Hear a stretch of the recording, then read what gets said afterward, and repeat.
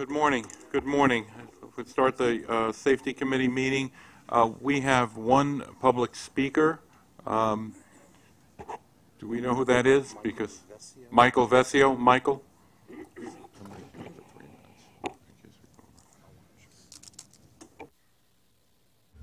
Good morning. My name is Michael Vesio. I'm a commercial manager for AM General Contractor located in Bologna, Italy. Today, unlike Monday, I am here as a commercial director. As a former New Yorker and a commercial manager, I constantly keep a close eye on happenings regarding the New York City transit systems. During the last safety meeting, I had seen that the New York City Transit has been looking for newer technology. I went through the list of vendors and the technology. It seems to be unproven, new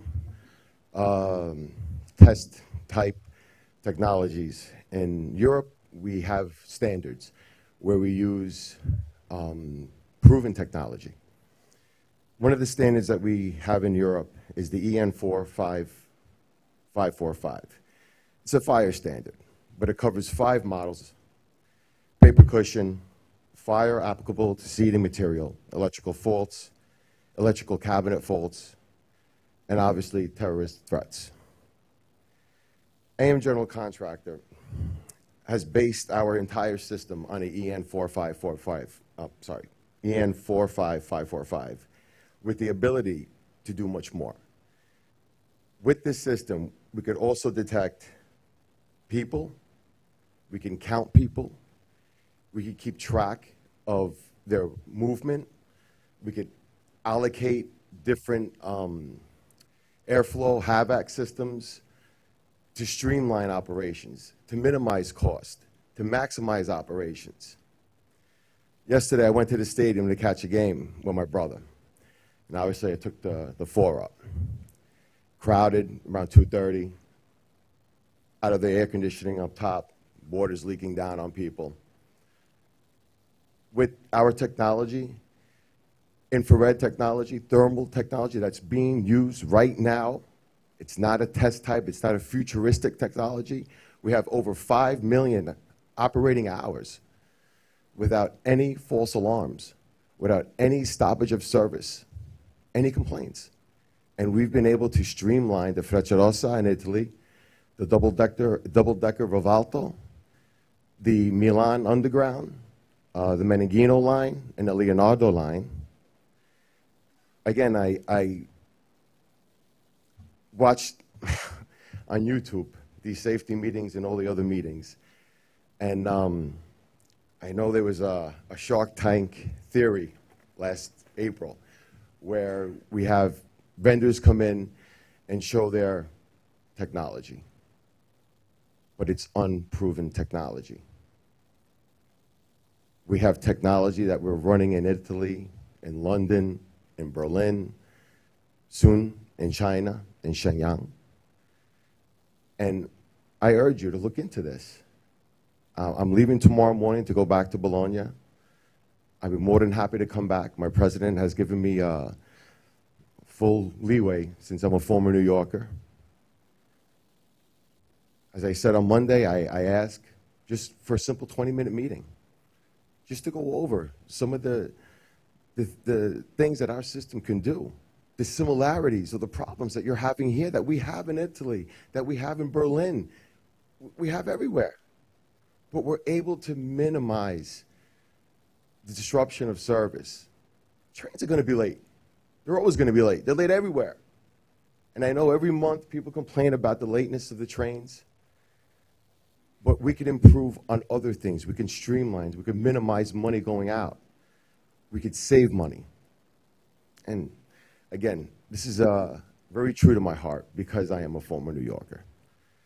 And I said it on Monday, and I'll say it again today. I miss this city very dearly, even though I enjoy living in Italy. But I'll end it here. Thank you very much for your time, and I truly hope you think about what I said today. Thank you. Thank you. There are no further public comments or coming forward. So let me move forward to the agenda. First, the approval of the minutes from the April 26, 2017 meeting. Do I have any comments? Do I have a motion? Seconded? All in favor? Aye. Any opposed? Motion carries. So on the safety, let me turn it over to David on the Safety Committee work plan. We have no changes to the work plan, sir. Okay. Any questions of David on the work plan?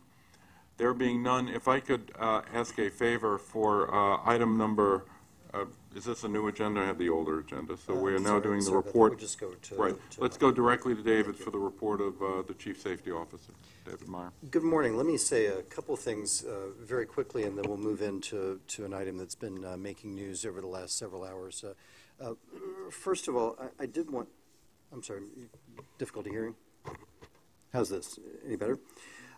I just wanted to follow up from the April Safety Committee meeting. At that meeting, we received a briefing from New York City Transit's Mark Beanstalk on track intrusion detection technology, and Ronnie Hakem asked at that meeting if our railroads could receive a briefing from Mr. Beanstalk on the technologies that have been tested in the transit system on track intrusion detection.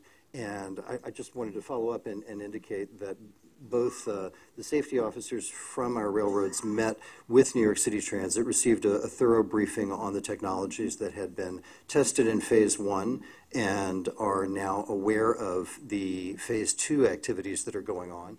And once Phase 2 is completed, we'll reconvene with New York City Transit to make a determination in final on the applicability of those technologies to our railroads.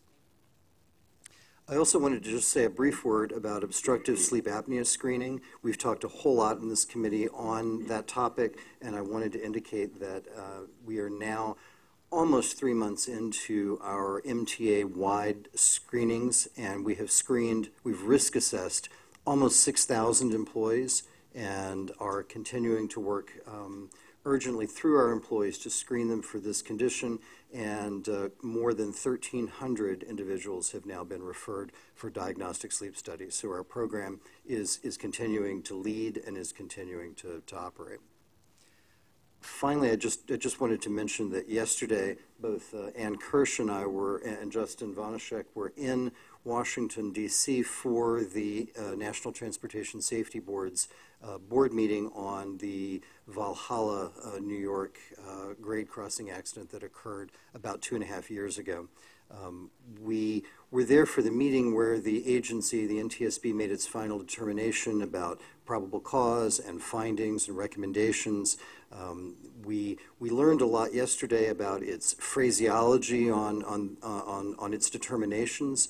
However, we've always told you that we would not wait for the NTSB to publish its report to move forward on improving grade crossing safety in our region. And over the last 2.5 years, we've done a whole lot to do that. We've centered our activities around the proverbial 3 E's: engineering, education, and enforcement. We almost immediately after the accident entered into a partnership with Operation Lifesaver. Operation Lifesaver is a long-running and nationally recognized expert on grade crossing safety education, but their programs really hadn't been targeted toward the dense urban commuter railroad environment. We worked with them to develop an educational campaign that built out on our Bubble People campaign that had been used traditionally more for subway etiquette to develop a region-wide educational campaign on grade crossing safety that has now been supplemented with Metro North's TRACS program that is modeled off the Long Island Railroad's very successful program. Metro North's program in TRACS has now reached almost 90,000 individuals through its training. So we've done a great deal in education. The MTA police and regional police have also done a great deal in terms of enforcement at our crossings, and that also has an educational component. And finally, with respect to engineering at our crossings, we very shortly after the accident engaged the services of a nationally recognized engineering consulting firm that we have been using extensively to assess our crossings, make recommendations, and those recommendations are translating into actions and improvement at our crossings, most notably through a series of infrastructure grants that we were awarded from the Federal Railroad Administration last year to make very specific improvements based on recommendations. So the NTSB's report was adopted by the board yesterday, and we received their findings and recommendations and certainly welcome their investigation. However, it's just one more step in us moving forward to improve safety at crossings. One of the recommendations we received yesterday, we along with a number of railroads around the country that have third rail power near roadways, is to conduct a risk assessment of that third rail system and to determine if it can be made safer. And we welcome that recommendation and will accomplish that risk assessment. So there's lots more that could be talked about, but maybe I'll just look to see if the committee has any questions. Any questions? Commissioner Pally? On the third rail issue, having not read the report nor the recommendations, other than what I read in the paper so far, I don't know how detailed they went into that issue. But in the report that I saw in the paper, they did indicate that Metro North has a unique configuration, thank you, sir, for the word, of the third rail, which is different than all other commuter railroads. My question number one is that true? Question number two is why? And question number three is, did the NTSB indicate that there are technology solutions, assuming there's a problem, technology aspects that could make it safer, or that we should look to see if there are technology aspects to make it safer? Because those are two different statements. Exactly, and it's that latter point. The NTSB yesterday did not indicate that Metro North's third rail system was unique in some way.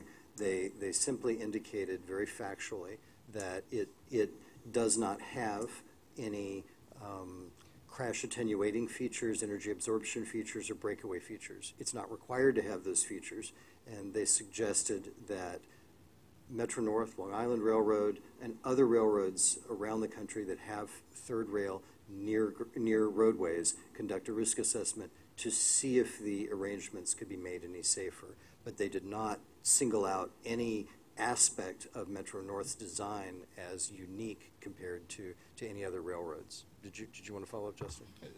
That is correct, and also SEPTA has the underrunning third rail as well.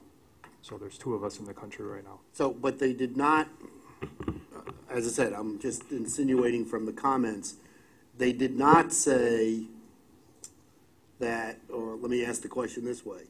I'll ask the question this way. Did they say that there was something that could be done that we did not do?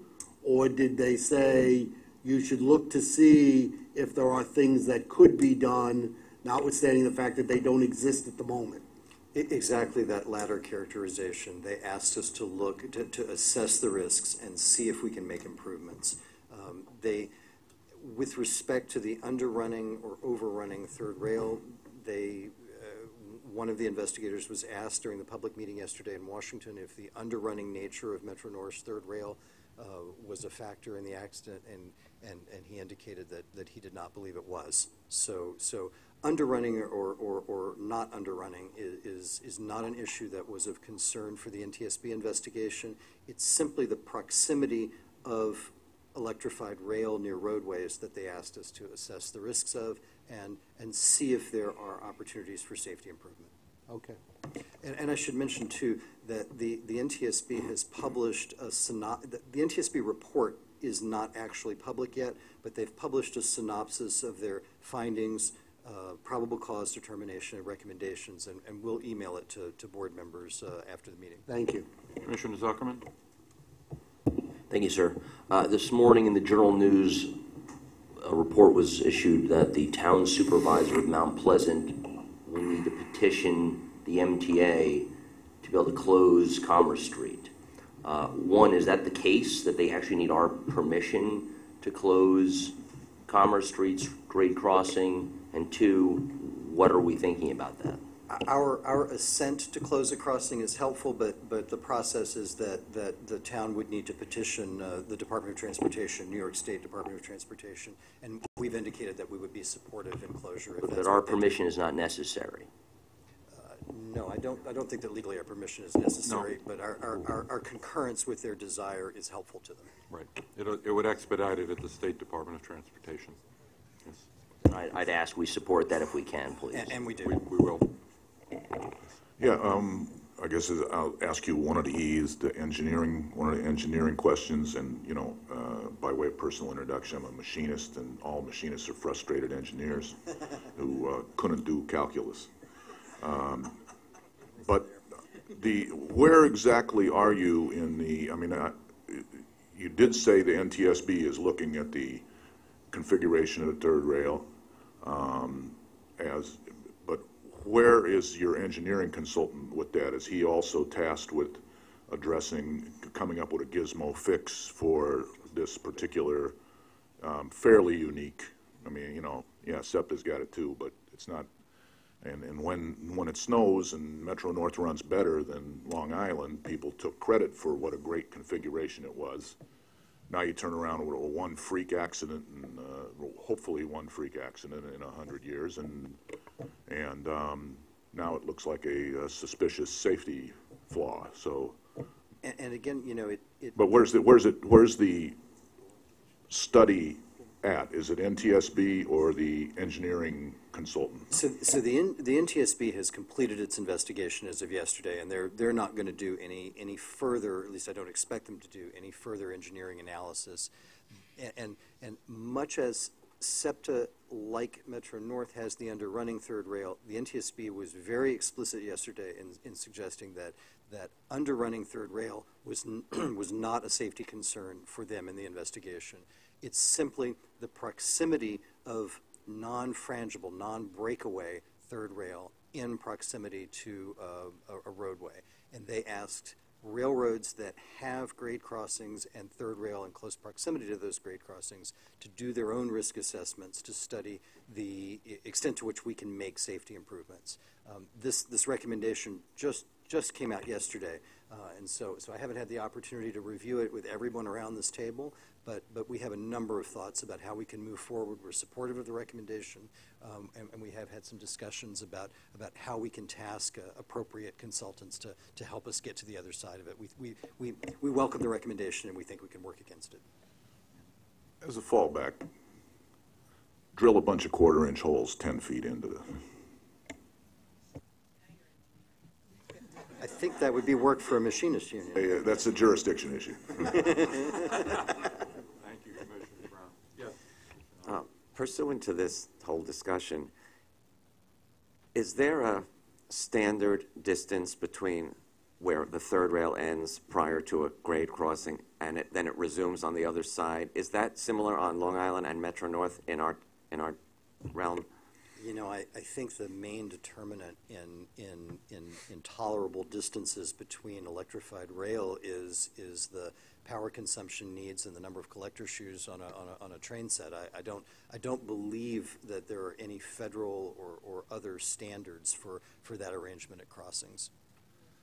So it has something to do with the length of the train that's running and how many contact shoes are hitting the third rail? Right, just to provide sufficient power to the train, and just mentioned In order to me, to be able to coast across that when they're not in contact. correct, and just said that there are not FRA standards. So the underrunning versus the Long Island's method of collecting electricity by running on the top had nothing to do with the derailment. That's exactly right.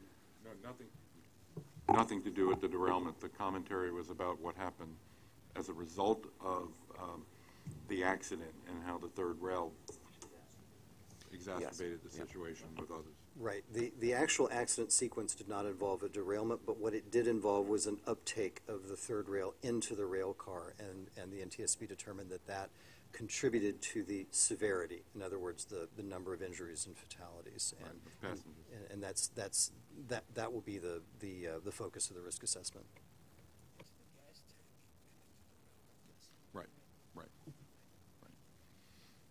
Yes.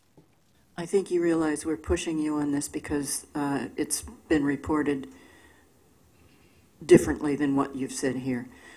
I'm assuming that over the next 30 days or so, you'll come up with a plan on how to proceed with that risk assessment. And I think everybody on the safety committee and certainly everybody in Metro North would appreciate you getting information to us. We don't have a meeting coming up next month, but we'd like to know the resolution to this.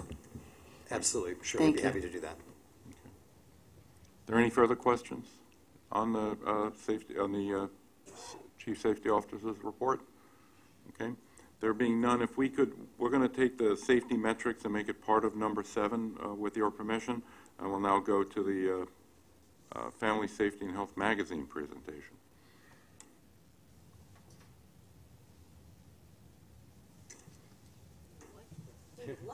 We'll go to that. Oh, I saw something change. Okay.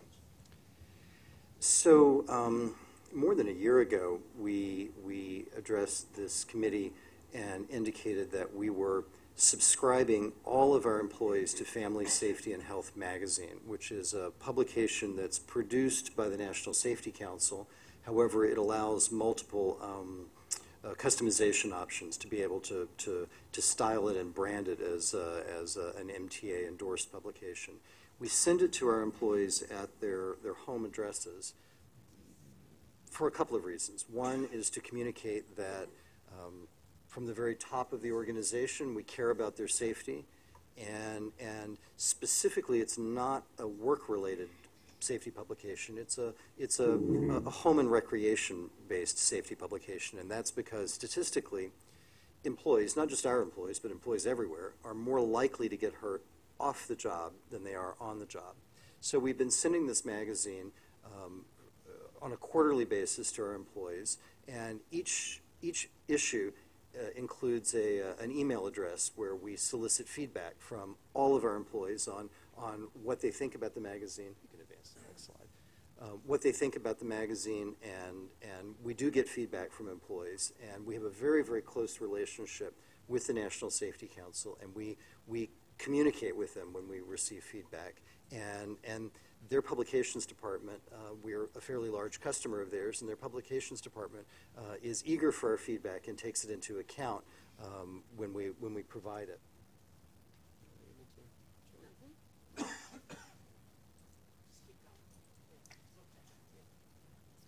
We used the magazine very early on to provide a personal safety message from then Chairman and CEO Tom Prendergast when we started it. Very recently, we included comments on the importance of safety that were authored by Interim Executive Director Ronnie Hakem.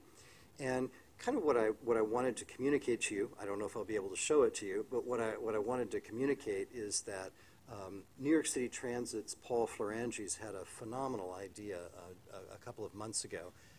Increasingly, New York City Transit, other MTA agencies, and employers across the country use back office screens to communicate with employees so that when you're in a break room or lunchroom or other kinds of employee-only facilities, you see messages. They may remind you of the safety rule of the day. They may remind you of rules, procedures, and honestly, just to be informative, they also provide sports information and headlines. I think we do. We have a picture now of what New York City Transit's FYI network looks like. It's a fairly new initiative, and Transit is rolling out this employee screens project to provide information to communicate directly with employees when they're in these back office spaces. And Paul Floranges' idea was, could we create some screens that would mirror the content in Family Safety and Health magazine to sort of provide an opportunity to remind employees what the content is of that seasonal magazine. And so we passed that along to the publications director at the National Safety Council. She was thrilled with the idea, and starting with the current issue of the magazine, as a value add, not just to us, but to all of their customers, they are producing screen-ready content. New York City Transit is also animating that content to make it even more visually appealing, and we thought there's no sound with it, but we thought we would show you a couple of the animations that parallel the magazine content. And theoretically, if you click on play, we'll show them.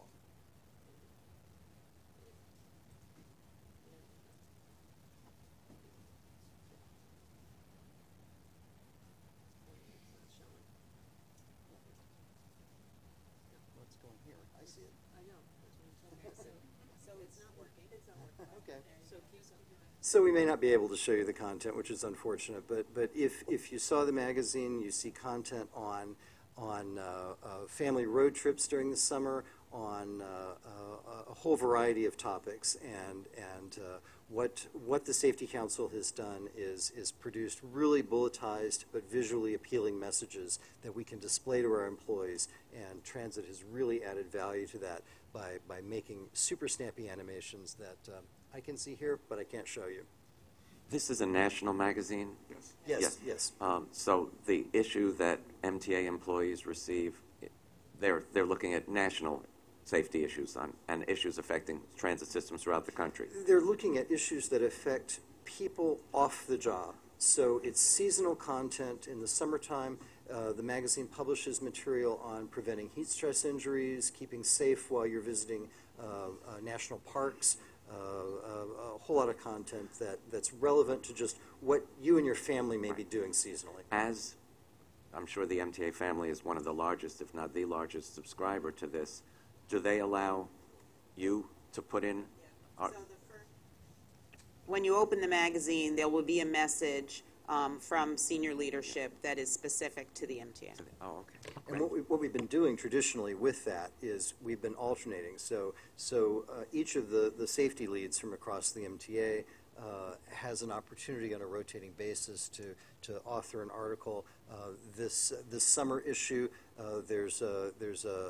inside that front cover is a message from Eric Osnes of MTA Bridges and Tunnels, quarterly.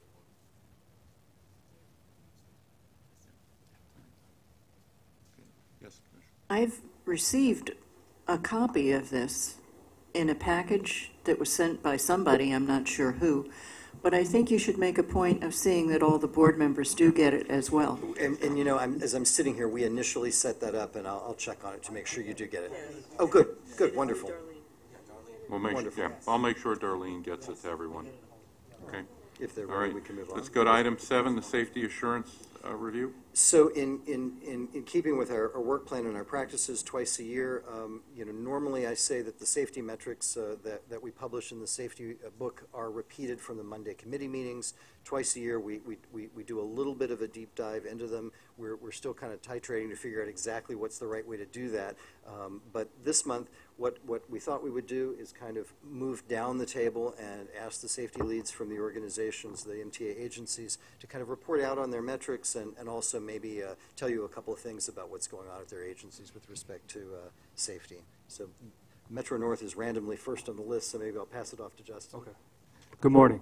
As discussed at Monday's committee meeting, the employee lost time injury rate is trending upwards. Most of these are attributed to slip, trip, and fall and overexertion. As I mentioned, we are targeting training for our new employees and supervisors as well as situational awareness. About a year ago, we rolled out our new employee safety orientation. This took the training from 30 minutes to about 1 full day, and so far we've trained over 1,000 employees in that.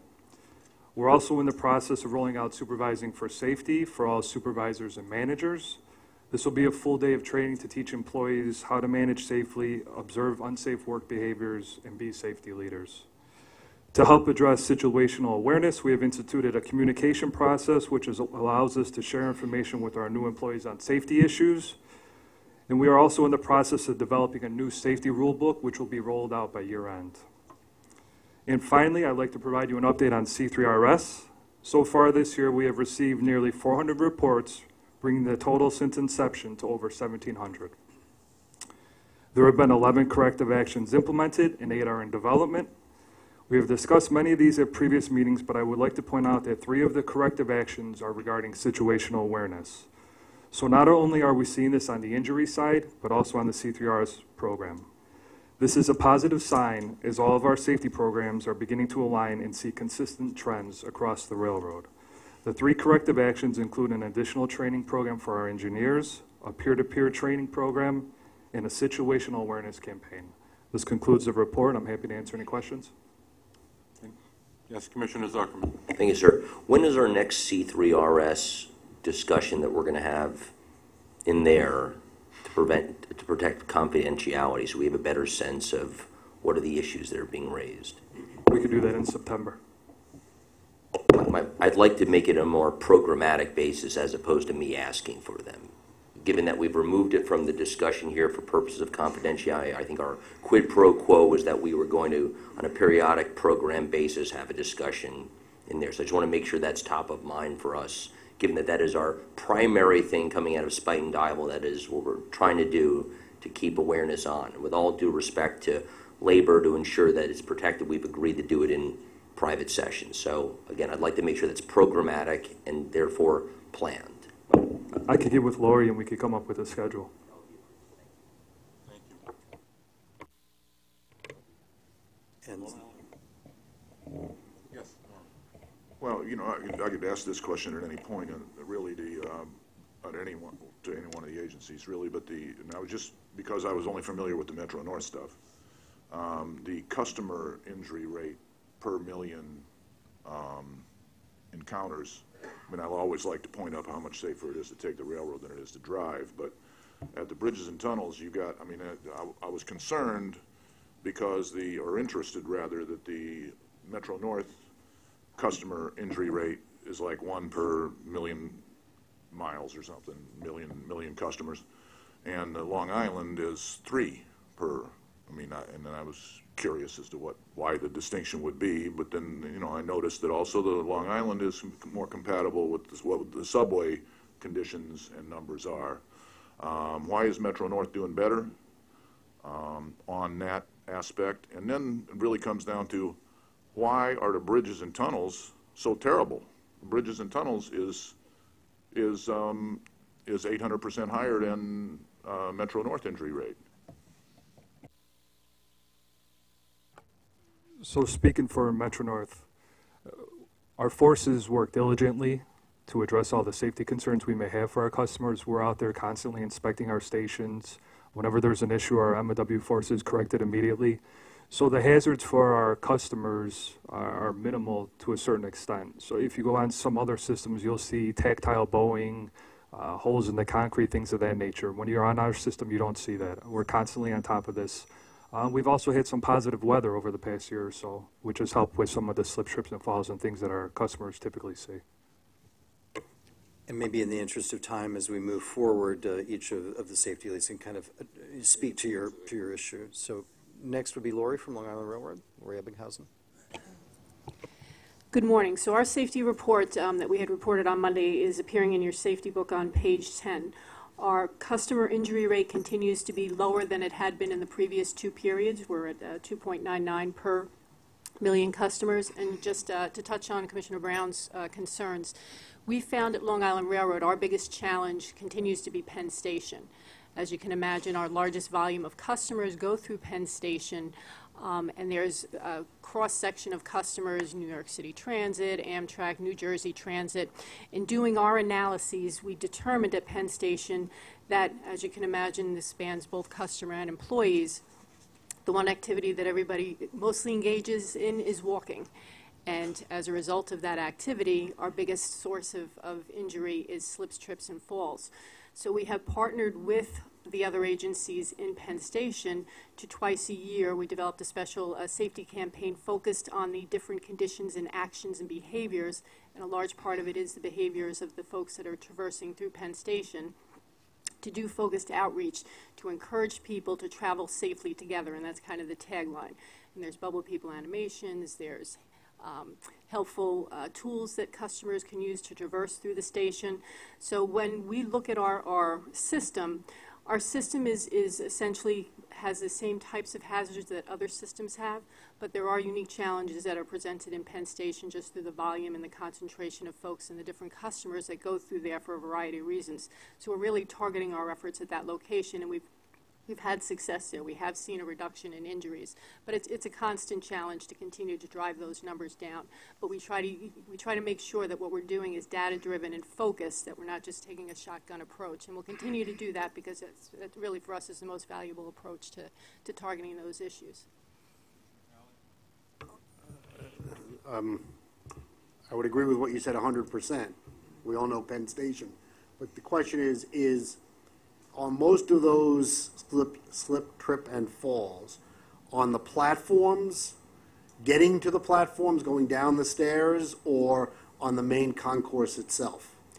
The majority of them are on the main concourse themselves. It's just folks, and you've seen the cross, the boards there, and everybody's people going get there. everywhere. Yeah, exactly. Yes. The flow, unfortunately, is somewhat challenging for folks there as well. So that contributes between the luggage and people spilling things. Again, a lot of it is customer behavior. So. Well, and I think the other aspect of it, and we've had this conversation before, is because of the nature of Penn Station, the train often gets to the platform just a few minutes before the train is supposed to leave. And that, of course, causes anxiety. I'd come up with a better word if I could come up with one, but anxiety will do the job at the moment, which causes people to move in ways they might not otherwise move if they knew the train was there 15 minutes before the train was going to leave, as opposed to sometime the train is there 3 minutes before the train is going to leave. And that causes, for those of us who go through Penn, it causes a variety of activities that are somewhat unusual, especially when you include the number of people, the luggage, the other stuff that goes with it. And it's, unfortunately, it's the nature of the beast, but it's something we need to see. Now, hopefully, obviously, the West End Concourse provides a new opportunity for people, and hopefully they will now spread out a little more. We can only hope. And obviously, some of the other things that are going to happen at Penn. But, no matter what, the ability to get the train to the platform earlier than we do now, and I understand there are engineering constraints from my engineering friend, that would help. Because I think it would extend the time period that people go from where they're standing to to the platform they have to get to. Because we all see it, what happens as soon as the number comes up, everybody runs. And when everybody runs, nobody's looking for anybody else who's also running, and that's what happens. Yeah. I understand there are constraints, but that would help in that context. So the statistics for slips, trips, and falls for your railroad, are they solely in the Long Island part of Penn Station? How do you treat steps that lead from the Long Island part to the Amtrak part, for instance, or to the subway? We consider those, because if you recall, the reason why we report is so that we can identify conditions that would help us to do things to make the situation better. So we do count if somebody's coming down from the Amtrak level or coming down from the street level. We consider that part of our reporting catchment area.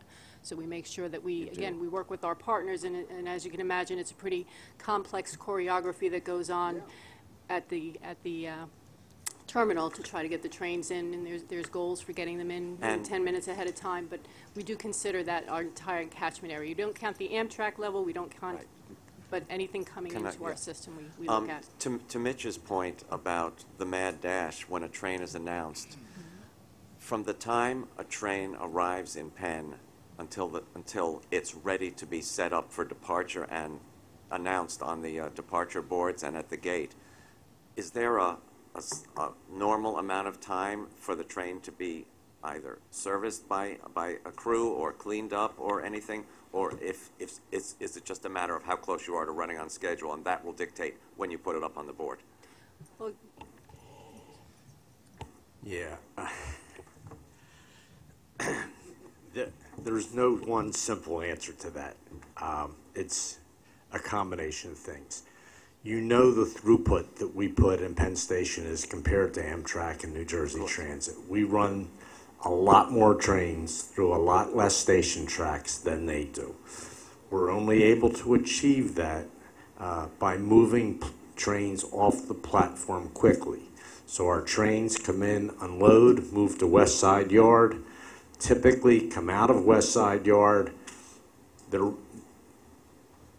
It would be nice to get them to the platform quicker, but typically they're waiting for a platform track to open up. They're queued either in the morning getting into Penn Station on line 4, in the evening coming out of West Side Yard waiting for a platform track to open up to move on down to. So it's really just the number of trains we run and the limited space that we have in Penn Station that dictates that. At certain times of the day, all the trains don't go to West Side Yard. They come to Penn and then they depart back to Long Island. But we're not having this problem with last-minute things somewhere else. But even when they come in there midday, quite often we have a crew change, okay? And the crew's coming from the crew quarters and somebody's going off and new crew's coming on. They've got to do their equipment checks and that type of stuff on a platform turn. So there's a lot that goes into trying to do that. Thank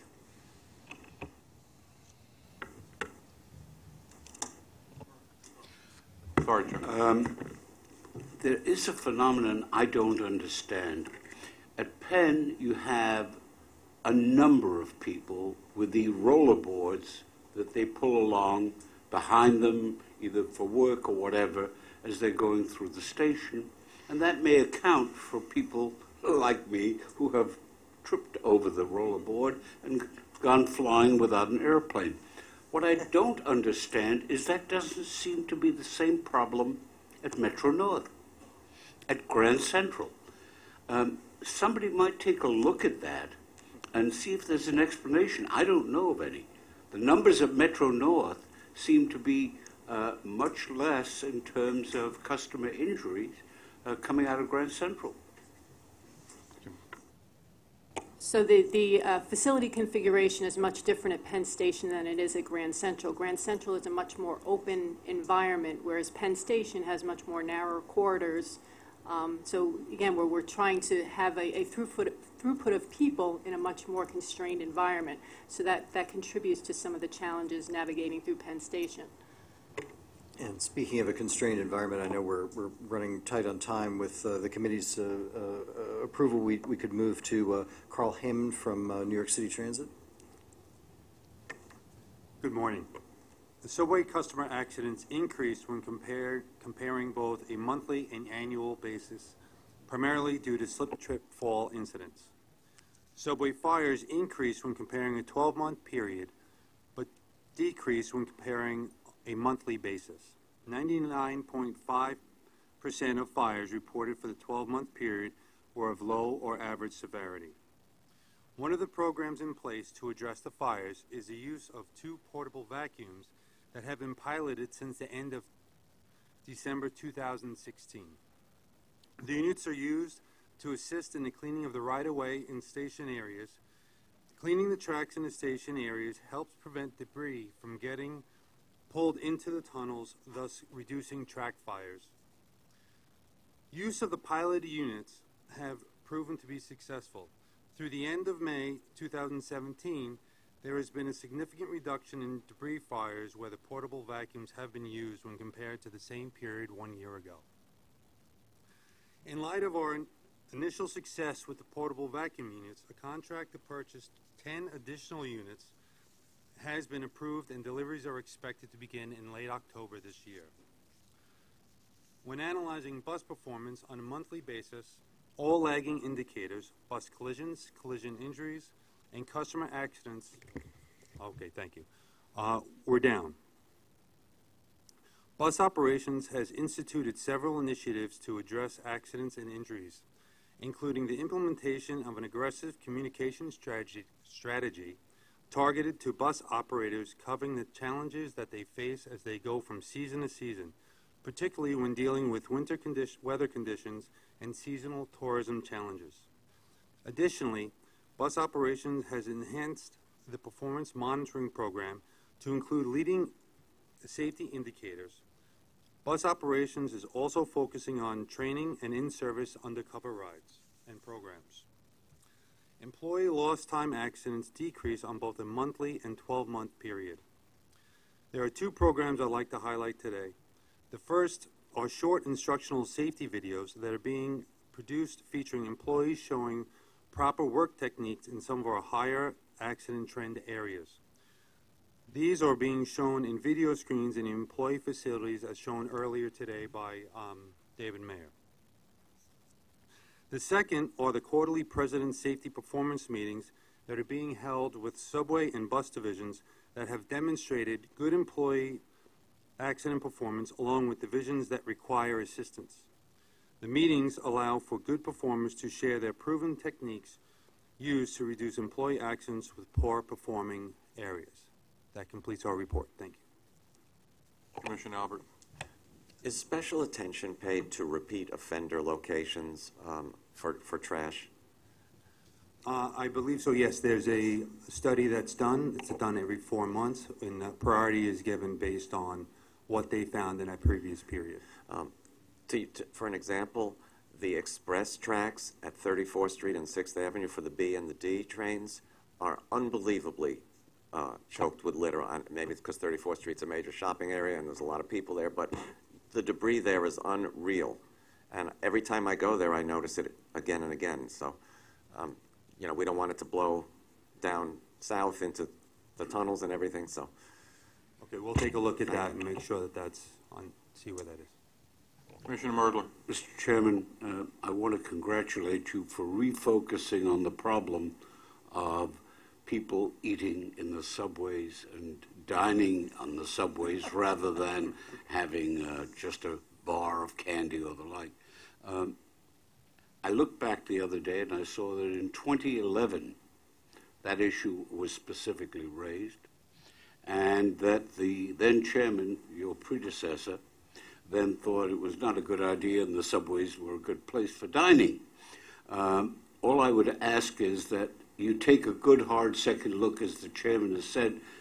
This is a significant cause of accumulation of debris. I understand that people have time constraints, but pigs are pigs, and they don't belong in the subway.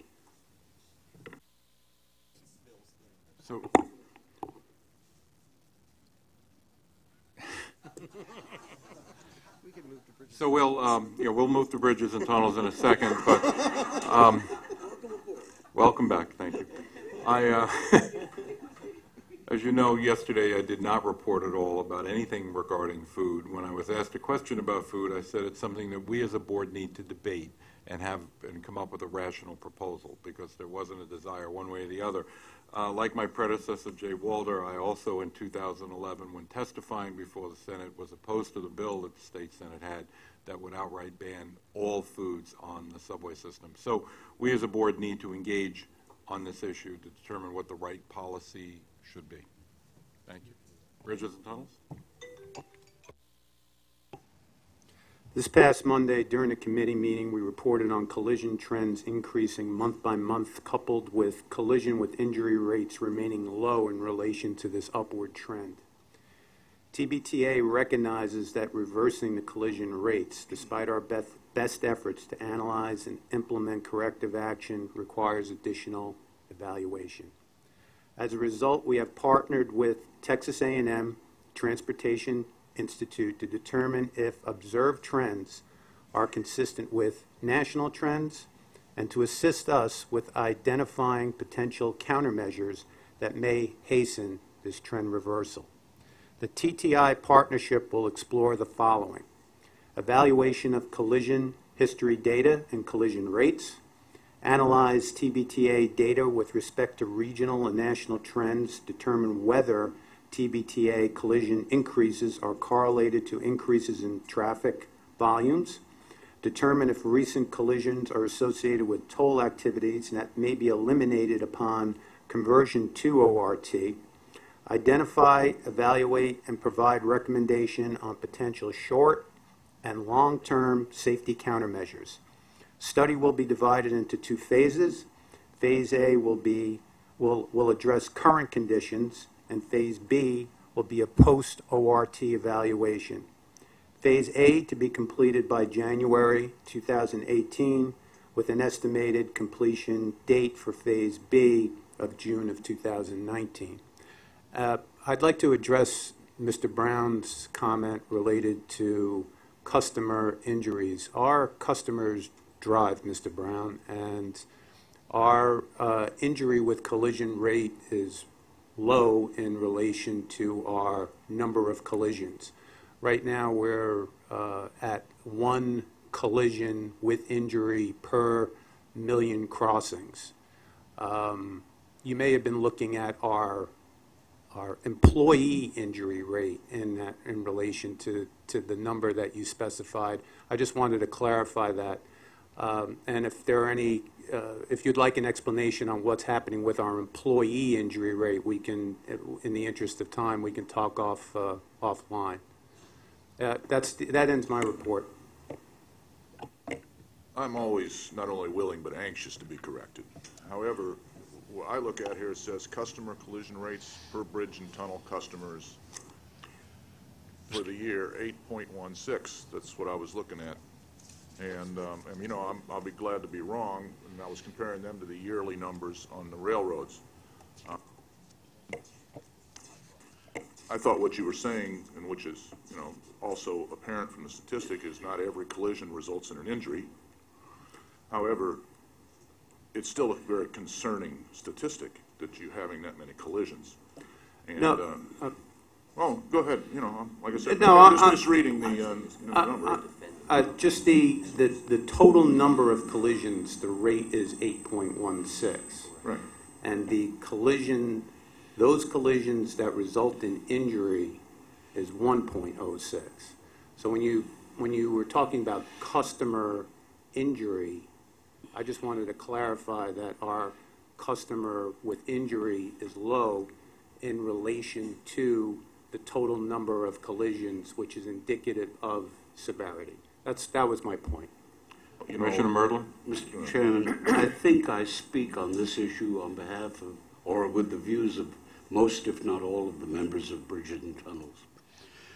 Neil Zuckerman has been tracking for a period of many months the number of increases in collisions and showing that this is a situation which cannot continue.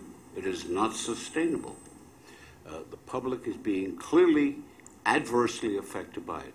He has also tracked the fact that there are two, and Al Rivera has carefully pointed out, there are two major causes: following too closely and changing lanes in the middle of the bridge or in the middle of the tunnel. Those two causes are obvious. They are obvious to anybody using a bridge or a tunnel. And yet, the statistics show that the number of summonses issued for either and both of those violations has reduced. I believe the number was 40 for all of last year, 43, 44 for a whole year. This cannot continue. And while I compliment you on having the cooperative effort with Texas A&M, I think there are 3 or 4 things that can be done immediately. One, as we pointed out at the committee meeting on Monday, signs prominently displayed at the beginning of every bridge and tunnel saying, if you cross lanes during the transportation, and maybe making it a double line, if you cross lanes, you face a ticket with a fine of X. If you follow too closely, you will face a fine of X dollars. That is exactly the program that was initiated in Scotland last year with tremendously positive results. There are other like programs, but Mr. Chairman, this has been an escalation over a period of many, many months, and it's really something that we need to focus on. I will work with Bridges and Tunnels on having signage, which I agree, and also changing of lanes. can't be uniform, but from my own experience, the problems coming from Long Island on the RFK Bridge, determining if you want to go to Manhattan or you want to go to the Bronx. That gets to be a lot there, but we need to do a better job of signage entering which is the best way to get on either the bridge or the tunnels. I agree, and we'll work with the bridges and tunnels and their leadership with their enforcement officers as well. And if I could just mention, I'm really excited about this partnership with Texas A&M Transportation Institute. This is an internationally recognized transportation highway safety authority. It's going to give us the opportunity to really review best practices across all dimensions with respect to traffic flow on our bridges and tunnels. And it's also, we've been having a behind-the-scenes conversation about whether or not we are reporting the right metrics to you on collisions and injury rates, and it'll give us a real opportunity to assess that. So we are running very tight on time, but I don't want to disallow Peter Kohner from Capital Construction. Good morning. I'll be brief. MTA Capital Construction adapted lagging to leading indicator strategy in 2014 that has yielded some very good results for us. We publish a safety statistics book on an annual basis. 2016 will be available by end of August. And what we're showing is that there is a steady decrease in accidents and incidents on our sites due to a vigilance by our safety teams, both contractor and construction management in partnership with OSIP. We break out our strategy into compliance, that is training, employee onboarding, daily operations brief, means of egress and entry, fire life safety inspection, communication equipment, testing, independent job hazard team, safe work plan evaluation, toolbox talks, monthly safety stand-downs, etc. We also do performance evaluation strategy that yields from daily inspection, monthly performance, contract evaluations, monthly safety meetings, quarterly contract reviews that are aggregate of 3 months, and finally ACE evaluation. That is all for my report. The book will be available in August for everybody to see. Questions from any of the commissioners? I see the best way to reduce construction injuries Is to finish the project. Absolutely. Which is why Second Avenue Subway has 0 at the moment, because they finished the project. I always knew there was a secret to the report. But it then flips over to the transit authority. Right. At that point. It just moves down the road. Right. Although I would like to comment that if you look at our performance, even during active contracts, we are well below the BLS rates, votes for recordable, and lost time. But that's how to get to 0. Yes. Okay. Are there any other issues to come before the committee? Yes, Commissioner Zuckerman. Mr. Chair, thanks for the indulgence. I know we're short on time, but as your first safety committee meeting in this tenure, I want to raise a topic I have raised many times. When I was a young kid, I used to love listening to Billy Joel. I played the same Songs of the Attic album over and over and over again. And eventually this record broke. And so like a broken record, I'm going to raise the same issue I've raised many times. And I ask you to help me get some attention to it, which is the following. I joined this board shortly after Spite and Dival, which is on December 2013. Before that, we were not talking about sleep apnea. And yet afterwards, we, like an incredible military operation, focused deeply on it, testing everyone, fixing that attention, and making real progress. Before Valhalla, 2.25 years ago, February of 2015, if I remember correctly, 2.5 years ago, we were not talking about grade crossings the way we are now. Operation Lifesaver was put in place. We had an incredible campaign to educate the public on. I am desperate to understand what are the 2 or 3 accident types that we are not talking about now, but should be. This is a board, this is a committee that should have a forward-looking focus, not a reactive focus. I ask you and I ask Mr. Mayor to have this as a focus and a conversation, whether it needs to be had in public setting or privately. I take this very seriously. I've made this comment over and over again, and it needs to be addressed. Being reactive is not acceptable, in my opinion. And I don't mean that to be angry, but I'm getting frustrated, and I think the riding public deserves our attention on being a little more creative in terms of what could be the case. Right. Neil, I agree with you. In my other life, I deal with safety issues all the time in the workplace and how important it is, and I'm proud of the fact that where I work has been claimed to be the number one safest hospital in the country. That said, we work very, very hard at that, trying to figure out not just what we're doing right, but what we have to do differently to maintain that level. I will work with the chief safety officer on these types of what ifs, as well as with the various different components of the MTA, because I do know it's important. We will try to think of everything that can possibly happen, but as you well know, we won't we won't always hit everything. But I do think it's important to think about it to preempt problems from happening. Right. And thank you. Any other questions? I'll entertain a motion to adjourn. Seconded. All in favor. Thank you. See you in 25 minutes.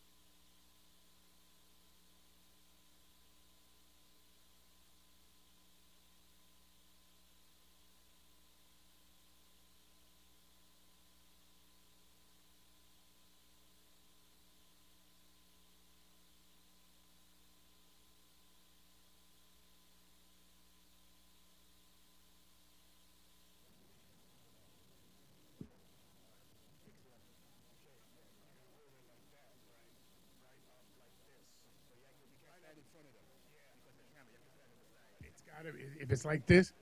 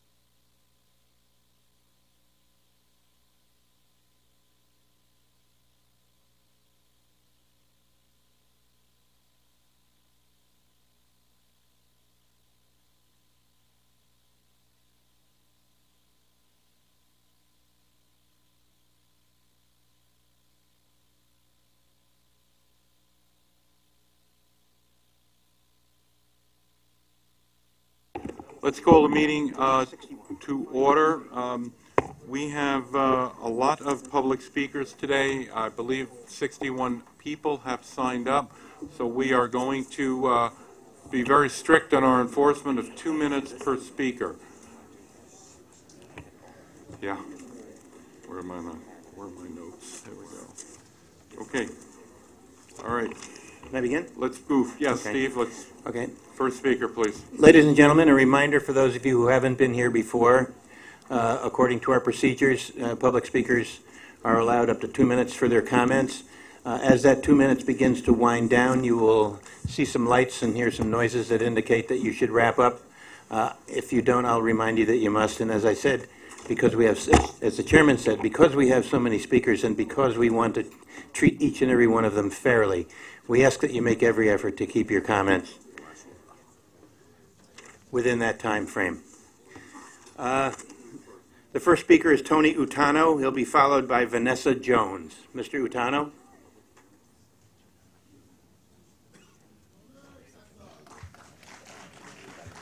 Good morning. Good morning. Good morning, Chairman Loda, Executive Director Hakeem, and board members. My name's Tony Utano, TWU Local 100, Vice President, Maintenance Away Division. Chairman Loda yesterday detailed a comprehensive plan to restore dependability to the subway and provide riders with service they deserve. It's a solid plan, and the men and women of TWU are 100% on board. To end this crisis, we must inspect subway signals and subway cars more frequently. We must respond to equipment failures on the track much faster.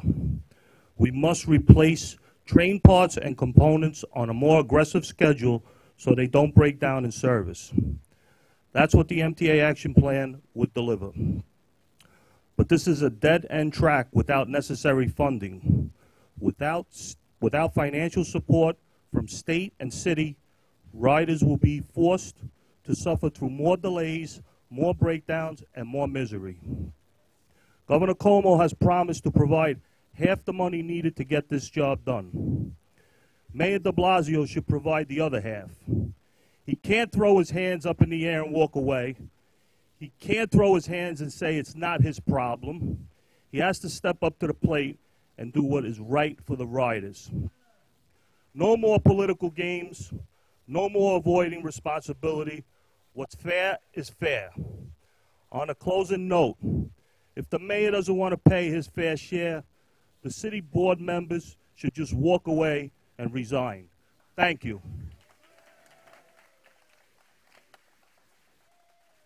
Thank you, Mr. Utano.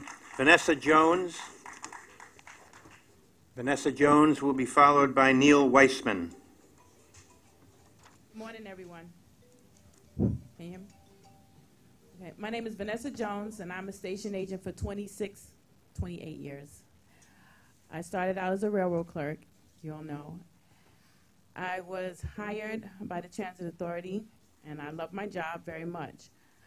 I'm an executive board member, and also a safety officer for TW Local 100.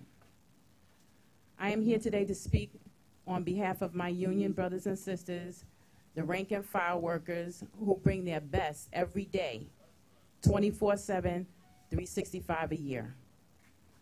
We provide New Yorkers the most important service in this city. That's to move around in this city. Okay, the ability to move freely at any time, day or night. This has been a tough year, a tough summer for transit riders, but also for transit workers. The members of this board hear about issues, derailments, delays through emails, messages, but they don't face it every day like we do. Okay? It's different for me and my brothers and sisters. We are facing it every day. We have the frustration from the riders. We have the assaults from the riders. And the physical and verbal abuse is very overwhelming, and it happens every day. Okay, we are targets, you know, especially with that uniform on. Okay, transit workers do their best, in fact, more than their best, to keep the system running calmly, safely. We help out with derailments, the personnel, professional. Can you wrap up, please? Oh, yes, I can. Okay. Transit workers are thrilled that management has adopted many proposals, you know, that our president, John Samuelson, has put before you. We are most encouraged that Governor Cuomo has pledged to pay half of the funding needed to bring relief to the New Yorkers who depend on the system every day. We're asking the members of this board, especially those who were appointed by Mayor de Blasio, to do his part. We have to move along, Ms. Jones. 50-50 Please wrap split up. is fair. The mayor has the money. This city has a $4 billion surplus, but 10% of that surplus into addressing the current problems plaguing our system is not too much to ask for. Thank you. Thank you very much. Neil Weissman. Mr. Weissman will be followed by Yesenia Torres. Good morning, Chairman Mr. Loda, Weissman. board members, good morning. My name is Neil Weissman. The organization is Complete George, a coalition of 170 organizations, businesses, and communities calling for wider paths on the George Washington Bridge. Today, I call upon the MTA to emulate best practices from cities around the world who have expanded cycling infrastructure to reduce overcrowding on roads and mass transit, extended catchment to underserved communities, created reserve capacity to offset system outages while conserving scarce transport funds. You have copies of extended remarks. After spending $1 billion on its bike grid, $1 billion in its bike grid, London expects that half the trips into its business district will be by bike by 2019. In Tokyo, where 90% of all commutes are by mass transit, 1/3 also bike the first and last mile. Los Angeles just voted $400 million to extend bikeways across its transit deserts, and Portland estimates its bike grid saves the city $800 million per year. As detailed in the Port Authority's Trans-Hudson Commuting Capacity Study, cycle commuting meets all the criteria for a successful strategy to reduce trips to its Midtown terminal. It's operationally and politically feasible, competitive on cost and travel time, and will have an immediate and durable impact. And not just on the GWB, the new Goethals will afford locals a 75-minute commute to Wall Street via Staten Island Ferry, the Bayonne an hour. Opportunities for the MTA include increased bike parking and bike share transit hubs, and critically, to create capacity on its bridges, all of which should be arterials for interborough bike travel. And this summer is not the time you want to step up ticketing of bike commuters on the Triborough. Thank you all. Thank you so much. Yesenia Torres. Ms. Torres has agreed to speak on behalf of many of her friends and colleagues in the room, so she may take a bit more than 2 minutes, and we understand that. Good morning. Test. Good morning. My name is Yesenia Torres. Can you bring it down a little? Because it's in my face. I'm here on behalf of the ARG Coalition, Excessive Ride Reform Group, and with the United Spinal and Strap Hangers. We are presenting today a letter that we made, the coalition made for the Governor Cuomo, and it states, July 26, Dear Governor Cuomo, early this year you intervened and kept the base subway and bus fare at $2.75. After many of our group wrote to you to tell you how the increase in this fare would harm excessive riders who would already put up with the abysmal service, that was the right move, and we made sure to applaud your decision and testimony before the MTA board and elsewhere. Now we're writing to ask you that immediate action to improve and reform excessive ride by declaring an excessive ride state of emergency, as you've done with other MTA services. While deteriorating service at Penn Station and on the subways are relatively recent problems, the excessive ride crisis has been a permanent fixture for the nearly 150,000 New Yorkers with disabilities who use the service and who take nearly 9 million excessive rides annually. As you know, excessive ride often is the only way New Yorkers with disabilities can get to their jobs, to school, to medical appointments, to the movies or other entertainment, and to visit friends and families. It is as crucial a mass transit link as any other MTA service. And for many New Yorkers with disabilities, it is the only MTA service. But excessive ride is failing and has been for decades. As the Daily News editorialized recently in calling for major improvements in the system, I quote, the MTA's network of paratransit vehicles delivers 20,000 rides a day for New Yorkers with disabilities for the staggering cost of $500 million a year, on average of $68 per ride. Passengers get a quality of service that won't be acceptable in the third world.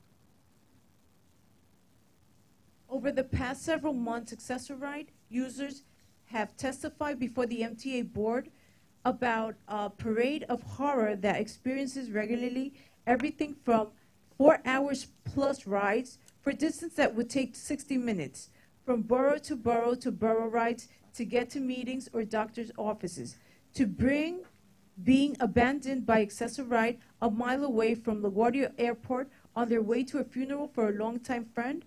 There are thousands of similar stories.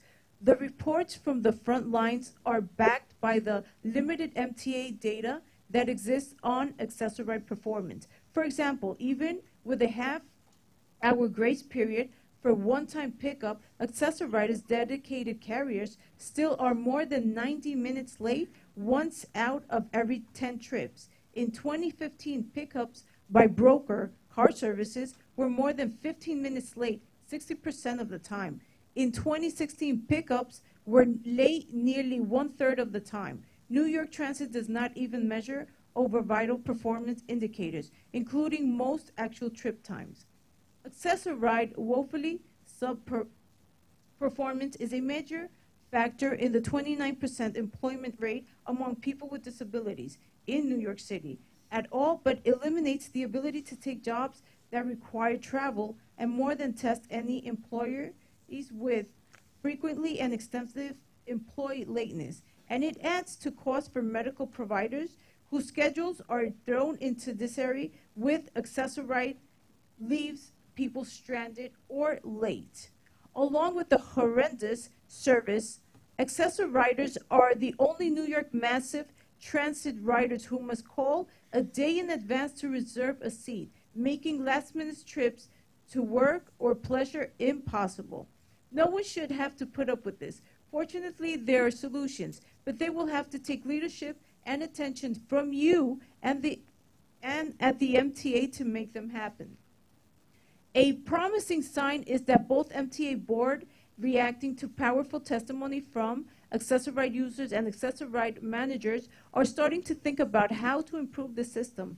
The board expects to vote this month on several long overdue improvements in vehicle tracking and scheduling technology, as well as a pilot for an on-demand service using wheelchair accessible yellow taxis. But these improvements will take years to implement. What's also needed, therefore, is the will and the ability to make on-demand service a priority, to improve data collection, to actually access service quality, to streamline and make application procedures fairer, and to change complaints procedures to the MTA. Isn't a judge or a jury, and to continue to top quality manage to place as current AAR leadership retires. Most important, however, is the permanent change in the MTA's view of accessory ride as a service. They wish they didn't have to operate, even though it's a federal mandate. The payoff would be extraordinary. Innovative initiatives by the MTA for accessory ride could actually save money as well as save hours of travel time every day. The accessory riders, users are greatly improving their life quality. On the 27th anniversary of the signing of the Americans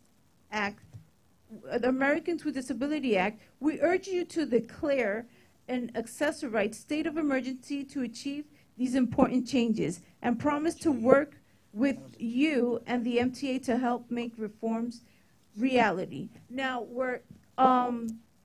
we want you to know that we're serious. We're going to stay here. We've been here 3 months, and it's consecutive coming with our supporters, with all our groups, and we're going to make it out here every month until you guys really make these changes and pay attention to us. Thank you. Thank you very much, Ms. Torres.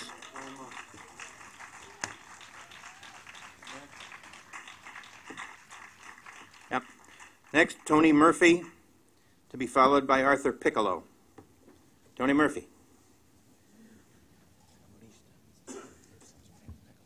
Good morning. I'm facing the bank-owned MTA, but I'm a little more concerned about what my sisters and brothers over here think. We've got transit workers, we have wheelchair users and riders with specific needs, transportation needs. We have students, and I would like to know from this body what you thought of the new MTA head's proposals yesterday for fixing public transportation. So we've heard from the riders. In this address yesterday, I heard it really took the summer of hell for someone to get on TV and talk about doing things that should have been done decades ago. But what we heard instead were proposals like getting rid of seats and issuing summons for litter. We don't need more cops on the subway. We don't need summons being issued. The NYPD's record in the subway is already one of racist harassment. Who do you think is going to get those summons? Those summons are it's going to be more harassment of black and brown people in the subway. We need public transportation. We don't need criminalization of the riders. But what we get is not public transportation, because this board only runs public transportation for the benefit of the banks and Wall Street at the expense of the riders. We hear in the media arguments about $450 million from this supposed to come from the city and $350 million. That's a drop in the bucket compared to the tens of billions of dollars that the MTA owes the banks and Wall Street in debt service. The banks are looting public transportation. Could you wrap up, please, sir? I'm sorry? Could you wrap up, please? So when we are faced with this situation, we should ask ourselves, does this board have any legitimacy to run the public transportation? I just have to bring up before I get off, I was here in May when there were a whole row of wheelchairs here, and many riders with disabilities were here to speak. About 30 were lined up for public comments, and after about 12, this board stood up and walked out It was the most outrageous thing I've ever seen, and underscores on that day, if anybody had any doubts about whether this board has any legitimacy to run the MTA, that day was a very good example that this is the people who should be running the MTA. We don't need this board that only serves the bankers and Wall Street. We have 55 more speakers, Mr. Murphy. Including public transportation. We need a people's MTA made up of transit workers, riders, people with disabilities, students, and the riding public in general. We need a people's MTA to take over the subway and run it for the interests of the people and not Wall Street. The subway belongs to the people. Thank you. Thank you. Arthur Piccolo, to be followed by Diane Sear. This is the 2-minute version of the statement which I left for the members. On June 29, 2017, I ignored the logic of experience and along with a few thousand other individuals attended the so-called MTA Genius Transit Challenge Conference, believing it would be the event advertised. Instead, we watched the individual most responsible for the problems in the New York City transit system, Governor Andrew Cuomo, who has not bothered to correct these systemic problems, some of them going back 100 years, the almost 7 years he has been governor, walk on stage to an extended standing ovation from all the MTA staff there, a variety of politicians and contractors who make their money from the MTA, who filled most of the seats. It was bizarre, except that it really happened. It was not a conference at all. It was just a self-serving, one-sided presentation by the very same MTA bigwigs who have allowed these problems to persist while they did nothing to fix them, having the audacity to stand on stage one after another and tell us what a great job they are now going to do. What is far more broken than the New York City transit system is the lack of any real or visionary leadership at the MTA. The entire so-called MTA leadership needs to be swept clean, and this convoluted bureaucratic organization that supposedly manages together a group of very different transit systems serving different parts of New York State needs to be disbanded, replaced by a logical group of independently organized and managed authorities subject to the elected officials where each system is centered and who also coordinate with the activities of other agencies in sensible ways.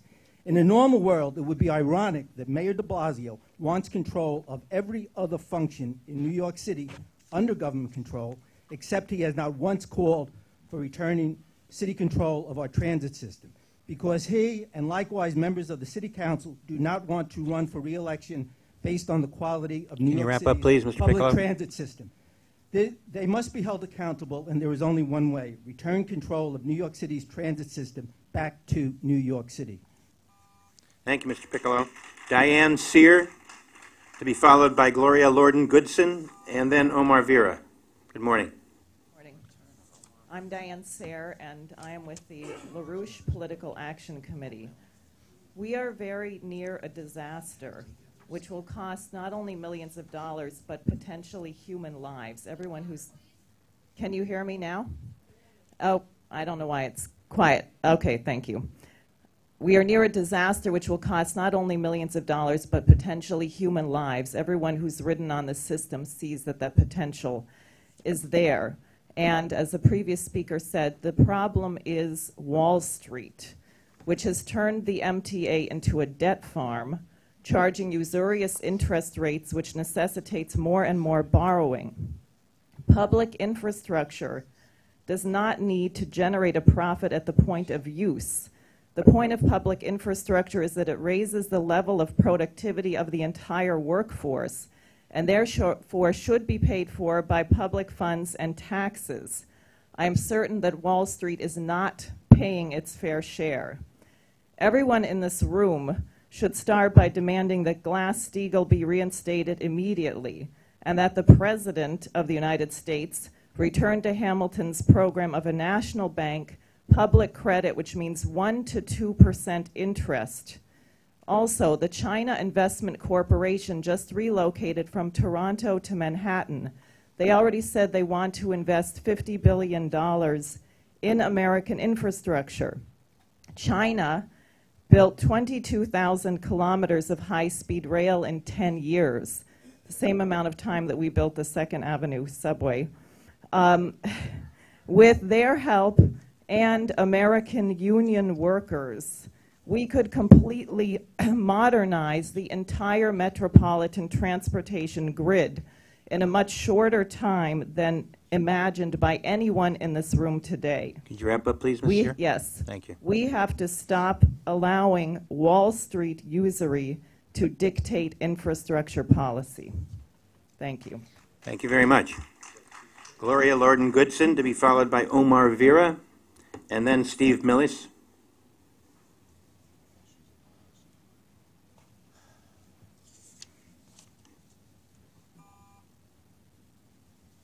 Good morning. Good morning. Good morning. I am a senior citizen. I'm also a consumer of Accessoride.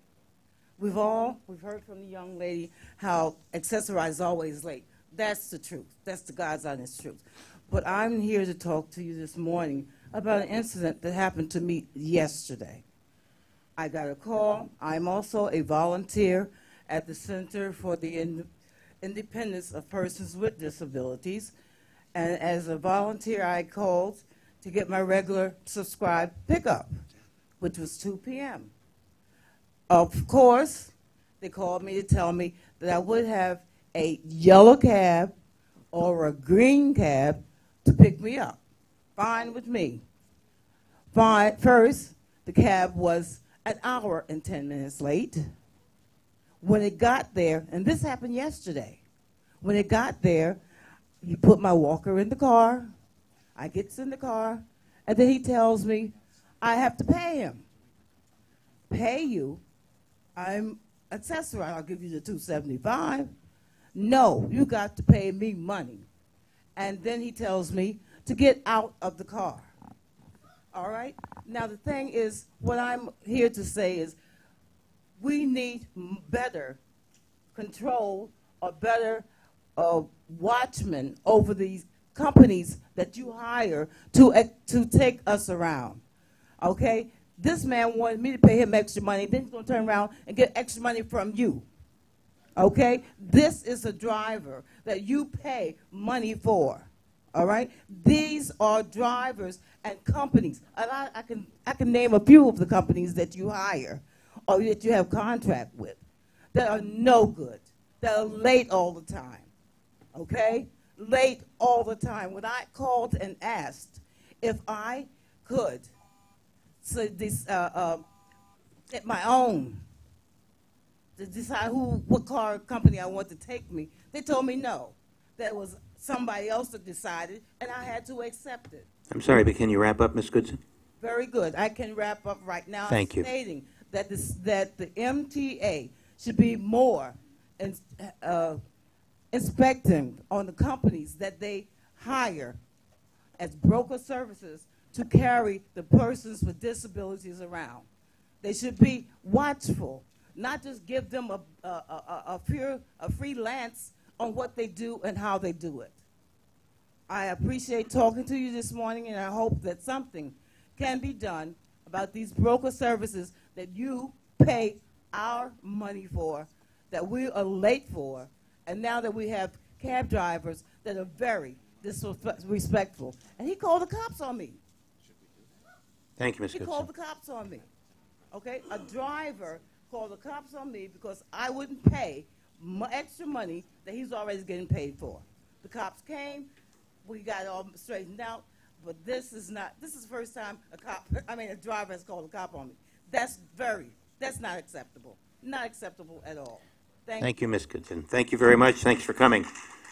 Omar Vera, and then Steve Millis, and then Amy Ball. Good morning.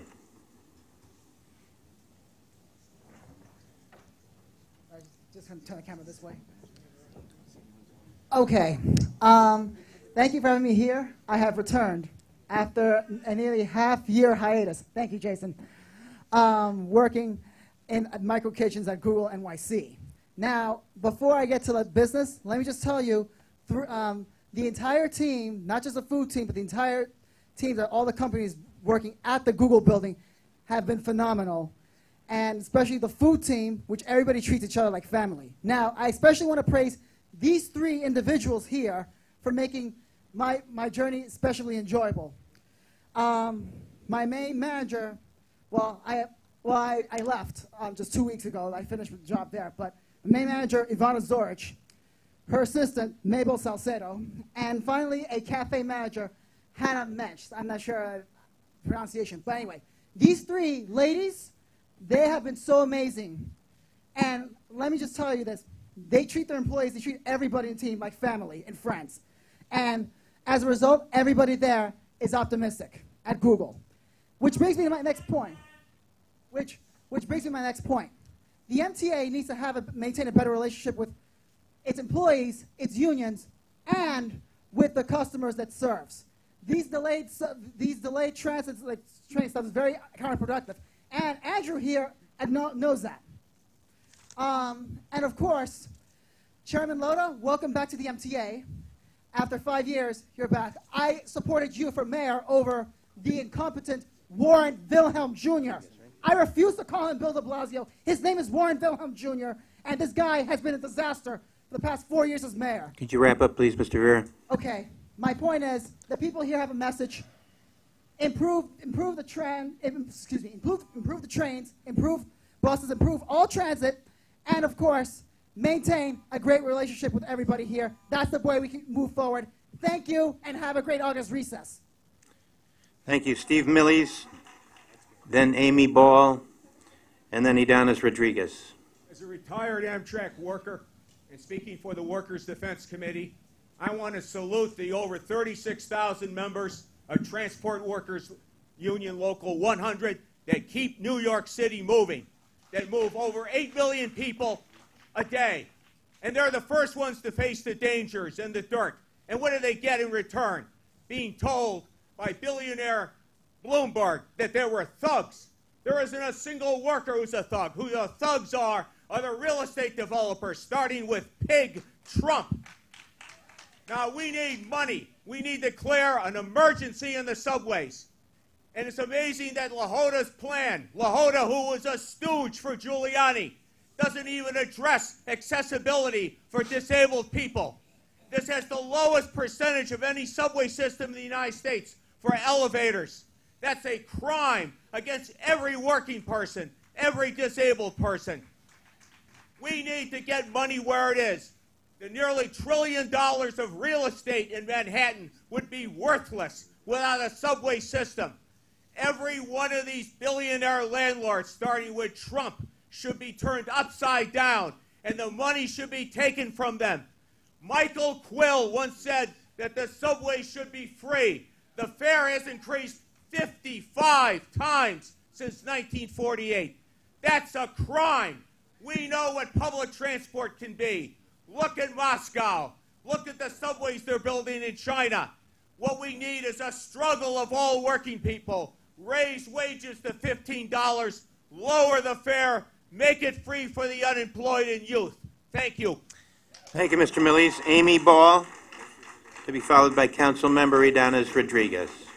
Ms. Ball, good morning. Good morning. I'm Amy Lee Ball, a journalist and a Manhattan resident. I speak against the ventilation plant final environmental impact statement, action item 4I on your agenda, because it is a piecemeal approach that basically fails to improve passenger safety. Thank you. MTA's approach is to provide about one new ventilation plant every year. As there are 252 unventilated subway tunnel sections, what genius put forth this plan? Why are passengers who ride unventilated subway sections left at risk? Imagine a building of 252 apartments. What smart landlord says, I'm installing apartment smoke detectors at the rate of one apartment each year? Who wants to live in an apartment without the detector? It will cost MTA $1 billion and take 20 years to ventilate 20% of the subway sections. For a fraction of that cost, MTA could build more entrances for first responders and more emergency exits. That way you make passengers in all 252 tunnel sections safer much quicker and with no community impacts during construction. For a fraction of that cost, MTA could improve efforts to keep tracks and trains free of trash, which would have prevented the recent fire. Who on this board doesn't understand that it is infinitely preferable to prevent an emergency rather than react to an emergency? If MTA thought logically and paid attention to updated statistics, it would recognize that derailments are up, but fires are down. Every day, our mayor, our governor, and Mr. Lota fight over who's in charge and who can be entrusted to spend our taxpayer dollars wisely, as we saw in yesterday's press conference. It's outrageous. In summary, do not approve item 4I. Save money, make everyone safer in a few years with simple, practical, economical solutions. And please pay attention to the statements that you have received in support of this from our state senators, Kruger and Avila. Thank you. Thank you, Ms. Ball. Councilmember Rodriguez, to be followed by John Putnam and then John Steffen. Good morning, Mr. Rodriguez. Morning, Chair. Good morning, ladies and gentlemen of the board, and welcome to our new chair.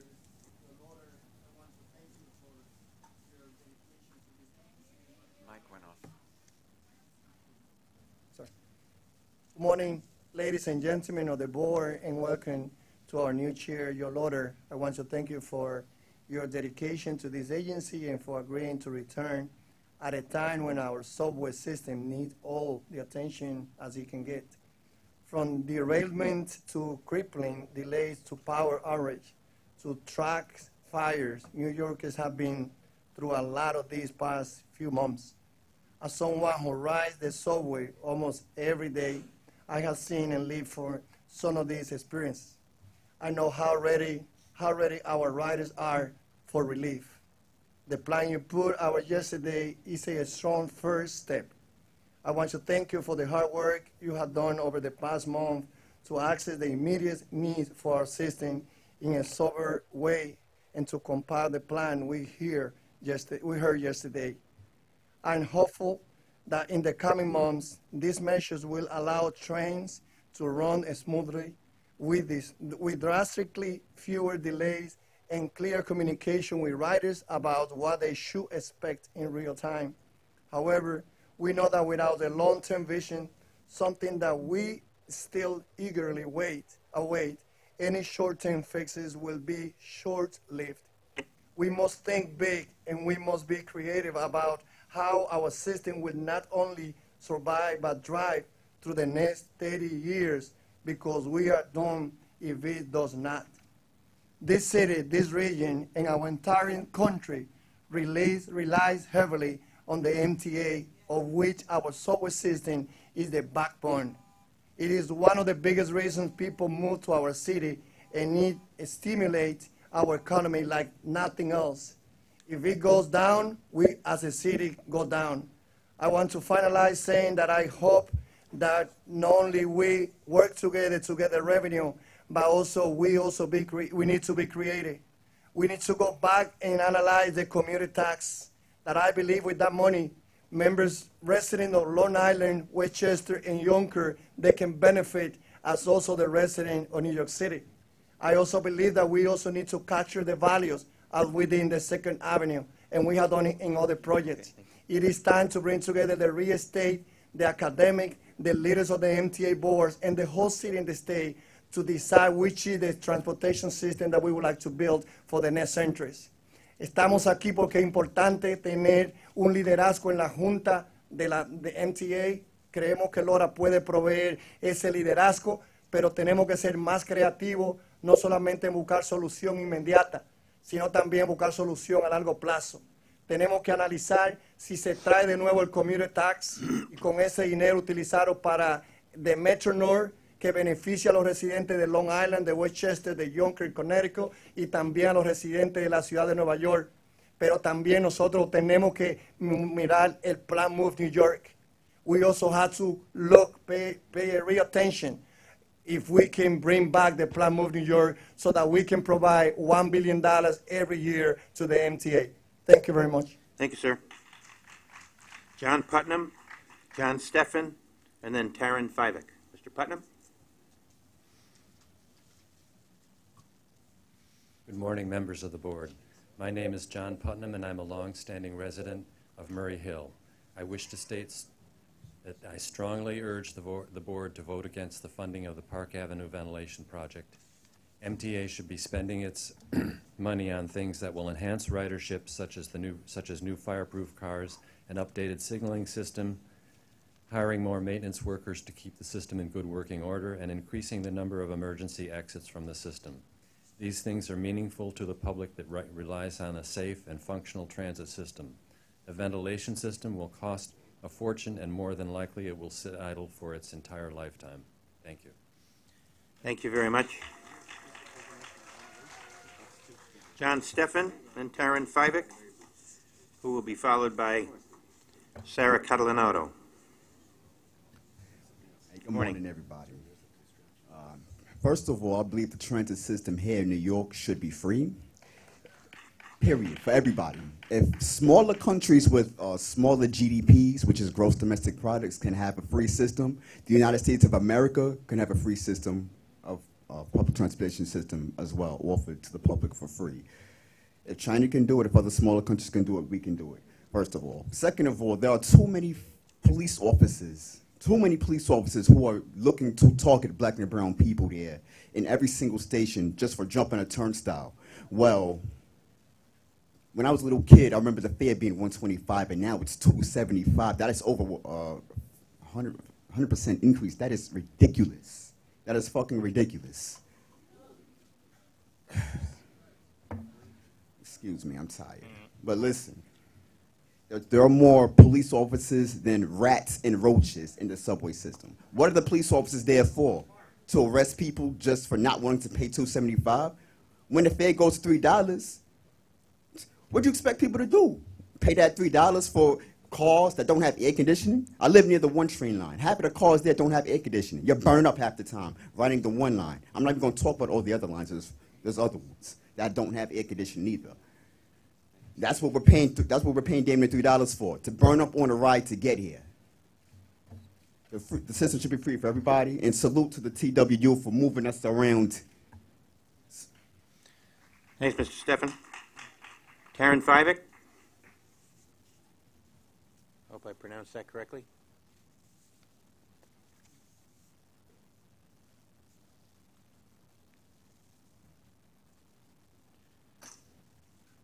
Do we have Taryn Fivick?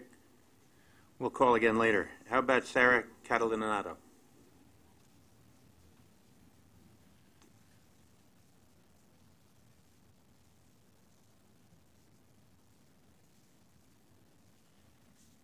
Do we have Sarah Catalinato? Okay, thank you.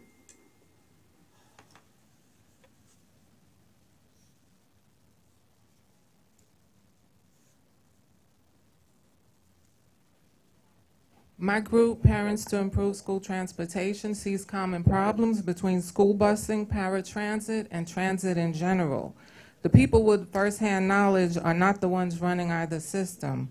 Riders, their loved ones, and the workers have a real stake, but are at the mercy of an unelected board with its own financial agenda.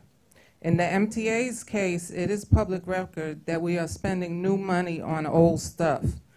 MTA should cancel the debt and put resources into the very valuable work of taking all New Yorkers where we need to go. These need to be real jobs, not precarious things like Uber that we heard is a so-called solution on Accessoride being put forth. We know from having 70 school bus companies in a race to lower expenses that the less regulated, the less uniform a service, the worse for everyone's safety. The chancellor who said parents should put our kids with disabilities in taxis was Kathy Black, and we see how long she lasted. Cab drivers themselves have told us that they don't want to be liable and they can't make a living unless their passengers are quick in and quick out. We heard a most extreme case of that from the sister up here. On time, accessible paratransit and transit free of rats, alcohol ads, and crowding will create jobs and be the pride of our city. Instead, we get flashy technology that informs us just how slow and messed up the trains are, and aggressive policing of people who can't afford the high fares which has now spilled over to at least one innocent booth clerk. Public service, not debt service. Thank you very much. James Pastilli, then Cassandra Refucci, then John Cialdoni.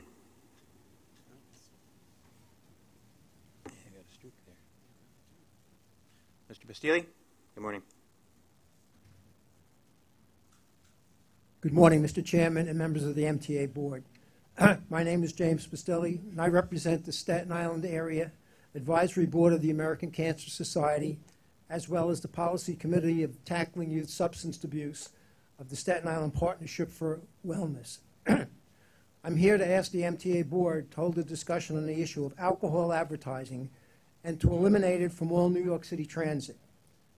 American Cancer Society research confirms that alcohol consumption is a known cause of several types of cancer, including cancers of the head, neck, liver, breast, and colorectal.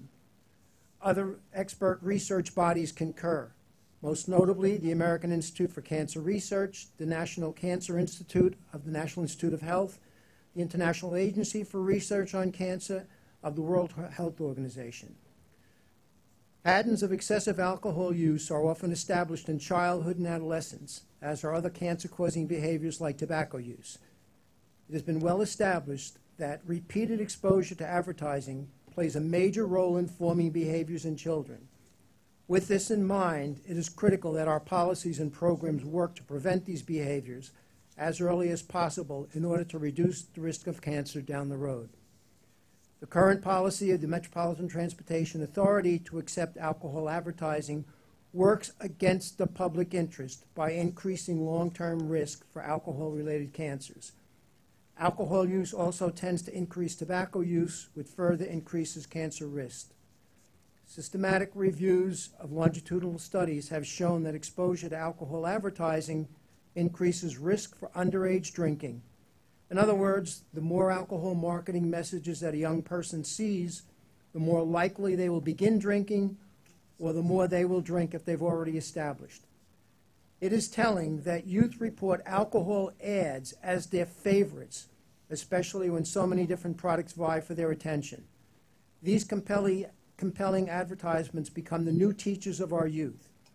One study found, in fact, that 8 to 12-year-olds could name more brands of beer than they could U.S. presidents. Could you wrap up, please, Mr. Pastilli? In 1992, the MTA Board of Directors voted to remove tobacco advertising from the system in order to reduce the exposure to a product which was health harming. We ask you to please consider reducing alcohol advertising as you did with tobacco. We understand public transit in New York City needs to be better funded, but the way to do it is not through sacrificing the health and safety of our youth. Do it for my children, for my grandchildren, and for your children and grandchildren. Thank you. Thank you, sir. Cassandra Refucci, then John Cialdoni. Good morning. Good morning, Chairman Loda, MTA board members. My name is Cassandra Refucci, and I am a self-advocate, and I am on the autism spectrum. I observe there is not much elevators and escalators for our seniors and the ADA population. We would all be grateful if the MTA can have operating elevators and escalators and use up-to-date technology to inform our ADA population. Please help us to be able to live independent lives. Thank you. Thank you very much. John Cialdoni, to be followed by Stacy Carpenter, and then Sean J. Moon. Forgive me if I read that wrong. Mr. Cialdoni. Hello, thank you. Good morning. I'm with the Executive Intelligence Review, the Economics Journal of Lyndon LaRouche, a great economist who opposed the creation of the MAC, the Municipal Assistance Corporation, in the 70s in the first place as a debt collection operation instead of a solution to a problem at that time. And in these decades since the Big Mac was created, and the MTA with it,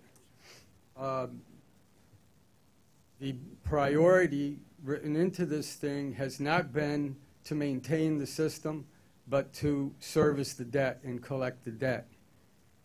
And since the revenue coming in is never enough, then what gets deferred is the maintenance, the improvements, the modernization.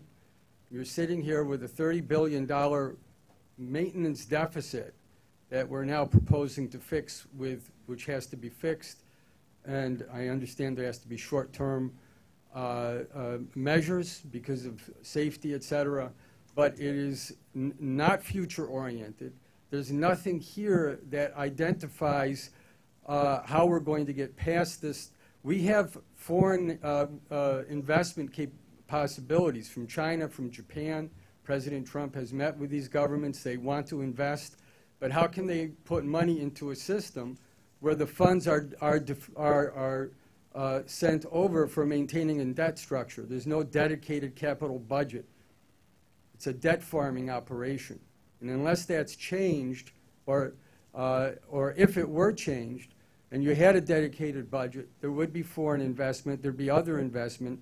Maybe the system should be audited. Maybe there should be a moratorium on payment to bondholders until we see where the money's going and how it could be spent. So my point is that we have to have a future-oriented system, not to repair a broken system, but to think of what we need 25 years from now, 50 years from now. We should start building that now in the context of solving the problem right now. Thank you. Thanks, sir. Stacy Carpenter. And then, and again, forgive me if I mispronounce this or misread it, Sionje Moon. Stacy Carpenter. Good morning. Thank you very much for the opportunity to speak with you today. My name is Stacy Carpenter. I'm a native New Yorker, and I live in Chelsea.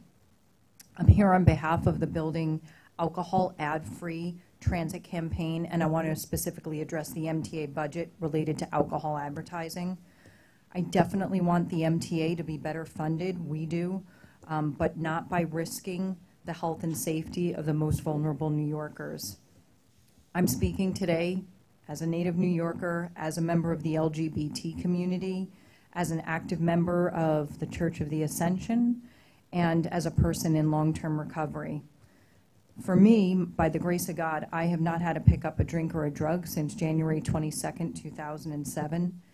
And because of this gift of sobriety, I know that my role in the community is to advocate for those who are vulnerable just as I was.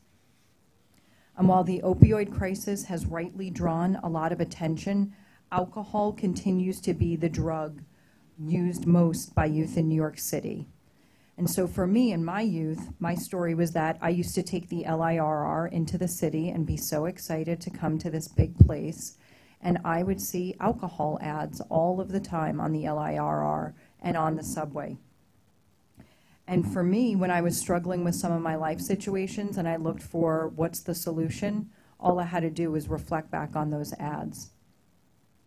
As someone who identifies as an LGBT member, I know that the survey statistics from the Department of Health show that LGBT youth and young people in New York City suffer disproportionately from alcohol-related harms. And one of the factors feeding into that disparity is the fact that there's targeted marketing to the LGBT community. So looking at all of this, I ask that this committee takes a look at the fundamental injustice of the MTA. I'll wrap up, facilitating the exposure on our young people to alcohol marketing. And as you did with tobacco ads, list alcohol ads on the list of prohibited categories for advertising by the MTA. Thank you very much for your time. Thank you very much. Ms. Moon, and then Hillary Ramirez, and then Johan Vanderberg. Good morning. Good morning. We want public transit in New York City to be better funded, but the way to do it is not through sacrificing the health and safety of youth of color. I'm here to ask the MTA board to hold a discussion on the issue of alcohol advertising and to eliminate it from all New York City transit. My name is Sunjae Moon from South Korea, and I represent Korean Community Services. In 2012, South Korea implemented new law aimed at restricting alcohol advertising in public transit. Its purpose was to reduce alcohol drinking among teenagers. That law was a landmark in South Korea, aimed at changing public consciousness about alcoholism and attitude toward excessive drinking. And I was really impressed that we did it. But I saw lots of alcohol ads in New York City Transit. And I was kind of shocked because public transit is literally public area. So I think eliminating it from public transit will make New York City a healthier place. Thank you. Thank you very much, Ms. Boone. Hillary Ramirez. And then Johan Vandenberg. And then Helene Tapia. Good morning. Good morning. So my name is Hillary Ramirez. I'm a Bronx native, born, raised, and continue to live in the Bronx. And I'm here to talk about why I believe alcohol advertisements should be removed from the MTA. As many other New Yorkers, I started using the MTA at a very young age. At around 8th grade, I became dependent on the MTA to commute to and from school. And at a very young age, I was exposed to these alcohol ads, as many other students are. The MTA serves as our yellow school bus. And as our yellow school bus, students are being exposed to alcohol advertisement, and they're being desensitized by them. We're no longer questioning the placement of these ads. We're no longer questioning their influence. And it is important to note that even though we are not questioning the influence, they are still influencing us. Studies show that alcohol advertisement does affect drinking habits, that they do affect drinking habits in underage drinkers. I would say that I myself am not a drinker, thankfully, but I did grow up in a high school where students did drink. I remember coming back from breaks, I remember coming back from weekends, and students will share their stories about being drunk in the weekends and in the holidays, or drinking and posting pictures on social media with bottles of alcohol. And I remember being envious of them because I believed that I wasn't having as much fun as they were having. That I associated drinking with having fun, and these are the messages that are reflective in the MTA alcohol ads. A lot of those ads are stating that you need to drink in order to have fun, that you need to drink in order to be a better you, and that is reflecting in our youth. Our youth do not need to be peer pressured by these ads into drinking. They already have enough pressure, and we're asking you to question these issues and to consider removing these ads because they're influencing our youth, and they're primarily influencing our youth of color. Thank you. Thank you for coming, Ms. Ramirez. Johan Vandenberg, and then Helene Tapia, and then Raydel Tabaris. Mr. Vandenberg, good morning. Good morning. My name is Johan Vandenberg, and I come representing the program that saved my life called the Corona Self-Help Center. It's a drug recovery group in Staten Island and in Corona. And I'm here to talk about that despite the fact that the MTA should be better funded, the way to do it is not through the sacrifice and the health and the safety of the youth in our community. And I'm going to tell you why. The reason why is because I was one of those children that fell through the cracks. I started drinking when I was 14 years old, and this led me to do worse things, more drugs, so that by the time I was 19 years old, I already had to seek a drug recovery program to save my life. Instead of, having the normal problems like looking for a girlfriend or choosing what college I should go to, I was thinking of the next fix. And part of the reason, one of the big reasons why I did this, it's because it seems so normal. Those ads everywhere. As a matter of fact, waiting for the Q44 bus on my way to school, there was a big beer ad. And those people seem to be having fun. Why shouldn't I have fun too? And this led me through through wasting the best years of my life. As part of the Corona Self-Help Center, we also decided to do a survey in Corona, Queens, about the saturation of the ads of alcohol in our community. And 82% of the people answered no to the question, do you think that alcohol advertisement belongs in public transportation? So perhaps we should listen to the people. We should listen to 84% of the people that believe that it's not worth the risk, that the small amount of revenue is not worth all these lives that it's costing.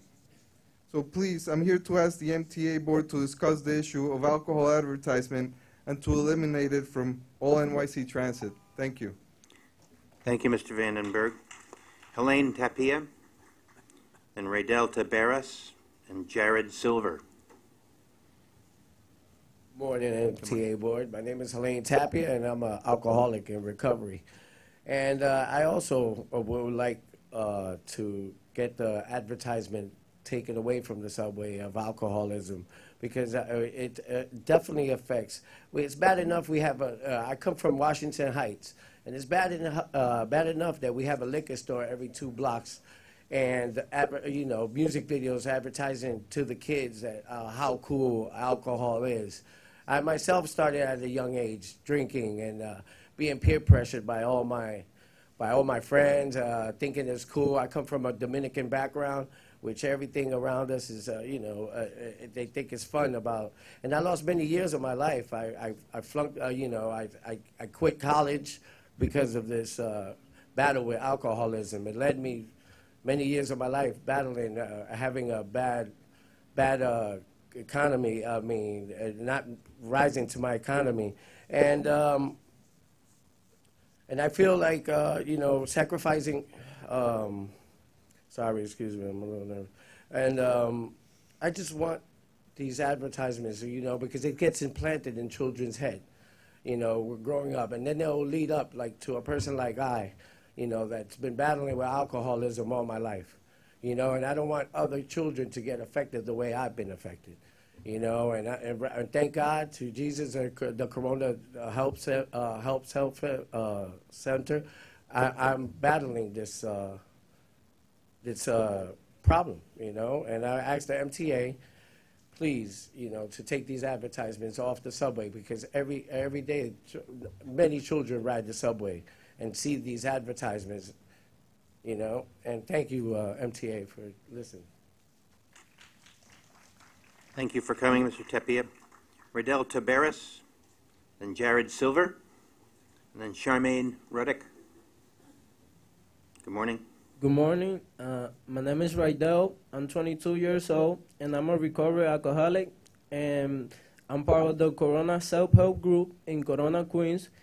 And we want public transit to be better funded, but the way to do that is not by sacrificing the health of young people of color like me. I'm here to ask the MTA to discuss the issue of alcohol ads and to get them off our subway system.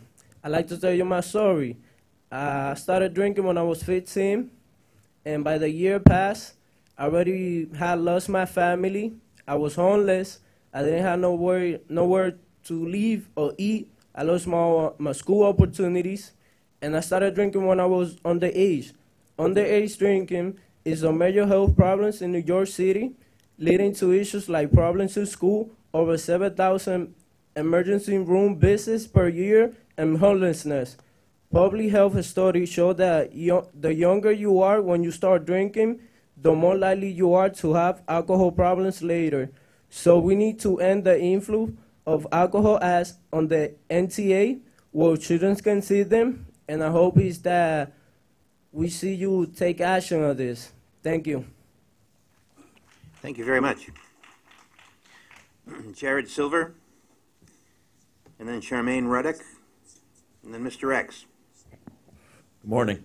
My name is Jared. I'm a person in long-term recovery from substance abuse and alcoholism. I'm also a part of the Corona Self-Help Center, which has 2 recovery residences, one in Corona and one in Staten Island. The one in Staten Island I'm actually the facility manager of. And as a person in long-term recovery, I'm here to ask the MTA board to further discuss this issue of alcohol advertising on public transportation. In fact, to remove it from all New York City transit and to prevent children from having to go through the years of suffering that I went through and my family went through, as well as the other members that have already spoken to you this morning. One thing that I do know in my experience of working with addiction is that people start to use drugs for 2 reasons, which is imitation and or curiosity. And that was the experience that I had. I drank alcohol for the first time when I was 9, and I used drugs for the first time when I was only 12.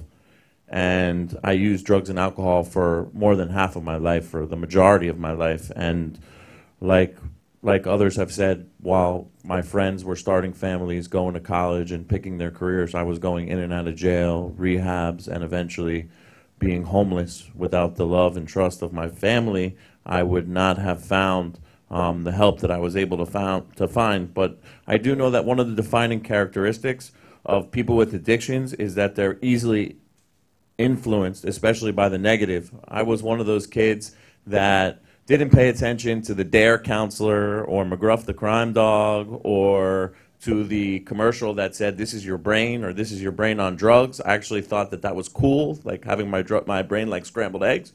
I never paid attention to those kind of positive influences, but the negative influences I paid a lot of attention to. The commercials that I would see on TV about cigarettes or about people drinking and how it just looked like they were having the time of their lives in exotic places like the beach, girls in bikinis. I thought if I smoked and drank, I'd be able to date a girl in a bikini and live on the beach too. And this is how I started. And like I said, it took me a long time to stop. Today I have 7 years, thanks to God, clean from drugs and alcohol. But I have to ask you to wrap up. Sure, I'm no sorry, problem. Mr. I think Silver. it's Thank important that you guys understand that we're here because we want the MTA to be better funded. We know that it's necessary, but it's not the way to do it through sacrificing the health and safety of our youth. We don't need kids to end up the way that we did and have to suffer the experiences that we did. Thank you. Thank you for coming, Mr. Silver. Good luck to you. Charmaine Ruddick, and then Mr. X. Good morning. Good morning. I'm Charmaine Ruddock from the Institute for Family Health, a network of federally qualified health centers. I direct our Bronx Health Reach Initiative, a community coalition of 70-plus members working to improve the health of all Bronxites. We are deeply concerned about the problem alcohol advertising in the MTA poses for young people who are exposed to it to and from their way to school. Research by Dr. Sean Lucan and colleagues at Montefiore and Albert Einstein, findings that were published this year in the Journal of Public Health, indicated that alcohol ads were present in more stations than ads for any other foods or beverages. Alcohol ads were more likely to be found in stations in neighborhoods with greater poverty, lower educational attainment, high percentages of Black and Latino residents, and more children, regardless of the total number of riders using the station. This finding strongly suggests that the placement of alcohol ads are directly targeted towards lower income, less educated people of color and youth in communities already suffering from the highest rates of chronic disease and with extraordinary poor health outcomes. Without a doubt, we want public transit in New York City to be better funded, but the way to do it is not, I repeat, not through sacrificing the health and safety of the youths, especially those of color. The modest revenues generated by alcohol ads could be replaced by other categories of ads. And so from the Bronx Health Reach and the Institute for Family Health, we call on the board to amend its advertising policy to add alcohol to the categories of prohibited advertising. Thank you.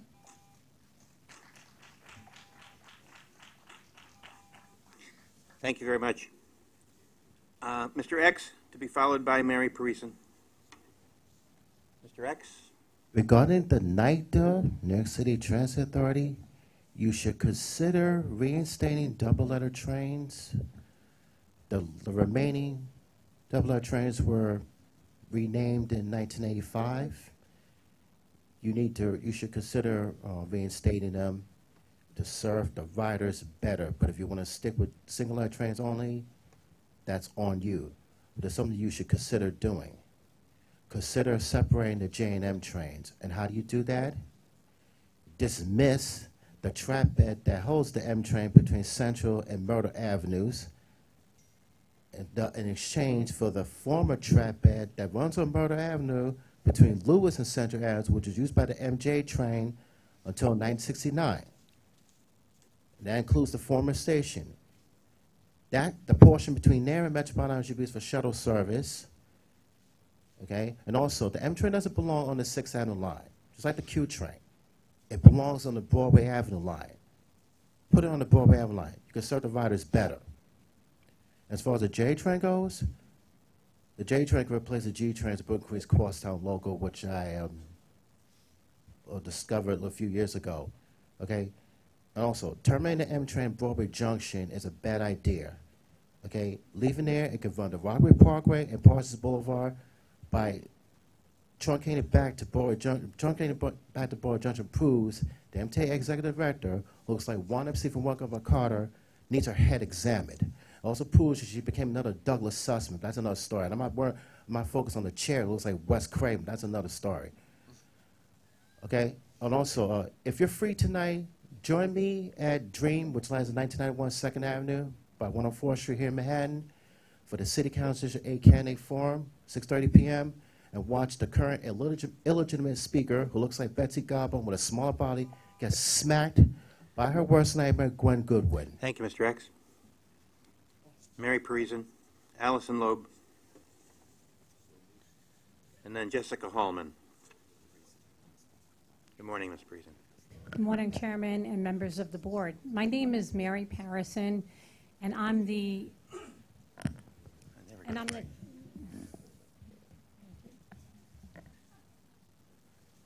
My name is Mary Parison, and I'm the chair of a coalition called CURES, Civics United for Railroad Environmental Solutions. I'm here today to speak to you about an opportunity and to share with you some information about how the Long Island Railroad can get free Tier 4 or cleaner locomotives to replace the antiquated non-tier freight switcher locomotives being used in the Fresh Pond Yard. New York State expects to receive $127.7 million as a result of the Volkswagen emission settlement. You each received a handout today which contains some of the slides from the DEC presentation that I attended last month. And it explains the process for getting these free locomotives. NYSERDA and the DEC have deemed the replacement of these 1970 antiquated locomotives to be eligible for this project. All projects considered must be a reduction of NOx. The MTA has already promised to purchase the cleanest locomotives with the New York State funding that you already have in hand, and STV is the consultant that is being used for this procurement for the Long Island Railroad. So now you can apply and get 100% free Tier 4 or cleaner switcher locomotives to replace the last 5 working ones at Fresh Pond Yard.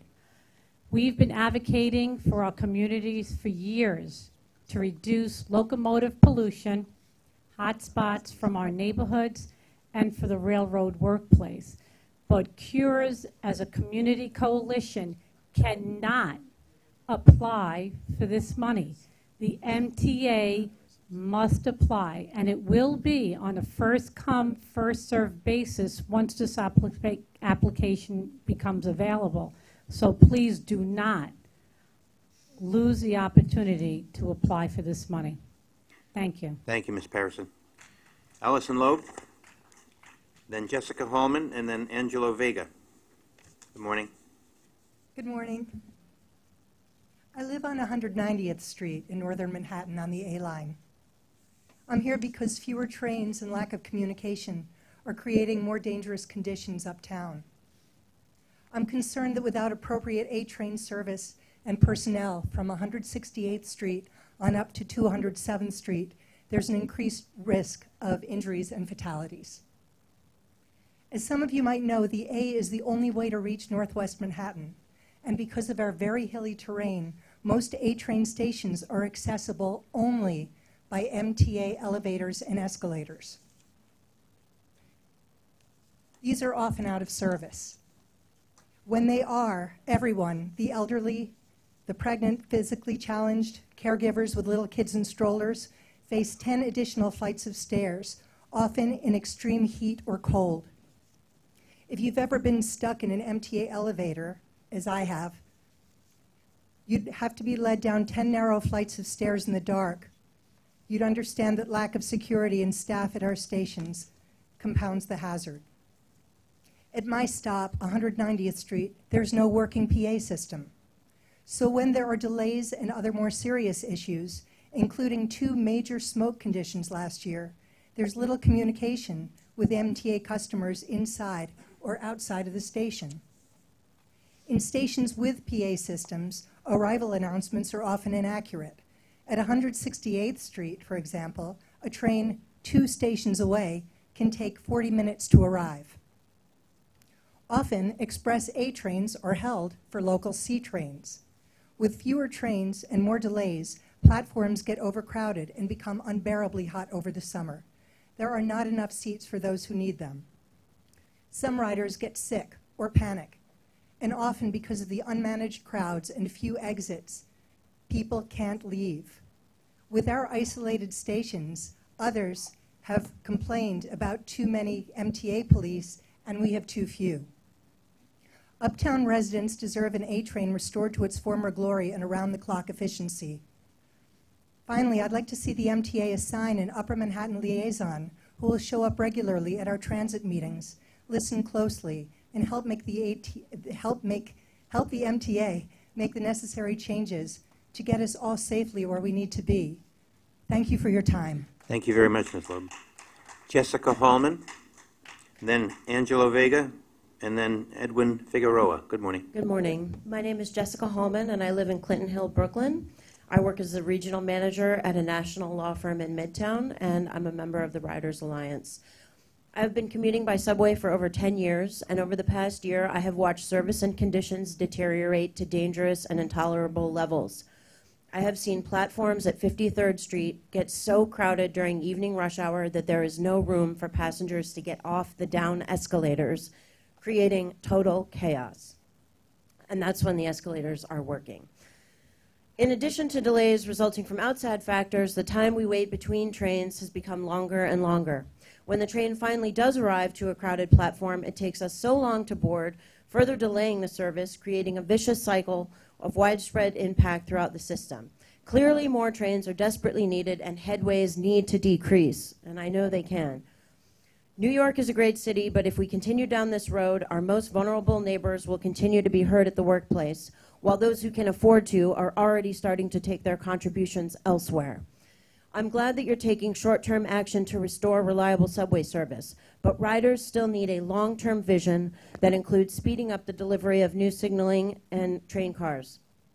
Importantly, Governor Cuomo needs to identify a sustainable way to raise revenues. The state can and must identify funding without passing those costs onto middle-income New Yorkers. And once that funding is in place, the MTA must have proper oversight with full transparency and accountability. And I personally would like to see the appointment of an individual outside auditor and ombudsman. Thank you. Thank you, Ms. Hallman. Angelo Vega, and then Edwin Figueroa, and then Liz, looks like Patrick. Forgive me if it's wrong. Good morning, Mr. Vega. Morning, gentlemen and few ladies. I'm here about the alcohol ads and the buses and the subway system. I think that you can have a better way of getting funding for your operations by ceasing and desisting the alcohol ads. It's not, as somebody had previously stated, that it has a very, very influencing effect on young kids. And young kids use the buses and the trains. And as you all know, I see.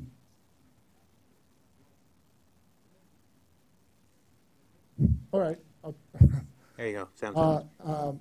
So I'm just trying to talk to you about the influencing of alcohol ads on the subway system, and it needs to be taken off. It needs to be removed from the walls and the buses. It has a very detrimental influence on the youth in our city. The alcohol is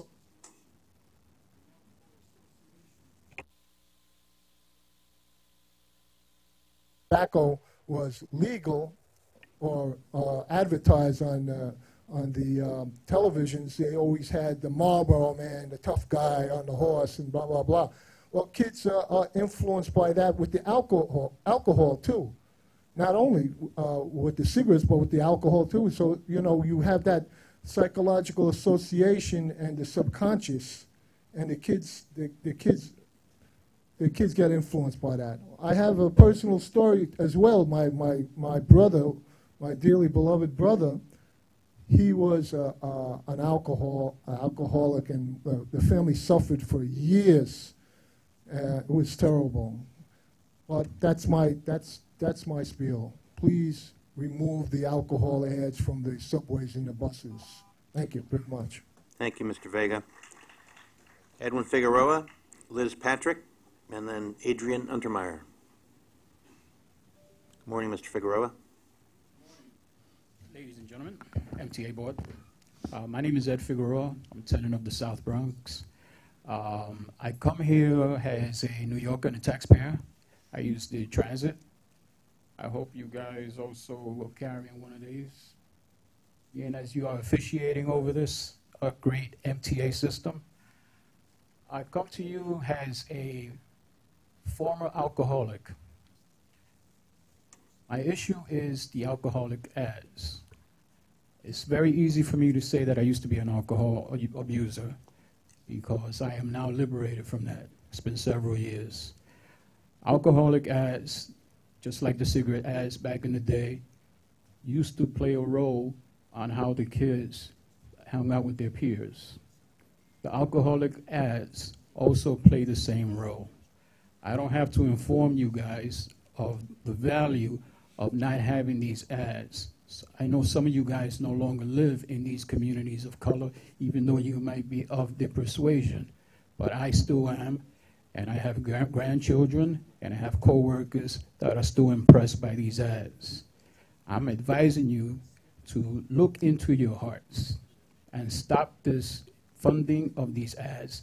You guys have a magnificent brain trust in this room that can come up with a value system to remove these ads and still make money at the same time. I hold you guys and believe that you guys have the capability to do that. Please help start to have this conversation to move away from this type of advertising in our communities. I appreciate it. Thank you. Thank you, Mr. Figueroa. Liz Patrick, Adrian Untermeyer, and then Frederick Cohen. Good morning. Hello. My name is Liz Patrick, and I'm here today to speak on behalf of the East 72nd Street Neighborhood Association. We believe that the proposed cuts next month to the crosstown bus service on the Upper East Side are unfair to our residents and cannot be justified on the basis of low demand.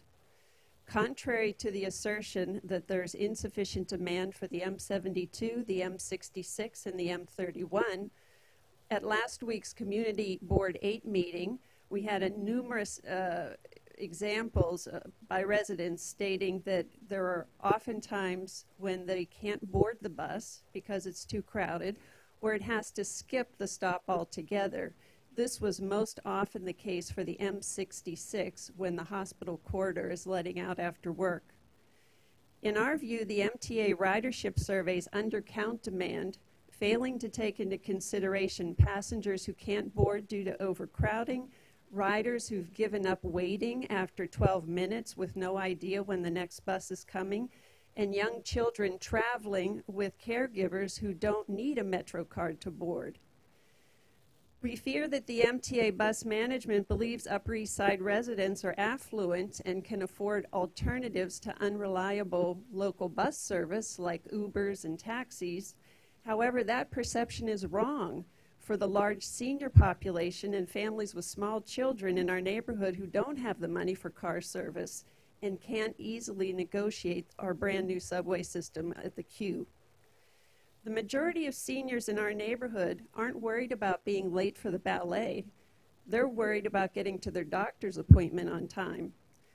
We don't have any east-west public transportation alternatives, so if you need to find extra buses for the system, would you please consider taking them from the north-south routes where people can ride the subway instead? We worry that the unintended consequence of your decision to reduce bus service on the M72, 66, and 31 are going to relegate our seniors to second-class status. And after years of paying taxes in the city, we think they deserve better. Thank you. Thank you, Ms. Patrick. Adrian Untermeyer, then Frederick Cohen, then Boblin Austin. Good morning. Good morning, everyone. My name is Adrian Untermeyer, and I came here from the Bronx this morning. And my journey in was a very familiar one. I approached the aging, peeling stegosaurus of a subway trestle, mounted a staircase reeking of urine, and screaming of graffiti. I swiped my flimsy fare card, cursing its uselessness on commuter trains that would have gotten me here quicker and more reliably. And I proceeded to board my train in the usual spot, the front car, where each morning I observed construction debris strewn across the tracks from projects completed long ago.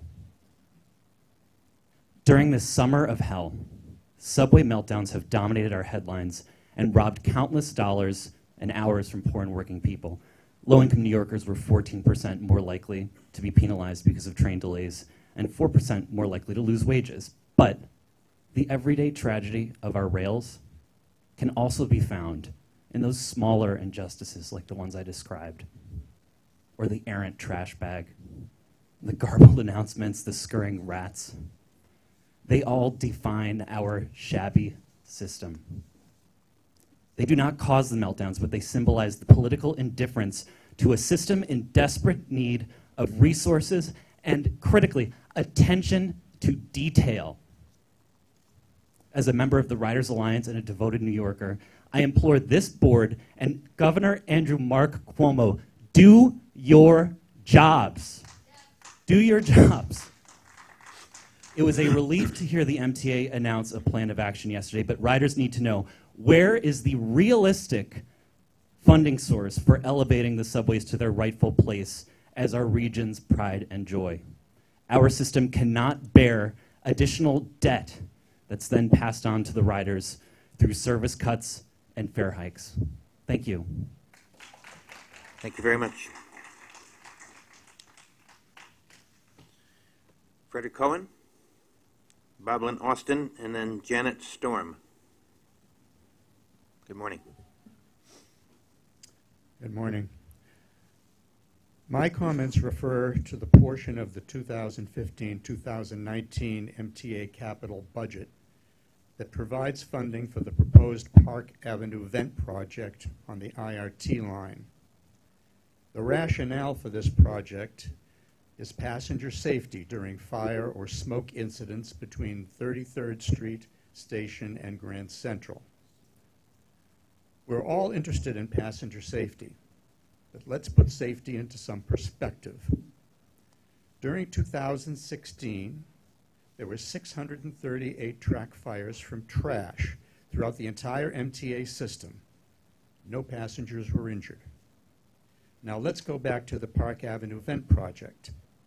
An analysis of smoke and fire incidents between 33rd Street and Grand Central Station during 20 years, from 1997 to 2016, revealed only 95 fire or smoke incidents, of which 57 were trash fires. During that period, not a single passenger was injured. So it begs the question as to why the MTA is proposing a 5 to 10 year construction project along a historic district of Park Avenue, costing a minimum of $85 million that would have, at best, speculative benefits. Is this a sensible way to spend the money? Instead, enormous savings in taxpayer dollars can be invested in, number one, public education, 2, video surveillance, 3, law enforcement, and 4, enhanced track cleaning. We now know that a 6-month trial of track vacuums reduced trash fires by 1/3. That alone should suggest to the MTA that the 23-year-old study that promoted the vent project is out of date and irrelevant, and that there are better ways to spend and protect subway riders than digging holes. We also know that the MTA's plan to install vent plants in all 252 line segments at a cost of between $21 billion and $42 billion is irresponsible. I recommend that any additional funding for the MTA's vent project be denied and that it be deferred indefinitely. Thank you. Thank you, Mr. Cohen. Boblin Austin, Janet Storm, and then Jessica White. Ms. Austin? I am Boblin Austin, and I also live in Murray Hill and am concerned about the EVP project. Now that the FEIS has been issued, and we, the Murray Hill citizens, have expressed our dismay at the scarring and disruption of our lovely neighborhood if this goes through, it seems that funding for this enormous project, the digging of 252 holes to build vent plants all over the city, is the issue. If the present plan of funding 2 plants per 5-year capital budget cycle continues, it could take conceivably over 100 years to complete and cost billions of dollars to build and maintain. This EVP study that was commissioned in 1993 was very grandiose in retrospect. If the MTA thought they could actually accomplish this 23 years ago, they must have thought they would have access to quite a lot of money. It would have been better if they had used that resource to upgrade the aging manual signal system that was already many, many years past its use-by date, which would have made the subway much safer and much more efficient today. There are more cost-effective ways for creating a smoke-free environment in the tunnels that are not so heavy-handed and harmful to the environment in the making. The New York Times article yesterday described how large vacuum cleaners, track sweeping cars, and workmen with shovels and brooms has reduced the number of track fires significantly by removing garbage and litter from the tracks. Expanding that program would create a much safer subway and be less costly. Therefore, I would like to see this non-mandated, elective EVP program tabled for now, in favor of putting funding and focus on the more pressing need for upgrades of the core functioning of the subway system, the digitalizing of the signals, and restoration of the cars and tracks. Thanks. Thank you, Ms. Austin. Janet Storm, and then Jessica White, and then Sylvia Spielman. Good morning, Ms. Storm. Hello, everyone. I'm Janet Storm, a 45-year resident of Murray Hill. Aren't we all fortunate to be living here in this wonderful city where we have everything at our fingertips and get to meet some of the most interesting people in the world, where we also get to meet and work with some of the smartest people in the world. But in the workplace, at school, perhaps serving on your board's co-op board, what about the smartest one in the room who has absolutely no common sense at all? You know who I'm talking about. I think this might be what happened with the MTA some 23 years ago. Board members gathered and someone suggested an emergency ventilation duct system for Park Avenue in quaint Murray Hill. It remained on the list until years later when, before June 2016, a very smart person with no common sense at all said, let's do this. The idea's been hanging around for a while. We have the funding. And this very smart person with no common sense at all kept pushing this through, and others, not giving it much thought, followed.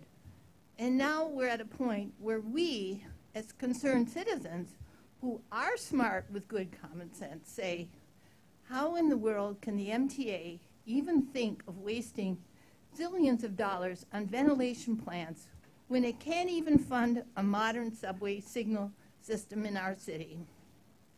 A reminder, in an earlier phase, the MTA stated it doesn't do cost-benefit analysis.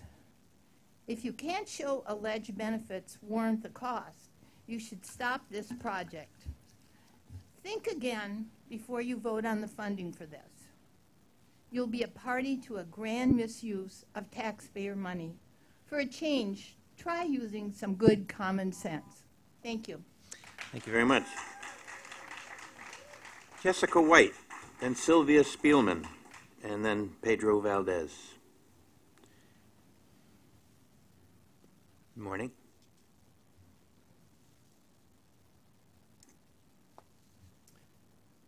Pull this down. Good morning. I am Jessica White. I am a recently retired, New York City public school teacher at the middle school level, teaching science.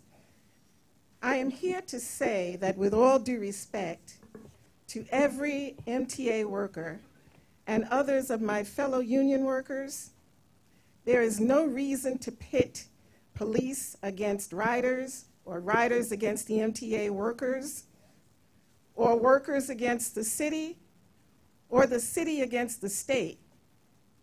The city of New York has been eaten alive by the Wall Street and City of London looting operation in New York, and even outside of New York, even cities outside of New York. Just take a look at Detroit.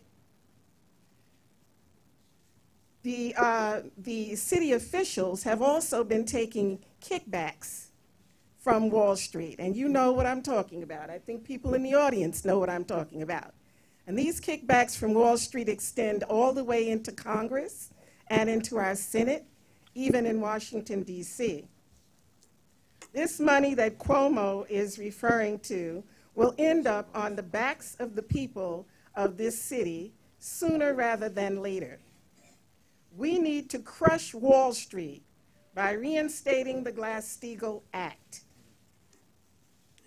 This Glass-Steagall Act is the first of the laws of Lyndon LaRouche, 4 laws that start with reinstating Glass-Steagall. This act was taken deliberately taken down in 1999. It was actually tantamount to treason. It caused the collapse of the legitimate banking system, which is commercial banking, in favor of the speculating wolves on Wall Street.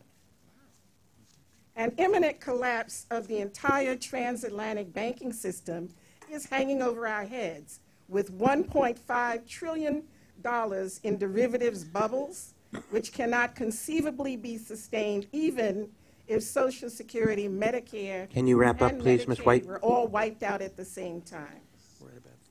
What we need to do, you on this board, I challenge you to tell your congresspeople to reinstate Glass-Steagall.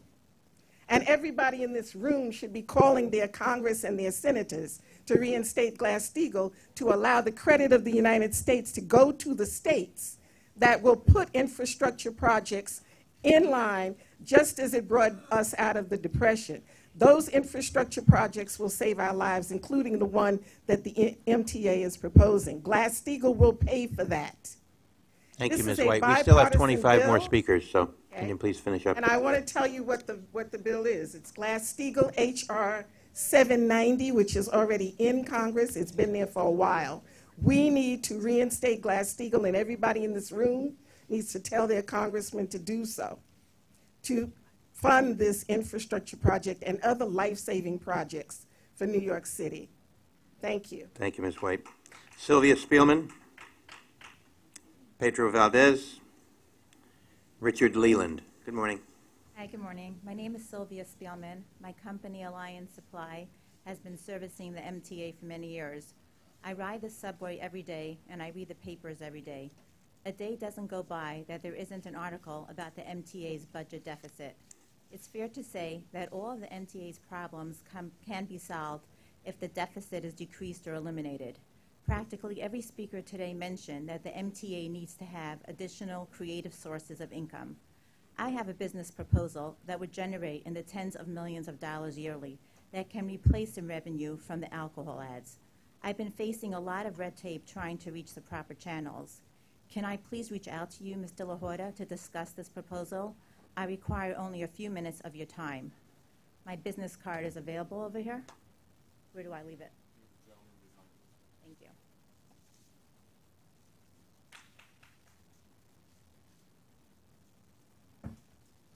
Good morning, MTA. Chairman Rhoda. Inter-Second Director Hecom. My name is Pedro Valdez Rivera Jr. I live in Bed-Stuy, and I'm the member of the Rise Alliance, New York's grassroots organization of buses, subway riders, fight for more accessible and equitable transit system. So last week, I took an M train from Myrtle Avenue to 46th Street in Queens for the town hall. And normally it take me an hour, but instead it take me 15 minutes more, which is 75 minutes. A great inconvenience indeed.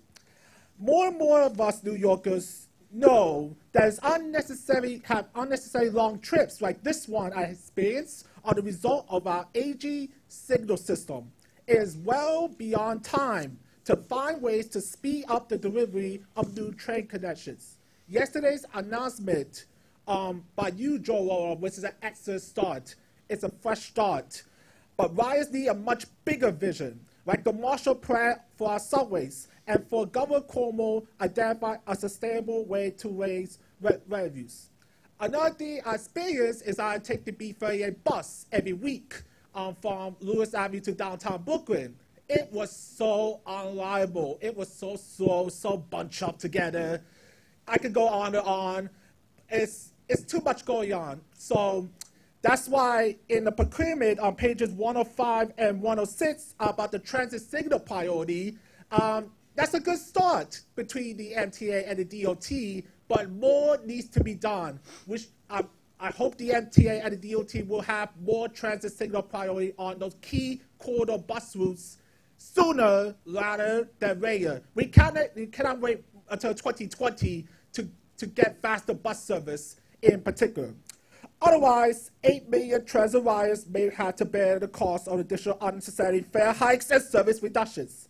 We need to raise revenue and invest in this essential resource. Thank you so much for giving me an opportunity to testify before all of you this morning. Thank you. Thank you. Richard Leland, then Bruce Podwell, if I read it correctly. I apologize if I didn't. And then Rita Turi. Good morning.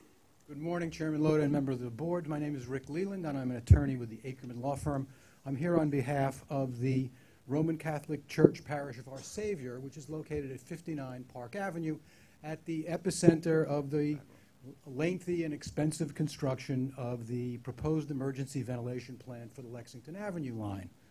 A lot of the Murray Hill neighbors who spoke this morning spoke in a manner far more eloquently than I can about the need to re-examine this particular project in light of other concerns that the board has, that the MTA has with the transit system, and in light of the ability to make sure that our passengers are safe during the course of their travels in far less expensive and alternate means.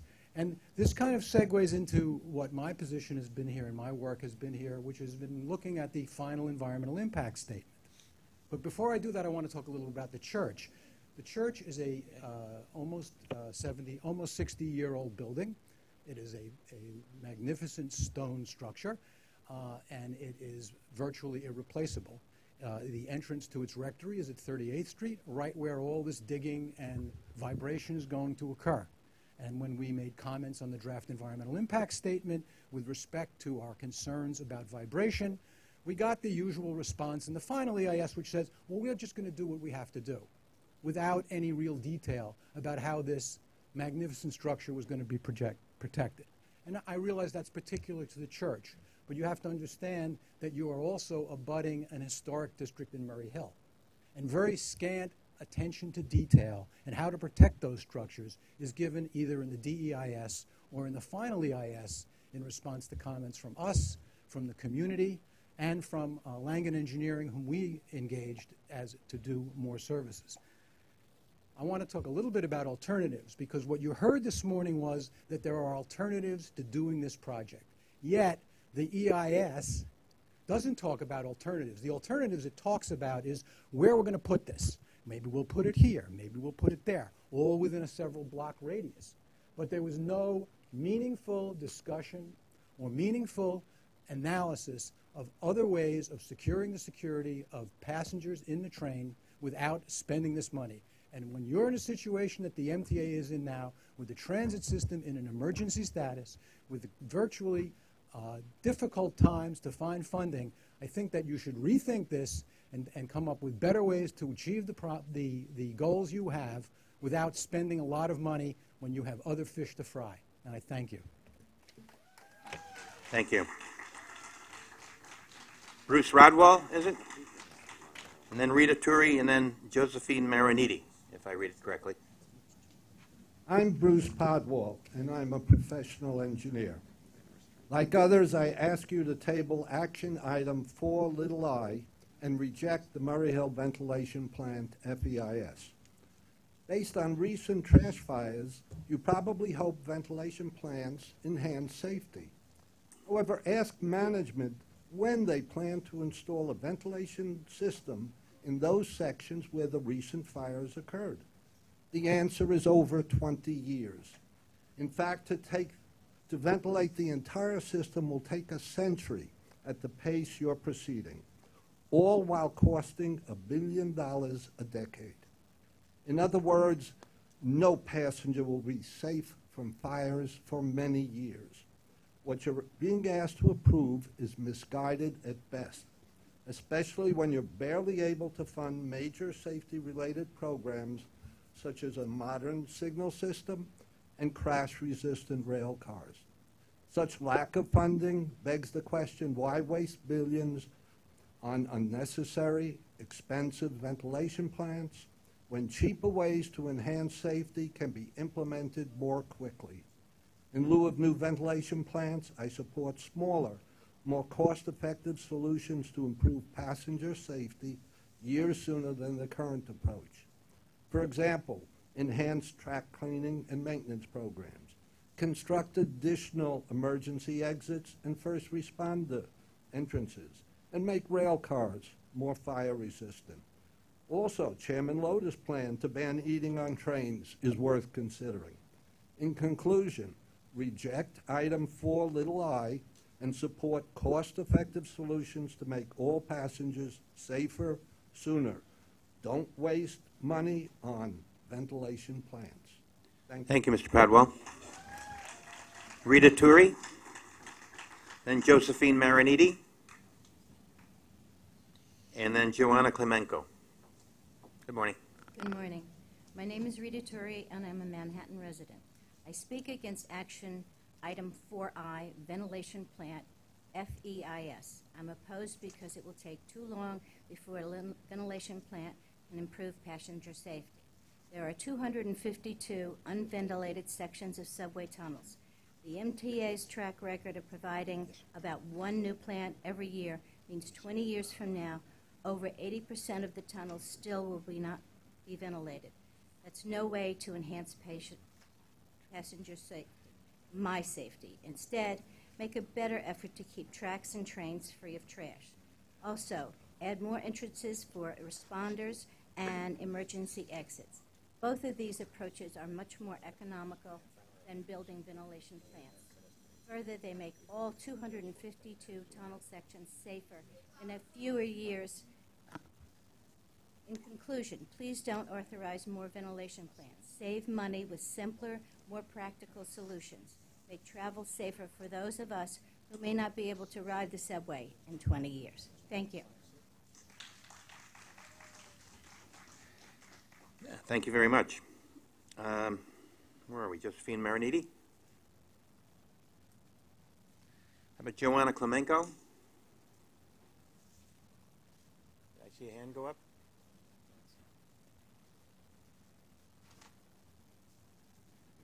Good.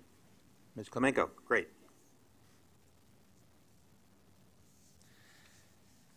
To be followed by Masha Barina and then Elizabeth Perez. Good morning. Good morning. Thank you. Thank you. I'm here on behalf of Sydney and also R. I've been an accessoride passenger for over 8 years. I wear many hats. I'm a mind-body psychotherapist. I'm a dance movement therapist. I'm a professor. And my specialty in the area of social work is for people with disabilities. one of the things that I do is systems analysis in organizations. Dealing with Access-a-Ride for 8 years has been quite a mystifying process in terms of finding out where the snafus are. I started out with Access-a-Ride after I had back surgery. All of my injuries have come from doing dance therapy with wildly psychotic patients on stone floors for over 30 years. I had back surgery and tried to take a regular Access-a-Ride vehicle and was in excruciating pain. So I soon found out about the yellow taxi authorization program. Soon after that, there was the yellow taxi debit card program, which changed the quality of my life and many other people's lives. It was instated when a New York Times reporter followed a woman on an Access-a-Ride for a week and talked about what the problems were. And at the end of the article said, an average Access-a-Ride ride costs $66.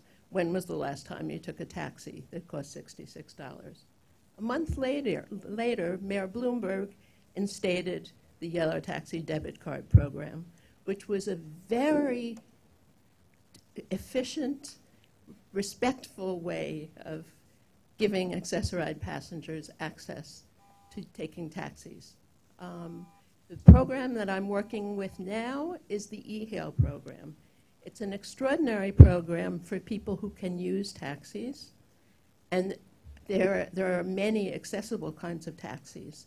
The problem is that dealing with the e-hail program and scheduling rides can sometimes take over an hour and a half, because when I call to schedule my rides, I get told by numerous operators, oh no, that program has been suspended.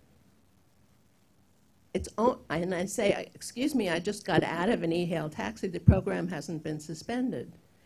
The coordination of the program is going on through Verifone, which is phone banks in India and Ecuador. I'm sorry, Ms. Klonako, but I am going to have to ask you to wrap up. Okay. What I want to say is there needs to be a really conclusive and efficient way of running this pilot program, because it's an extraordinary alternative to regular Access-a-Ride, and it can be handled. It can handle almost all of the passengers who are serviced by Access-a-Ride. So I really would like to ask that that program be focused on in a very concerted way. Thank you. Thank you very much. One more try. Josephine Mariniti? No? Then Masha Barina. Yep. Morning, almost afternoon. My name is Masha Barina, and I'm a senior organizer at the Riders Alliance. We're a grassroots organization of bus and subway riders fighting for more accessible and equitable transit system. So yesterday's moving forward announcement to fix the most frequent causes of delays and breakdowns and invest in solutions through accelerated maintenance on tracks, subway cars, better communications with riders are all very laudable commitments, and we hope that they will bring meaningful relief to what feels like escalating chaos underground. But there's one question, and that's how can we really set ourselves up for success? And you all know, and certainly more and more riders are attuned to this, that we need a modern signaling system so that our trains can communicate with one another. We also need new modern subway cars. But riders also know that meaningful investments in long-term solutions are not free. And as the chairman estimated yesterday, the plan could cost anywhere of upwards of $8 billion. So after decades of underinvestment that have led to the state that we're in today, we know that long-term vision is essential. And to get there, we have to start having an honest conversation about the revenue source, rather than a promise that the funds will arrive at some point in the future. And really, this is where Governor Cuomo, again, has to play a key role. Not only does he have oversight over the agency, but he is central to defining the state budget and legislative process that funds the MTA and even outlines some of its rules. So millions of transit riders are really looking to you all, and particularly Governor Cuomo's leadership, And not just demand changes from the agency to create long-term source of funding that will set the MTA on a path to recovery, but we hope that you will urge him to identify a sustainable source of funding and really a fair way to raise revenue for all of the work that lies ahead. Thank you. Thank you very much. I'll also add that Elizabeth Perez had to step out to go to work, so she won't be speaking next. Thank you very much for that note. Roy Strickland, and then Bill Henderson, and then Rachel Brown.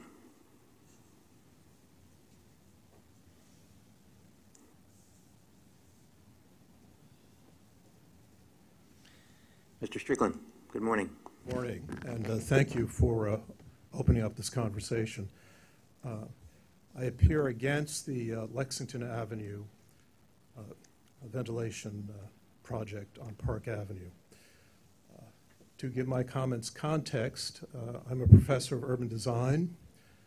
I worked years ago with various city agencies to renovate and restore Union Square and Bryant Park. That set off billions of dollars of investment in the surroundings. And I'm a lifelong New Yorker and Murray Hill resident. The first objective of transportation planning is to mix various forms of transportation. Buses, trains, and most importantly, people on foot and people in wheelchairs. This section of Park Avenue is a prime example of successful mixing of forms of transportation. With its wide sidewalks and trees, it makes a really pleasant environment, I would say splendid environment for pedestrians. And you see them in the many thousands, tourists, New Yorkers, commuters, walking back and forth on Park Avenue in the vicinity of the project every day and into the weekend. The destruction of 10 trees and the removal of 25% of the trees on that side of Park Avenue in Murray Hill, the introduction of grates that will impede on pedestrian circulation on the sidewalks deeply compromises the splendid example of mixed transportation systems. I ask you to reconsider this project in light of the alternative proposals that my neighbors have raised, and put the money to use where it can sustain this mixture of transportation systems. Don't ruin Park Avenue. Thank you. Thank you, Mr. Strickland. Bill Henderson, and then Rachel Brown, and then Adam Payne. Morning. I think it's still morning. I'm Bill Henderson, Executive Director of the PCAC, Permanent Citizens Advisory Committee at MTA. I want to congratulate the Chairman and NYC Transit on releasing the Subway Action Plan. I want to briefly address several issues with it this morning. First, the additional employees in the plan are critical to addressing demands on the system that grew rapidly even as staffing stagnated or declined. The emphasis on training in the plan is also valuable. We believe, though, that the MTA must face the need for effective supervision and management. Over the last decade and more, the MTA has lost a wealth of experience and institutional knowledge, and as the stagnation of salaries and supervisory ranks led qualified individuals to decline opportunities to move into leadership, we really have a vacuum there. We're also enthusiastic about the emphasis on communication in the plan. Countdown clocks show that better information makes for a better passenger experience. We applaud the move away from generic pre-recorded onboard excuses towards more detailed information about what's actually happening in subways. Riders would rather have the best information available than for conductors and announcers to remain silent or retreat to the safety of generic announcements. PCAC looks forward to the development of a performance dashboard. Unfortunately, we don't believe the metrics that you use currently are up to the task. Terminal on-time performance doesn't tell most riders what they think it does, and while it's a strong internal analytical tool, most riders have no idea what to conclude from weight assessment statistics. We believe that relevant statistics such as interim on-time performance and excess travel time can provide riders with more meaningful information if they're provided in a dynamic dashboard that allows these indicators to be tracked over the periods of time and services of a user's choosing. Finally, I want to address the cost of these initiatives. It's no surprise that this is going to cost money. More work and more effort usually does. But addressing these additional costs upfront is preferable to the familiar practice of shifting resources to other areas in the organization, only to find that the donor areas soon experience problems of their own.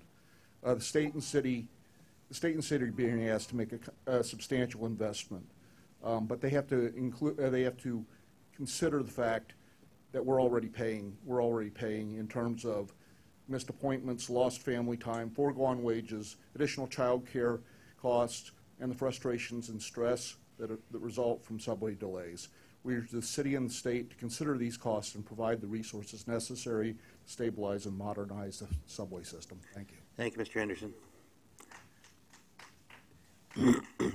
Rachel Brown, then Adam Payne, then Lee Rogers. Good morning.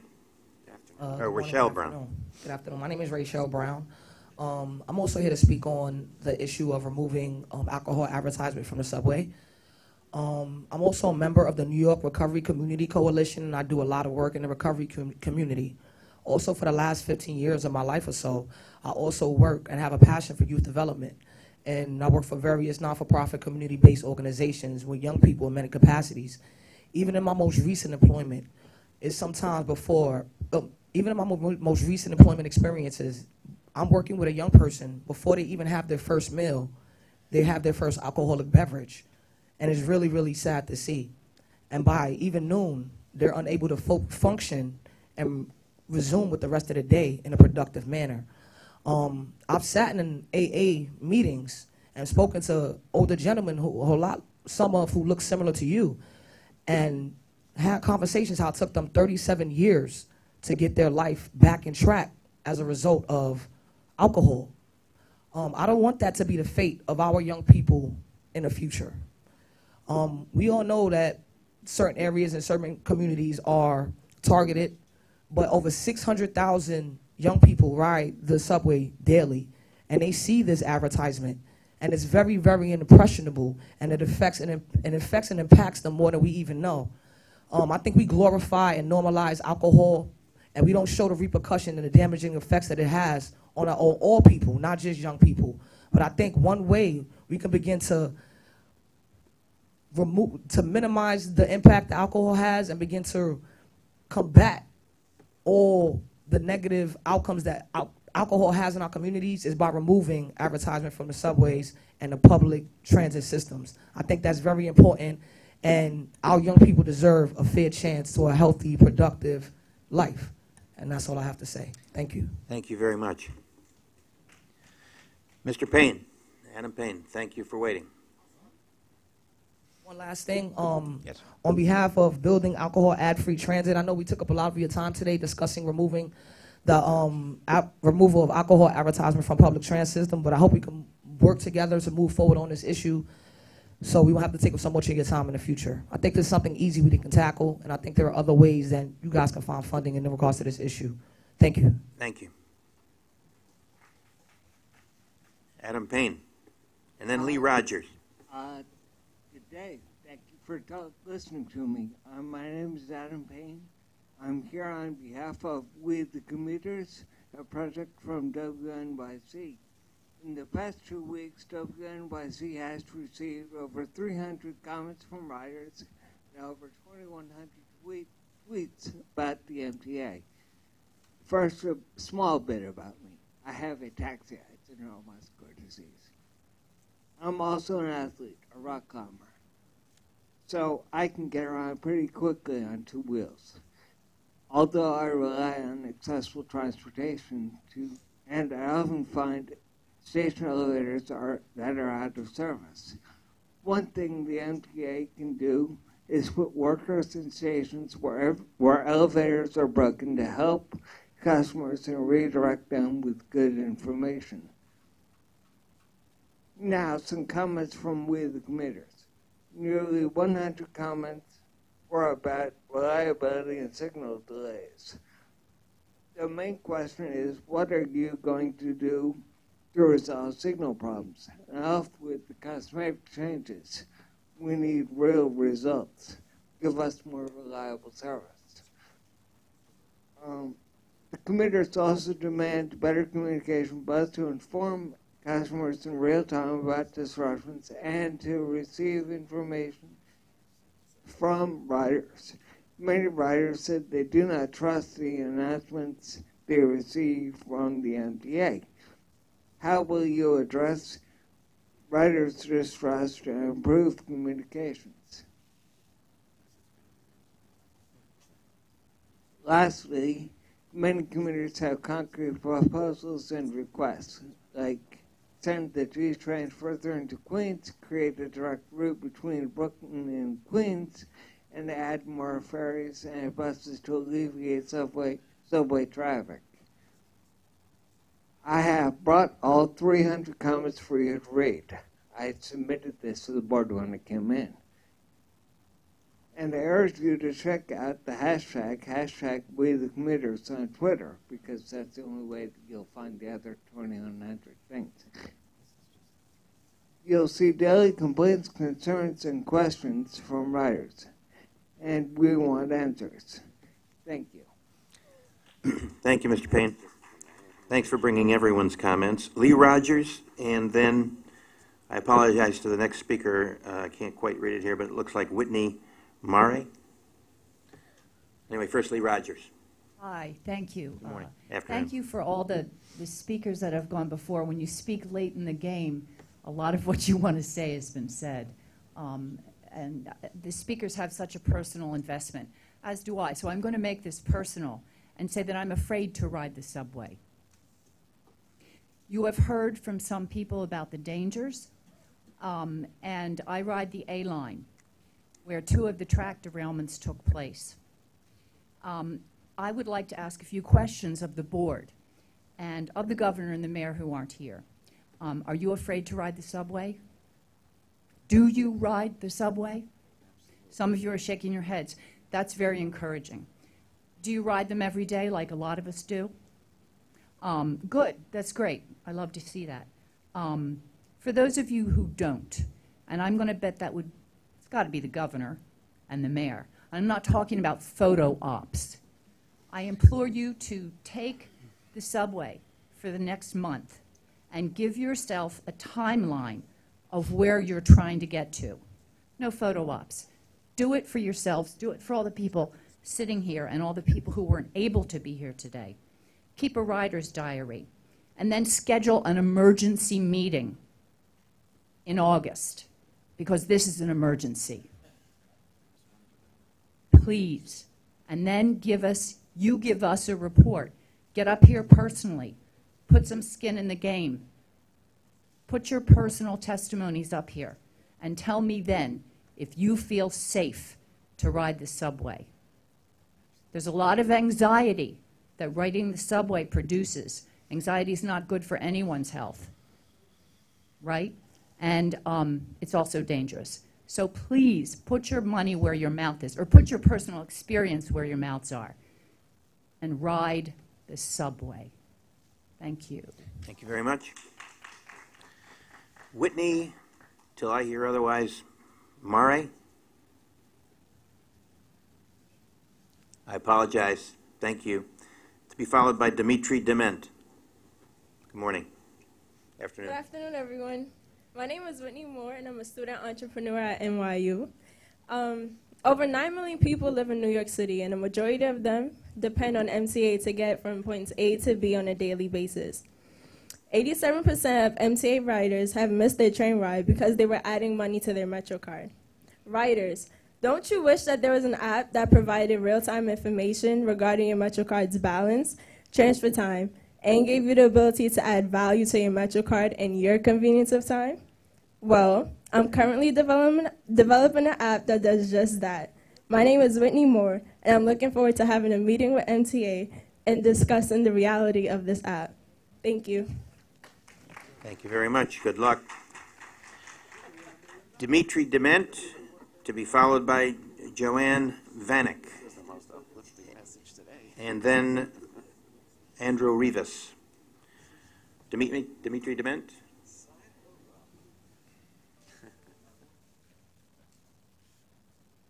Yes?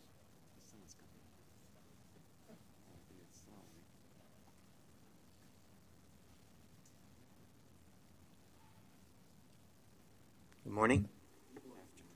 Afternoon, sorry.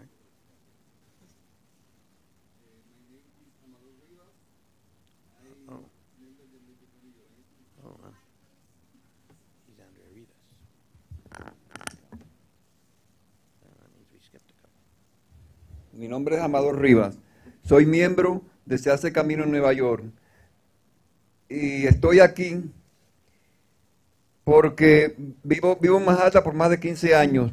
Y en los últimos años, sobre todo en el último, he visto que el sistema de transporte es un desastre. Nuestra comunidad depende de los trenes para ir al trabajo, llevar a sus hijos a las escuelas y para mucho más.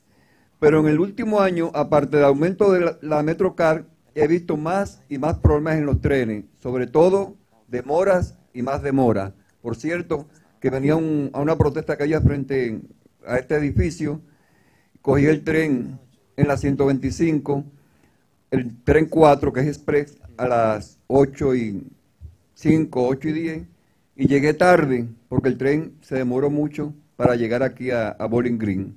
Y es un tren express que duró más de 45 minutos para llegar a Bowling Green. Es un desastre. No es justo y exigimos mejor servicio. Y la responsabilidad cae en la MTA y el gobernador Cuomo, que es quien la controla. Ya es hora de parar los juegos políticos. Ya es hora de reconstruir y de cambiar, no de reformar. Es hora de que el gobernador Cuomo haga lo que tiene que hacer, financiar las mejoras que necesitan nuestro sistema de transporte, y si hay que aumentar los impuestos a los ricos, hágalo. Ya es hora que se pague una cuota por cada uno. Sí se puede, tenemos que luchar. Thank you very much. I've lost control here. Do I have Joanne Vanek? Okay, thank you. How about Dimitri Dement? While we're checking. No? Okay. Thank you. Ms. Vanek, good afternoon. Joanne Vanek, a long-term resident of Manhattan. I am here to support my colleagues who have spoken against the Park Avenue Emergency Ventilation Project. The New York subway system, once a premier system, has become distressing, as Chairman Lahota said yesterday. It is efficient, unreliable, dirty, and dangerous. This is the result of decades of poor planning, limited funding, and poor use of existing resources. The Park Avenue Emergency Ventilation Project is a case in point. Had it been a real priority, it would have been included in the East Side Access Project and done a lot more efficiently. Now it has been resurrected from a 23-year-old study as a one-shot effort and not as a comprehensive effort to meet the needs of today. As such, it is a waste of millions of dollars and another example of poor planning and use of funds by the MTA that has permeated the organization for decades. It may be a small matter in the overall funding of the MTA, but it should not be ignored. It should not be approved. Good. Thank you, Ms. Vanek. William Rauterbush. And then, is Councilman Rodriguez here? Oh, no, I'm sorry, I thought this was Roberto. Okay, I already got him. Christopher Bell. I thought it was Assemblyman Rodriguez. I apologize. William Rauterbush and then Christopher Bell, I think is what we have here. The New York City subway system is the living, beating heart of our fair city. Make no mistake about it. Everything that we do in this city, our economic engine is reliant on the subway system. When Andrew Cuomo tries to pretend that he is not in charge of this organization, it is a bald-faced lie. Andrew Cuomo is fully in control of this organization. Now, it's easy to beat up on the government. It's easy to come up here and do things like this. And I want to be the first one to congratulate him when he fully funds modernization of signals, when he funds our subway system for the future, and when he does the patient task of not doing these fancy projects that give him the limelight, but does the patient, long-term governing of thinking 15, 20, 30 years into the future. I agree with one of my colleagues when he earlier said that it's not just the delays, which, by the way, across the board are up tremendously. Our subway system since 2011 has been severely delayed as far as on-time performance goes. It's not just that, it's the daily indignities. Now, personally, if I have to get to a job on time, if I absolutely have to be there, I allow myself a full hour. That gives me enough time to bail out and take a cab, and even that may be precarious because the city, on our level, we haven't done our job as far as taking care of traffic and the things that we need to take care of. That's on us. But what's on Andrew Cuomo is the state of this system. Now, to put in perspective the debt, because I know a lot of numbers get thrown around, it's easy to do that. In the next 7 years, we'll be up to $43 billion in debt with the MTA. That is half of the annual New York City budget. Wrap your heads around that. The fare hikes, they're already coming because we've raised the debt. Misery, that is a foregone conclusion. No more capital programs until we can get this thing under control. No more debt. And if you want to know where this money's going to come from, I've got an idea. Maybe the excess of $4 billion a year New York City residents pay that they don't see back. It's probably in a bridge in Buffalo somewhere. I don't know. My name is William Brownbush, and I'm also running for City Council District 6 on the Upper West Side. You know, I know a thing or two about chutzpah because I live on the Upper West Side, but this Andrew Cuomo claiming it's not his subway, that takes chutzpah. Thank you, Mr. Roudabush. Christopher Bell, and then Timothy Woodall. Thank you very much. If I read it correctly. I represent the Office of Congressman Adrian Espaillat, so I won't read the whole statement. I can have a statement, and I'll be happy to give it to you afterwards if it's okay. Okay. Dear Chairman Loda, I want to congratulate you on your recent appointment by Governor Cuomo to serve as Chairman of the Metropolitan Transit Authority. And for historical purposes, Chairman Loda, welcome back because you were here before, and I believe in 2013. Your experience leading the MTA is much needed as we work to improve a subway system that is in crisis, with track derailments and fires, poor elevator service, and frequent delays, negatively affecting the lives of my constituents. I look forward to working with you to ensure strap hangers in East Harlem, Upper Manhattan, the Northwest Bronx, and throughout the city of New York have a subway system that can rely upon and be proud of. This past Saturday, I organized a community forum to hear from transportation experts and commuters on how to improve a subway system that is not working for working-class New Yorkers. The subway system is the lifeblood of our city's economy, providing transportation for millions of New Yorkers who are wholly reliant on subways for their daily commuters to work and ability to traverse the city we all know and love. I deeply regret that you or your representatives from your agency were unable to attend Saturday's discussion. I want to take this opportunity to make you aware of conversations that I have had with my constituents prior to, during, and after the event, which range from a series of complaints and a variety of suggestions that the MTA should consider when working to resolve the city's subway crisis once and for all. And I will go to the last page. Funding priorities. Constituents and advocates have raised questions on how the MTA is spending funds. While New Yorkers support the usage of funds to make sure the trains run on time and expanding subway lines into communities with limited transit options, such as the 2nd Avenue L subway, there have been significant financial investments made in less essential projects. With significant challenges facing MTA, we must all work together to achieve these goals. New Yorkers are not looking to place blame, we just want results. As you work to implement the New York City Subway Action Plan, please take the needs of my constituents into account. As we witnessed during Saturday's discussion on our transit issues, New Yorkers are eager to have a better commute because at the end of the day, these issues affect them the most. Thank you. Thank you very much. Timothy Woodall, you still with us?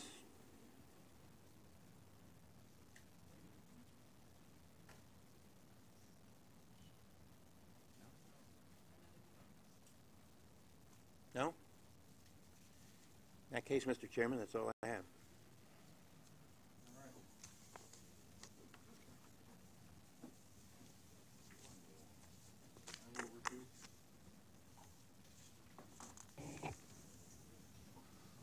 Thank you. I will keep my remarks brief at the beginning here, but let me first start by saying I want to start and acknowledge and thank Freddie Ferrer for stepping up to the plate one more time for being acting chair, especially over the last 5 months.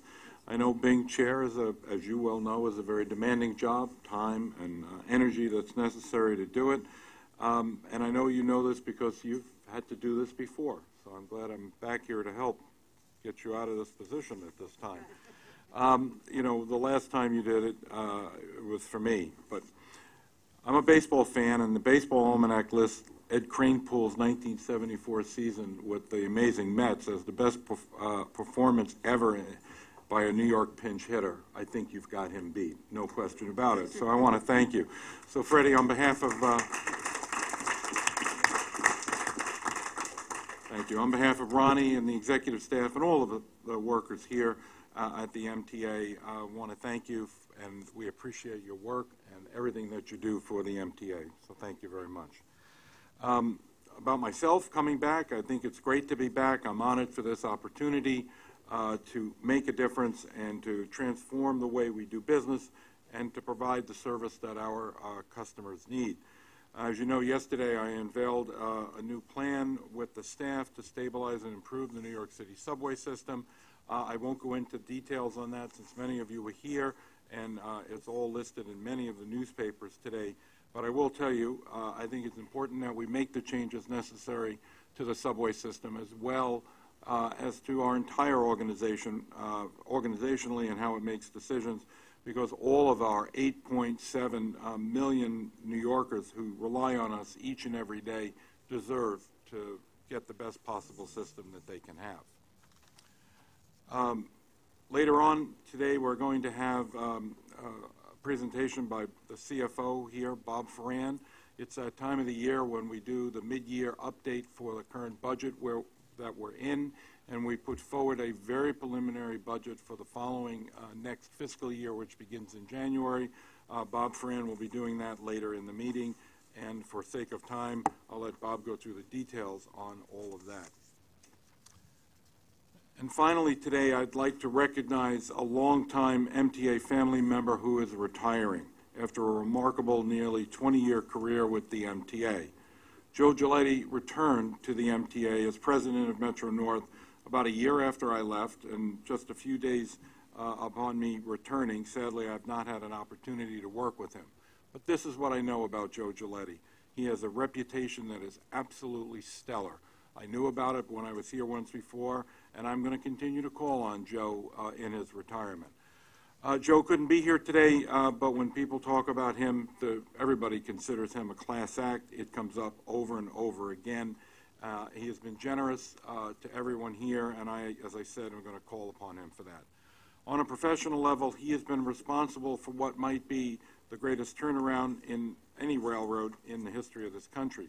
His vision, he put safety, not statistics, first, while focusing on the basics of really good railroading, operating a safe, reliable service on a daily basis, and it worked. Under his leadership, Metro-North became the first commuter railroad in the country to fully implement the confidential close call reporting system, and the first agency to conduct the sleep apnea testing on all 434 Metro-North locomotive engineers.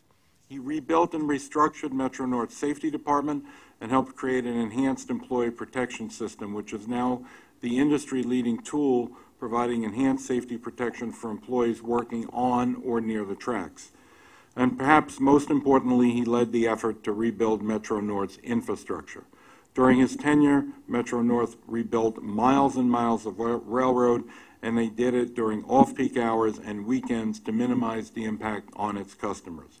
The work repaired far more than Metro-North's infrastructure. It also restored the railroad's reputation for reliability and high-quality service. I could go on and on and on, but in the interest of time, let me just say this directly to Joe, who I hope is watching us. And I believe he was watching us, but it's very likely that he may have stepped away, which wouldn't surprise me. Joe, I want to thank you for your dedication, for your commitment, for your wisdom, and for your leadership. Thank you for your service. You will be missed, and I will definitely call upon you.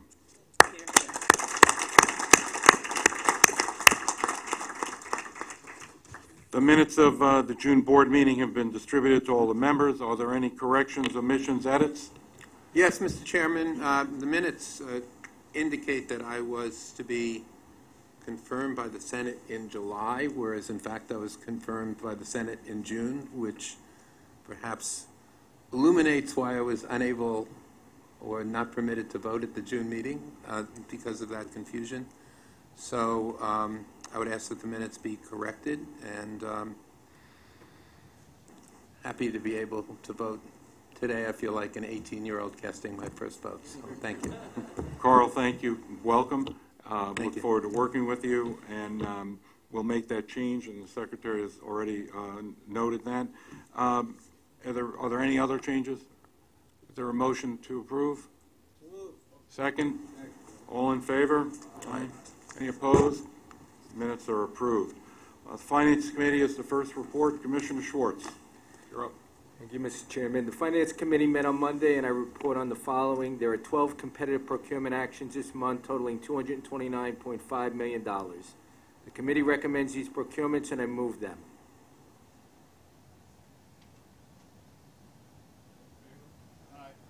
Opposed? Motions all carry. There are no non-competitive procurements, and there are no ratifications. There are 6 real estate action items which are described on pages 56 through 76 in the board book distributed for this meeting. The committee recommends these items, and I move them. You have a second? All in favor? Aye. Any opposed? Motion carries. This concludes the Finance Committee report. Thank you. Now we'll have the report of the Transit Committee from its chair, Vice Chairman Ferrer. Before I ask Mr. Ferrer to talk, I'd like to move a motion to defer action item number 1 regarding the Lexington Avenue Subway Emergency Ventilation Plan until the next meeting so that I have an opportunity to review it. Second. All in favor? Aye. Any opposed? Thank you.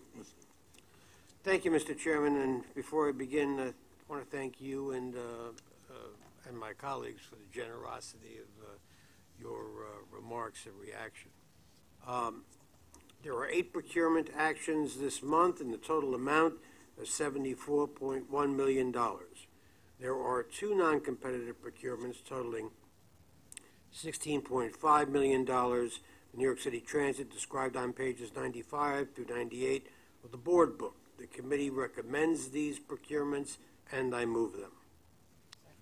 We have a second. All in favor, say aye. Aye. Any opposed? Abstentions? Motion carries. There are 4 competitive procurements totaling $55.4 million for New York City Transit, described on pages 99 through 108 of the board book. The committee recommends these procurements, and I move them. I'm second. Is there any questions? All in favor, say aye. Aye. Any opposed? Motion carries. There are 2 ratifications for MTA Capital Construction totaling $2.2 million, described on pages 109 through 111 of the board book. The committee recommends these ratifications, and I move them. We have seconded. Any questions or comments? All in favor, say aye. Aye. Any opposed? Motion carries. And that concludes the Transit and Bus Committee report, Mr. Chairman.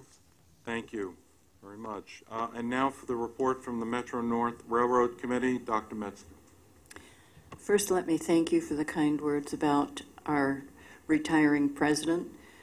The members of Metro-North had hoped to see him today because we each had comments and ways to say goodbye. He had a profoundly positive influence over the railroad. It was innovative while he was here and will continue to be innovative as you lean on him. I will do my best to see if he can come back for the September meeting to get the appropriate accolades that he deserves. Well, he has indicated that he's hoping to do that, so that would be wonderful if you'd add a little extra pressure. The Metro-North Railroad Committee met on Monday, and I report the following. There are 2 procurement items in the total amount of $9.7 million. There is 1 non-competitive procurement in the amount of $1 million. The committee recommends these procurements, and I move it. Do I have a second? Second. Any questions or comments? All those in favor say aye. Aye. Any opposed? Motion carries. There is one competitive procurement in the amount of $8.75 million. The committee recommends this procurement, and I move it. Do we have a second? All in favor say aye. Aye. Any opposed? Motion carries. There are no ratifications, and this concludes the report. Thank you, sir. Thank you very much, Dr. Metzger. Now on to the Long Island Railroad Committee report. This is given by Commissioner Pally. Thank you, Mr. Chairman. The Long Island Railroad Committee met on Monday, and I report the following. There is one action item this month for board approval. The action item requests board approval for the Moynihan Phase 1 funding agreement and the New York State Power Authority Energy Services Program Agreement. The committee recommends this action item, and I move it. Are there any questions or comments? All in favor say aye. Aye. Those opposed? Motion carries. There are two procurements for MTA capital construction totaling $2.9 million. There is one competitive procurement in the amount of $884,000. The committee recommends this procurement, and I move it. Second. Item's been seconded. Are there any questions or comments? All those in favor say aye. Aye. Any opposed? Motion carries. There is one ratification in the amount of $2 million. The committee recommends this ratification, and I move it. Second. Item's been seconded. Any questions or comments? Those in favor say aye. Aye. Any opposed? Motion carries. This concludes the Long Island Railroad report. And now our last committee report is from Bridges and Tunnels.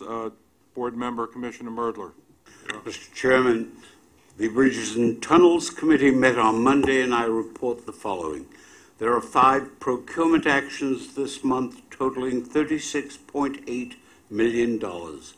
There is one non-competitive procurement in the amount of $23 million. The committee recommends this procurement, and I move it. Do we have a second? Item's been seconded. Any questions or comments? All those in favor say aye. Aye. Any opposed? Motion carries. There are four competitive procurements in the amount of $13.8 million. The committee recommends these procurements, and I move them. Item has been seconded. Any questions or comments? All those in favor say aye. Aye. Any opposed? The motion carries. There are no ratifications. This concludes the Bridges and Tunnels Committee report. Thank you, Mr. Merdler. And now I turn the floor over to the Chief Financial Officer, Bob Ferran, for the presentation to the joint session of both the MTA Board and the Finance Committee. The presentation is relatively short, so for sake of timing, let Bob go through it, and then we'll be able to ask him all the questions that we possibly can. Bob? Thank you, Mr. Chairman. You have all received electronically Volume 1 and Volume 2 of our July plan. You also have received hard copy of this. The July plan, as the Chairman said, revises a forecast of the current year's financial results. It also provides a preliminary proposed budget for 2018 and proposed revised forecast for 19, 20, and 21. It also includes certain gap closing proposals that we have. Now, no action is required of the board today on this. This is for your information. We will use this as the basis for reporting back to the board and Finance Committee throughout the balance of the year. In November, we will present a proposed budget for 2018 and, again, revised forecast. In December, you will be presented with the budget and that you will vote on. We elicit your input through this process, but again, no action is required today. Now, as you know, we maintain our books and records according to generally accepted accounting principles. However, by statute, we're required to operate on a self-sustaining basis, which has been interpreted to say a cash basis, meaning we can take cash balances at the end of the year if our revenues are higher than our operating expenses and use it in the next year to offset expenses that may be higher than our revenues. So let's start with where we were in February. In February, we were projecting break-even cash balances through 2019 with a deficit of $372 million in 2020. So again, as you see, we were projected in 2017 a $24 million cash balance, excess of revenues over expenses. That rolls over, it was projected into 2018 to have a $27 million balance, which rolled over into 2019, where our expenses were slightly higher than the cash available to give us basically a break-even or a $7 million balance, and then projecting a $372 million deficit in 2020. Now, this is typical of the financial profile that we've seen in years past. We have short-term close balances and out-year deficits. And as you'll see later, through cost-cutting measures and other things that we do, we address those out-year deficits and bring them down. So what has changed since the February plan?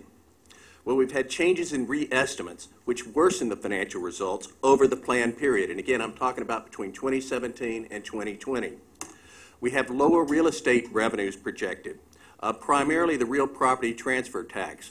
We're projecting about $792 million less over this plan period, 2017 to 2020.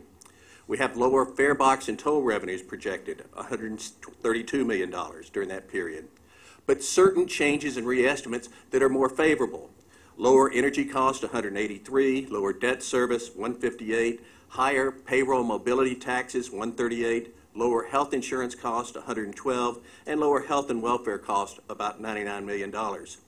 Additionally, the state gave us an appropriation this year of $65 million in the budget for capital, which enables us to take that money that we had for pay-as-you-go in our operating budget and put it back into operations. In total, when you take these re-estimates and other changes, the financial plan is $385 million lower in financial results, or worse off. So what are the highlights of the 2018 to 21 July financial plan? Well, first of all, as we have projected in the past, we're continuing to look for biennial fare and toll increases in 19 and 21 now of roughly 4%. That's the equivalent of 2% a year. That's less than the inflation rate. As you know, we also continue to set savings targets for ourselves. We believe that we have to continue to try to reduce our operating expenses and reduce other costs so that we can keep the pressure off the fares so that we have money that are available for other investments in O&M and also for debt service. And so we have set targets at the February plan that were $716 million that we didn't know where the savings were going to come from. Okay, we call them unidentified savings targets. But since the February plan, we have identified and in many cases implemented savings cost reduction programs to achieve that amount. So almost a little more than 50% of those unidentified saving targets in the February plan have now been identified, and we're working to implement them. The July plan also adds an additional $484 million into maintenance and other areas to improve operations and enhance the customer experience during this period. And we've added another $90 million during the plan period for safety and for security. And we're funding $100 million additional monies for the amended 2015-2019 capital program. Now, because of that $385 million reduction in resources that I talked about on the prior chart, the two prior charts, but the additions that we're putting into the plan, we're having to take certain actions to accommodate all of that. And the first thing that we're doing is we are increasing our savings targets by $150 million next year, 2018, and then increasing them by another $50 million every year so that by the time we get to 2021, we're increasing our targets by $300 million. That takes the total annual recurring savings that we're trying to achieve since 2010 to $2.3 billion in 2021.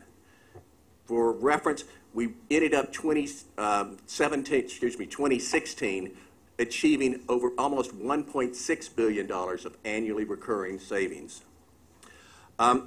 We're assuming the restoration of the payroll mobility replacement funds of $65 million a year over the planned period. We're using funds that are in the Bridge and Tunnel Necessary Reconstruction Fund. That's monies that we set aside from bridge and tunnel operating revenues to put aside to restore or replace any damage to the tri-borough facilities or the bridge and tunnel facilities that might be necessary in the event we can't access the capital markets. It's an important point. We have about $450 million in that. We're going to take $150 million of that over the plan period and use that for capital that we otherwise would fund right out of operations. So that means that we'll have additional funds flowing down in surplus. We have a general reserve equal to 1% of our budget every year. That's $155 million this year. That reserve is to offset a reduction in expenses, or excuse me, a reduction in revenues, unexpected expenses over budget, or to just handle any other uncertainty that is realized. We are taking about $135 million of that, and about half of that is going to be going to offset this results of operation. About $58 million of that is going to be applied to the Amtrak Penn Station emergency mitigation cost. We will continue to seek reimbursement, but we didn't want to hit the operating budget for those mitigation costs. So we're using the reserve fund, which again is what the reserve fund is for. That will leave us about $20 million left in our reserve. And we have certain reserves that we had set aside for retiree health care deposits into a reserve fund that we are not required to do, but we've set the money aside, and we're just going to discontinue those for the next few years, and that'll save us about $59 million. So let's look at the February plan and then compare that to where we are with the July plan. So you can see the hashed bars are the February plan. Those were the results that we last saw. That's the basis for our budget this year. The solid bars are the proposed July plan. So you can see, basically, we went from a $24 million down to break even in 17, about the same in 2018, an improvement in 2019, a significant reduction in the deficit in 2020, but an out-year deficit of 493. So the bottom line is we're continuing on a kind of a break even in the near term. We've reduced the 2020 deficit, but we're still going to have to address this 2021 deficit. And I just say again, it's the same profile that we've seen whenever we presented the financial plan. Now, the chairman yesterday presented a plan to stabilize and improve the subway system. And it was an ambitious plan, but it's a plan that was well thought out. And he mentioned yesterday that we're not just starting from a standstill on those types of things. No, a number of the things that were in his plan, we've already built in to the financial plan. And we have $484 million in this plan for maintenance and operation and customer experience over the period. And the first point in New York City, $281 million additional investment. And there's $90 million that's going in to address track and signal delays, improved emergency crew response, reduce station repair and subway crowding, utilize fleet failure performance statistics, and replace or repair failing subway car components. A number of the things you heard in yesterday's presentation. But those are in addition to what's being spent here. So it's a significant improvement. Track defect reduction, service support, platform budget adjustments, fleet components being repaired and maintained, and also the clean and maintain track infrastructure. We're doubling the Operation Track Sweep in this financial plan, and we will be purchasing 10 more mobile track vacuums. Long Island Railroad, $89 million of improvements over the plan period for infrastructure and critical fleet component repair and replacement. Metro North, $161 million, again for the same type of categories. MTA Bus, $24 million over the plan period. Bridges and Tunnels, $23 million over the plan period. And this is also for something that I know people are concerned about. It's to implement a fixed and mobile license plate recognition system to help enforce the toll violation collection and open road toll marketing. There's $90 million in safety and security investments at headquarters, MTA headquarters. It supports high priority safety and security needs, including the employee sleep apnea testing, MTA PD radio project, and the establishment of steady replacement cycle for the police vehicles. New York City and MTA Bus, with new safety initiatives, including the installation on onboard cameras, bus cameras, and pedestrian turn warning system and collision warning system. Metro North, a remote monitoring system for bridges prone to be struck by vehicles, will continue to perform mobile drug testing for maintenance of way employees and obstructive sleep apnea testing on all conductors or those in other safety-sensitive titles, and support video onboard camera programs. And a similar thing with Long Island Railroad. Now, the 300, again, we had $716 million of unidentified savings targets in the February plan. And that's reflected in 2017, 18, 19, and 20 by the height of those bars, okay? So the height of the bars were the unidentified savings targets that we had during those years. Since the February plan, we've identified savings targets, and those are demonstrated with this hashed bars. So the unidentified in 2017, we've identified and are in the process of implementing. And so you can see the challenge before us is $77 million additional in 18, 124 in 19, 220, and 221. And again, we really believe that these cost savings initiatives are critically important because, again, it helps relieve the pressure on the fares. It demonstrates to our funding partners that we are doing what we can do to minimize our cost and not put pressure on them for subsidies that we don't need if we could just tighten our belt and do things in an efficient manner. But at the same time, the cost-cutting targets are not to affect our operating performance, they're not to affect safety, they're not to affect security, and they're not to affect service that is needed. So we are limited what we can go after, but we believe that we can hit these targets. And we're comfortable enough that, as you can see on the next page, as we said earlier, we've increased the savings targets. So the dark blue at the bottom of 18, 19, 20, and 21 shows the additional targets that we are putting in place to achieve these numbers.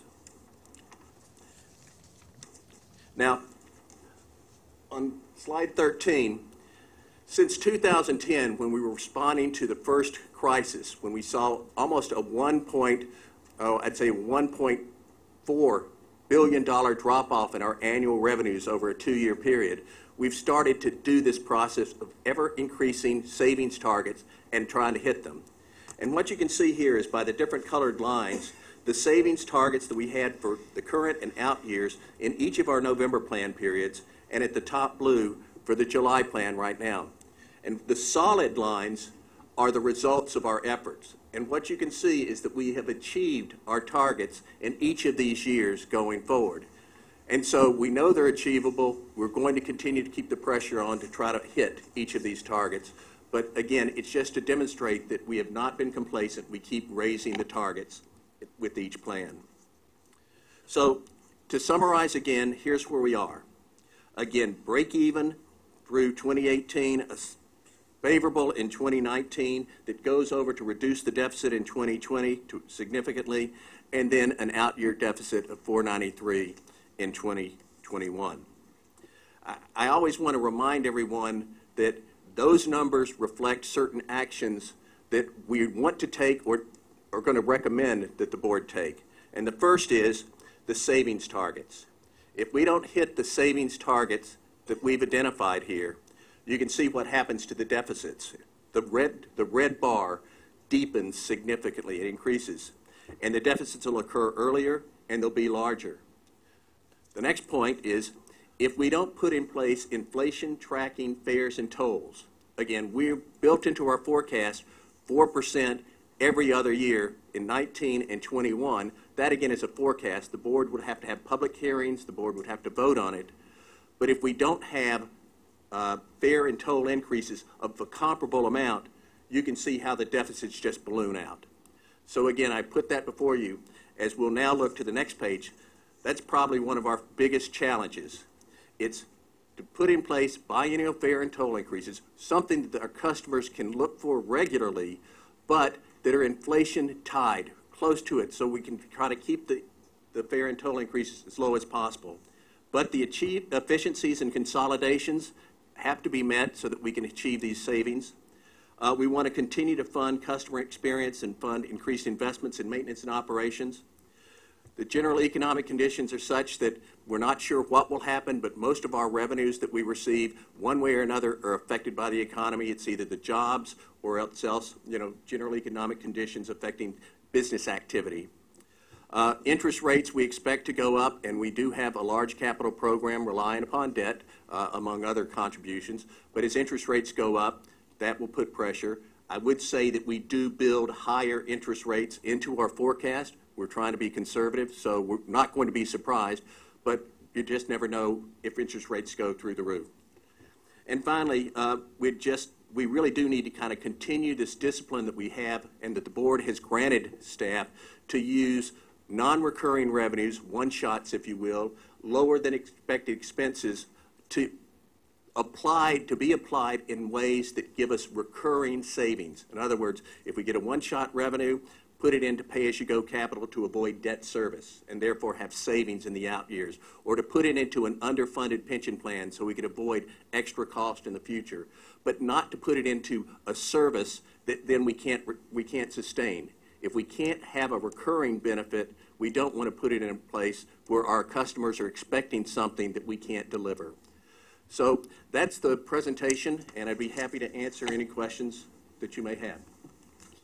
Commissioner Albert. Bob, I appreciate the presentation. As usual, it's thorough, it's well thought out, and it's a good job. The savings that you have identified, can you give an example of where they might be, what Sure. kind of items we're talking about? Sure. I'll give. In these numbers right here, the first is health and medical rebid. We rebid our big medical plan. That was a significant savings. With NISHIP, we went through to determine who is receiving benefits and do we have two employees who are married and both are on the family plan. If they're both on the family plan, we're overpaying for something there. On paratransit, we're shifting more. The emphasis more is to taxis or e-hails or voucher cabs. Again, we want to make sure, as we've heard, that we have responsive service providers, and we will continue to do that. But we think there'll be about a 5% shift from 26% of the users to about 31%, and there's savings there as opposed to just dedicated vehicles. Let's see. We're eliminating certain kind of overhead headquarters expenses on enterprise asset management that we don't need because the responsibilities are being shifted out to the agencies and saving money there. And there was a study that was required on hours of service for bus operators, how long they can be on shift, how much time they can spend between shifts, and we had made estimates there on what we thought would be necessary, but as we've gone through and done the studies and looked at it, we realized we can save hours there. So those are just some of the things. Duplicative expenses that headquarters and the various agencies are providing, things like that, efficiencies. Efficiencies. Right? Are we also, I know that the MTA can't do it, but are we going to look to alternative funding sources? We were discussing things that can fund the MTA on an ongoing basis. Obviously, we still want our funding partners, but if there's something that we can come up with that we all agree ought to be done, some of us could push for it, a la the Move New York plan or, a 2-cent gas tax or something. Yeah. I would say, from a staff standpoint, we're always agnostic as to where the money comes from. We hope it is going to be fair and equitably driven. We hope that it will be done in a way that meets good public policy. But we're agnostic where the revenues come from. I think our goal is if we can keep showing that we're cutting cost, then we can be credible in asking for more if we need it. The reason I brought that up was, while I understand the obvious need for the fare and toll increases, as I say year after year, if you take these to their logical conclusion, at some point the fare will be $10 and tolls will be $50. And I'm not sure that that's sustainable, hence the need for an ongoing, predictable additional source of income somewhere. Thank you. Commissioner Myrtle. May I ask this following question? How much revenue do we derive from alcohol advertising? We get about $2.6 million a year. $2.6 million? At some appropriate point, Mr. Chairman, I'd like to discuss this issue at greater length. I agree, and we have an outstanding RFP right now rebidding our advertising, and we'll look at that in context because there are numerous transit agencies throughout the United States that have limited the advertising for alcohol-related products. Yes. Bob, thanks a lot for a great report, and I think it's very important that you spent a lot of time and a lot of emphasis on discussing that we can't forget the responsibility of watching the finances, watching what we spend, and make sure that every dollar counts. And as you see, the budget becomes very perilous if we don't continue on that route. So I want to just address another point here, which I think is as important as the money we're spending, and that's the fact that the management of the MTA has not been, in my opinion, what it was years ago, and it's very distressing. I've been on this board since the 90s, having spent tremendous amount of time and effort to help make the MTA efficient, well-run, and responsive to our riders. That's why I'm so distressed about the current condition of the MTA. The situation is the worst I've seen in my tenure as a board member, which has been now over 20 years. We have had no full-time leadership here since February when Tom Prendergast resigned. And I really sincerely, and I mean this, appreciate what Joe's doing. I don't think he really needed this. He has a very good position and is in a point in his life where he doesn't need to come back to face what this organization faces now. But what we have is still a part-time chair who is not the CEO and not the executive director. The legislation to split the job has not been changed, and therefore we cannot have a full-time executive director. The board has had its oversight role and its independent authority basically stripped away, so it is currently a rubber stamp for the governor's policies. We have a governor who insists on micromanaging the MTA. The result is what you see now. We have constant confusion in direction, low morale, and the loss of many of our best employees. As the Westchester rep, what really worries me now is the Metro North situation. Metro North now has no professional full-time leader, and I'm afraid the improvements we have seen will be dissipated very quickly. It will not be easy with the situation of the MTA to find a professional willing to take the job. Now we are going to spend over $500 million on the TA. This is only part of the problem. The largest problem is the management of the system. The blame is being placed on our efficiency program instead of our management problems. We need a full-time CEO now, and the governor needs to let this professional and our board run the MTA. We need to be very careful how we spend our money. Good management is essential here. Thank you. Thank you, Commissioner. Yes. Thank you, Chairman. I just have a couple of questions. One has to do with payment of our underfunded pension liabilities. We're continuing that in the next year, although we cut back on the health contribution. The health contribution is additional monies that we're not required to put in. Right. Our pensions are being funded according to the actuarial requirement, right. And as you know, we put in a significant amount of additional for the Long Island Railroad closed plan that was way underfunded, and so that saved us money, but we're following the actuarially required contribution to pay off any unfunded liability. That Okay. continues. And I was asking about the additional Long Island Railroad. We're still making that contribution? Yes, we are. Yes. Okay. The actions announced yesterday, they're in addition to everything in this budget, correct? That's this correct. budget doesn't include any of that. I just have, regarding the Long Island Railroad, there was some additional initiatives. One of them references positive train control, although in another book it says other actions regarding maintenance of the rolling stock, and I just wonder if the additional money is just for positive train control maintenance, or is there some money to boost our MDBF included in there to increase our maintenance effort? I believe the money that's in there is associated with work we need to do in the Atlantic Tunnel to improve the communication through the tunnel that was not originally included as part of the project. It says additional personnel to inspect and maintain rolling stock equipped with positive train control system. I'm just, and in another thing it said including the positive train control system. I'm just wondering if there's some funding there, because I expressed my concern on Monday regarding the statistics for the Long Island Railroad, and we have our problems at Penn Station, which is why I assumed the staff could a very high MDBF, as they pointed out, but that's why, because Long Island Railroad has certain challenges that other commuter railroads don't have. So to compensate, there's a high goal for MDBF that we're not currently meeting, and I'm just wondering if there's an effort here to try and achieve that high goal.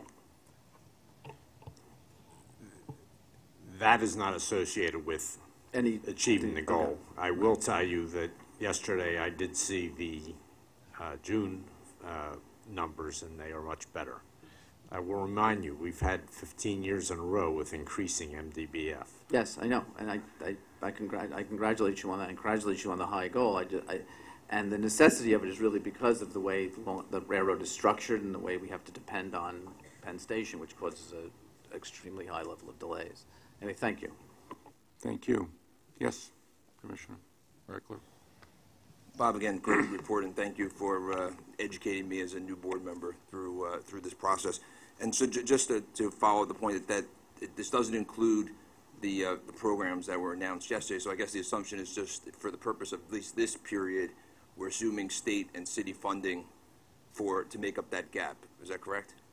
That is correct. Okay, so again, I guess I would just, in following some of the comments that Andrew made, I would encourage the chairman to think about sustainable funding sources longer term. Obviously, we're at a point of crisis right now, and so, I mean, this year we need to do what we had to do as quickly as possible to stop the bleeding, getting the system functioning. But I'd encourage you to work with the state, work with the city, work with business communities to see if we can come up with a way to sustain this more intensive level of maintenance and operation and services that we need. I will say, from the business community perspective, like our riders, I think there's a realization, as you noted yesterday, that for the vitality of this region, we need to invest in this system, and we need to have a system that's functioning and that's affordable for our ridership. And so just increasing fares isn't going to solve our problem, so we need to think more holistically, and again, with all our stakeholders to do so.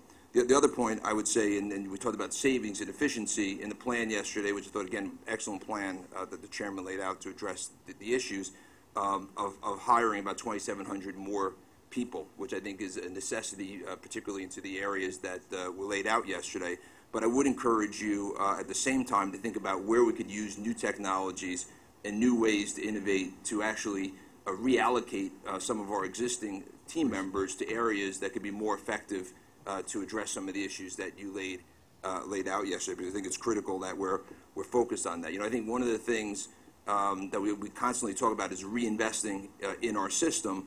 I think we also need to talk about reinventing how we invest so we get the most out of it along the way, and to have a plan that is sustainable, Bob, in terms of the efficiencies that you laid out.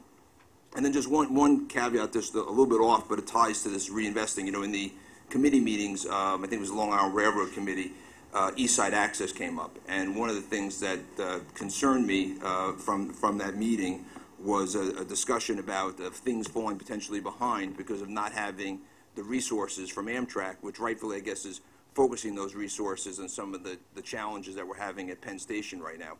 You know, I think it would be terrible for this agency to be in a situation where that 2022 date gets pushed back further, right at the same time we're actually asking to have more capital that we can invest. I think we need to demonstrate, as we did, I think, over this Penn Station outage, and as we did last year on getting the 2nd Avenue subway open, that we are going to have a sense of urgency, and that's not going to be business as usual. And generally, encourage you to do whatever you have to do to get the resources to stay on schedule, and whether that's working with Amtrak to do things that are different, in terms of if there's staffing issues. I know from some discussions I've had, there's places like Denver and Virginia where they actually have excess staff. Maybe we can relocate people from other parts of the country to make sure that we stay on schedule here. But have that sense of urgency, think outside the box, because I don't think we can afford to fail. And then my last point, going back to the plan, Chairman, I encourage you on this $8 billion component of capital. I know that you noted it would come in the 2020 plan. I'd encourage you to see about finding ways to accelerate that. And as you think about sustainable funding sources, think about sustainable funding sources that can actually address that element of the plan versus adding more debt to the agency. Great. Thank you. Thank you. And we are planning a meeting with our colleagues at Amtrak regarding the use of their resources separate from Penn Station, but over in Queens in the Yard, which has had a big impact on East Side access, and an overall coordinating meeting with the CEO there and the incoming CEO. Commissioner Pally. Thank you, Mr. Chairman. Bob, could you, obviously the 2020 and 2021 numbers are significantly different than the numbers beforehand. That's an understatement. Could you give us some idea of the assumptions you are making as to why those numbers balloon in those years? Well, we have a number of programs that are coming on board. Again, if you think about the new projects that we're putting in place, right, staffing has to increase. So you're now seeing staffing for East Side access going up, as well as Second Avenue subway. So it's what you would expect. We're providing additional service, and if you're providing additional service, you're going to have staffing that increases and other maintenance costs. So as we do expansions, we'll expect to see this happen. Other than that, we're not seeing anything blowing the budget. We're seeing the same kind of more than inflation rates on certain things, healthcare costs and things like that. Because I mean, obviously, are we assuming a continued decline in real estate tax revenues? Yeah, or PMT tax revenues? This basically takes us down 200 million. So our base has dropped 200 million, and then it's growing from that point. But I'm not saying that we're seeing declining. It's a drop in the base level, and then from there we're seeing a drop in the base level now. Yeah, absolutely. In 17, and so I assume then any assumptions going forward are on a lower base rather than the higher base, and that affects the outgoing years. That's it exactly. Okay. I want to echo the comments of Commissioners Albert and Reckler. I've been here 12 years, and we tend to get into the same discussion every year to every year to every year. And I don't think we can do that anymore. I don't think we can do it here at MTA, and I don't think our customers can accept it anymore.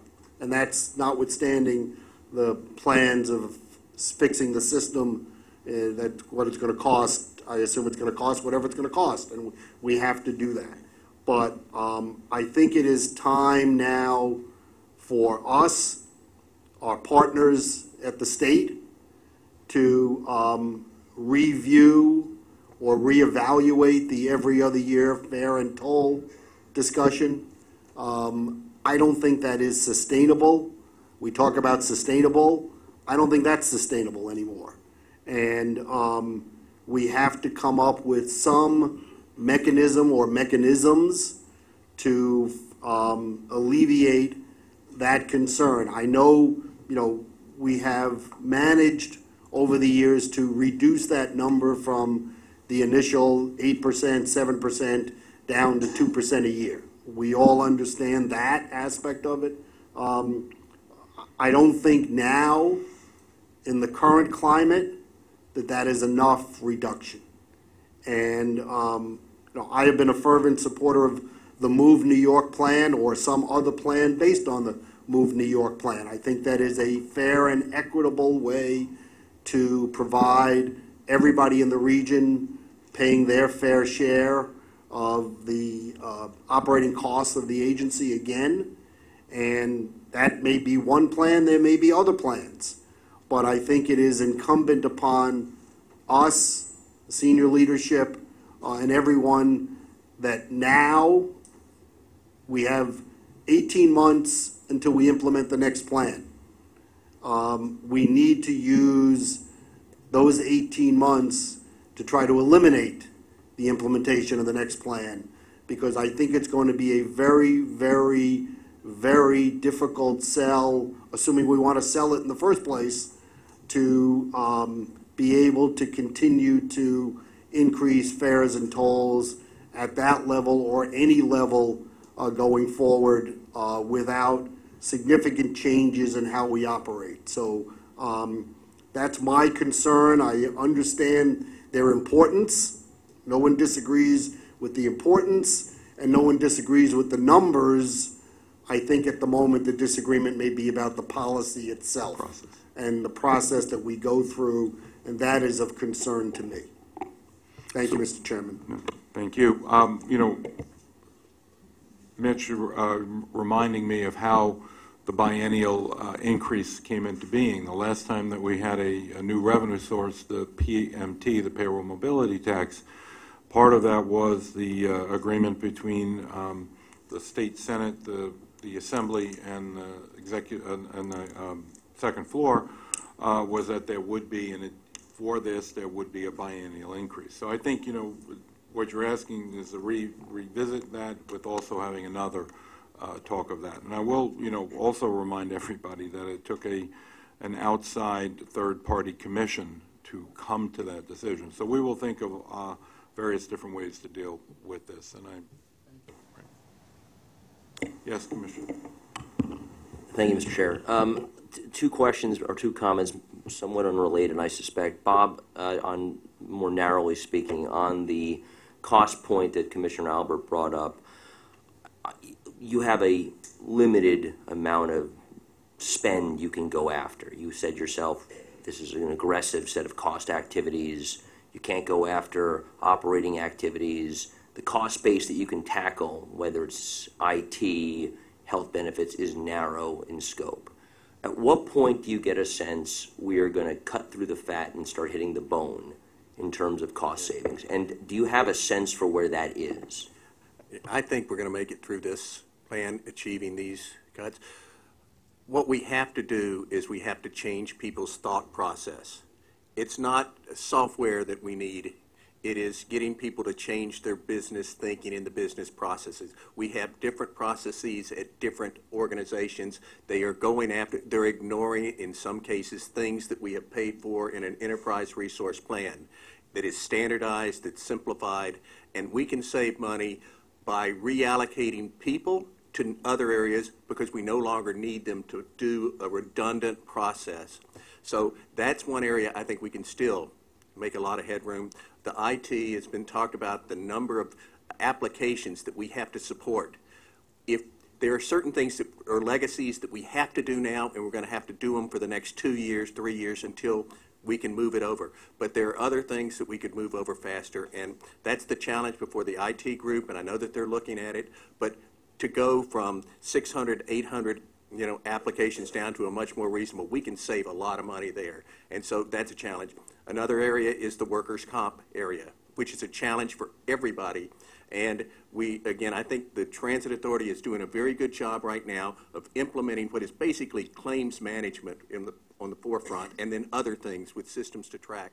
But it's claims management, I think, that can save it. And if that happens and they're getting it done right, that becomes the model then for the FELA program for the railroads, which is their equivalent. So I think there's just money to be saved in areas that have been, we've gotten low-hanging fruits, but there's been challenges out there that we have yet to address, and I think that's before us now. You'll let us know when the fruit is too high to grab. Yes. Let me do my second comment, if you wouldn't mind, Mr. Chair. And I want to build on your perception point, Bob. You'd have to be sort of unaware in this room for the 50-some-odd people who spoke to us before and the press over the last several weeks that the rhetoric of what's been being said about the MTA is getting to be difficult to listen to. And I think as a board member, I feel it more so maybe than others. And you mentioned, Mr. Chair, Joe Giletti, who I have been very impressed by. And the thing that Joe did that was most impressive was not alone the reality of the changes he made, which were very difficult. What he did was he actually changed over time the perception of Metro-North. I can tell you by walking the platform, and many have heard this before, that one of those who perished during Spite and Dival is a friend of mine, lived nearby in my town. His wife is still a town councilwoman. The perception of Metro-North changed. It took an incredible amount of time to get people to understand that it is a safe railroad and a good experience, to the point where now, even with the NTSB results, very quiet about what happened. People understand that he changed it. I fear that the perception of the MTA, of which Long Island Railroad, Metro-North, New York City Transit, we're all one system. I fear that the perception is going to be a lot harder to change than the reality of it. Your plan yesterday that you announced and the support the governor has behind you is fantastic. I really believe in what you're saying. You will change the reality of the system long before you change the perception of it.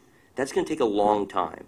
And the thing I ask of us, of our outside stakeholders of all kinds, and frankly of the press, is to tone down the rhetoric a bit. The rhetoric is not helpful. Mr. Saul, I apologize for calling you out, but by saying this is the worst you've seen in 20 years, the worst, that is dramatic language. I hope that Spite and Dial was worse than where we are now, in terms of those you and I represent who use Metro-North. I'd like us to think about how we tone it down a bit, because it's not helpful for any of the constituencies to solve the issues that my colleague, Mr. Rexler, or Mr. Pally have raised in terms of funding sources. It just doesn't help. In fact, Mr. Rexler said something very thoughtful on Monday, which was it's about transparent communications, over-communicating. And that's what Joe did so brilliantly. So I'd like us all to keep that in mind, that we're one system, focused on trying to change the perception of what's happening, even more so than the reality. Sorry for that little soliloquy. You call it perception, I call it the narrative, but it's exactly the same thing. When we'll start to see, changes relatively quickly at the Transit Authority, but the message that goes with it is as important as the reduction in delays and the better service and the better communication, because the level of discourse has gotten to a point where it's become much easier for people to say things, and I would like to be able to get the conversation on facts. Thank you. Ms. Carl. Mr. Chairman, like Mr. Reckler, I am a new board member here, so I don't profess to really fully understand in depth the operating or capital budgets of the MTA or their history. I do want to commend you for the alacrity with which you come up with some very practical, immediate steps, and I do think that that's a very, very important step forward. With respect to the financing of those, I really want to support the first point that Mr. Reckler made, which is really this is the time for, I think, for the MTA and the city and the state to get on a more even and institutional funding basis, so that we're not simply doing patchwork funding, which in this case, I appreciate the costs that you put out, but at the moment we don't know what percentage or what amount of those costs are recurring, what are one-shots, what are in-kind contributions that the City of New York are expected to bear. And it just seems to me this is the moment as we implement this to work with the MTA, the city, the state, and others to put all of this on a more regularized basis.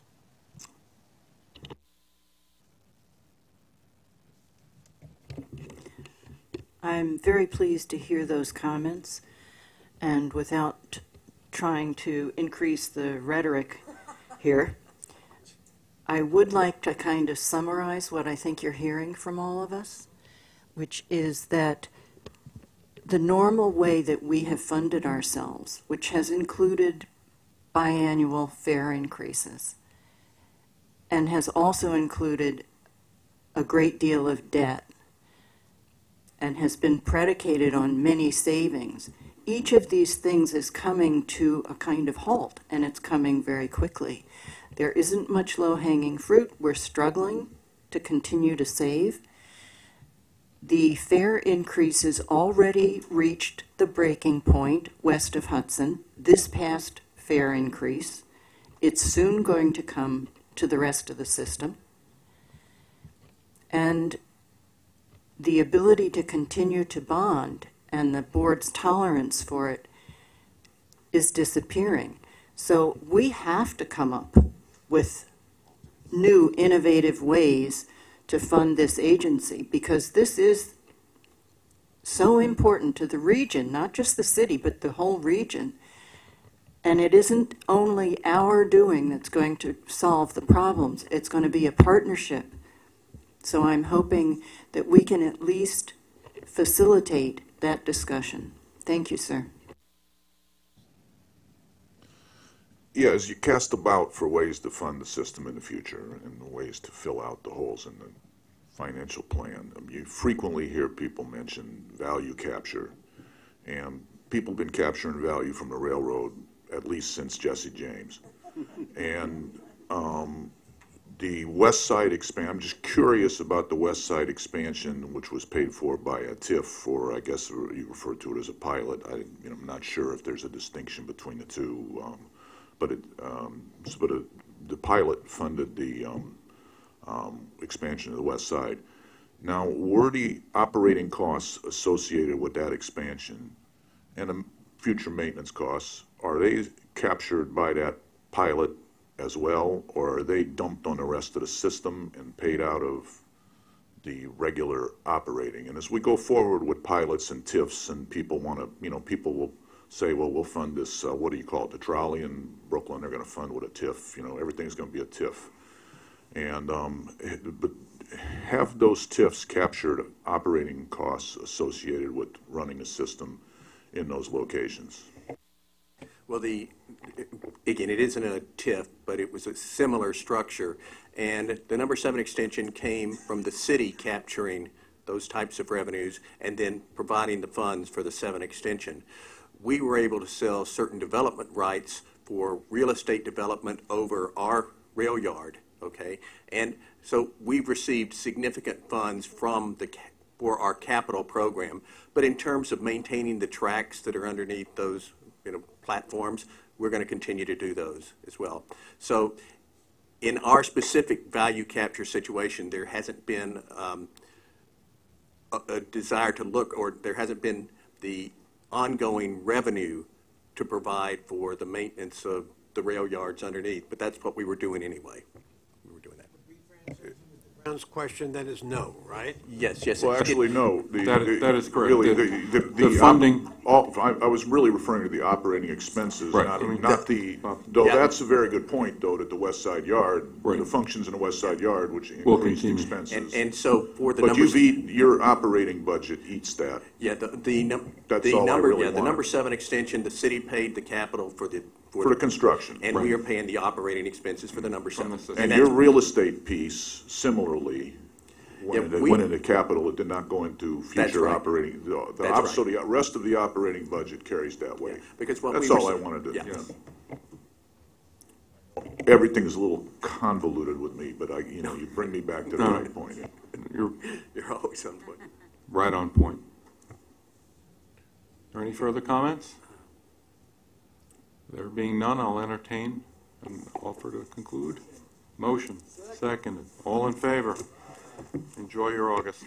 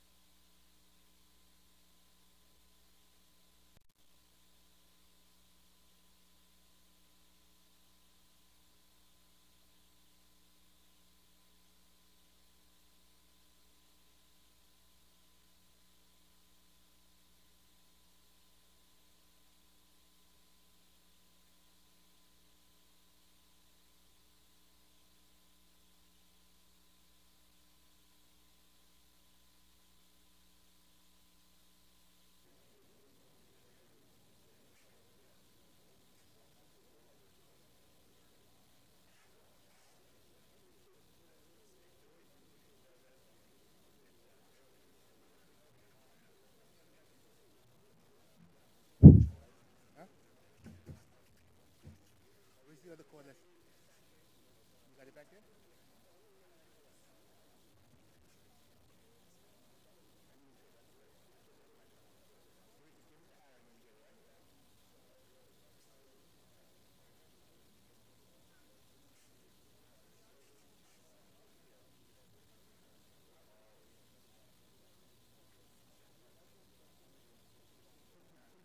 See how I look. Put the camera up. See how you look on the camera.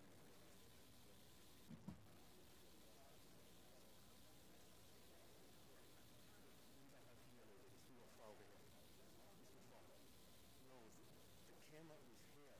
If you don't put that over there, it's not going to work.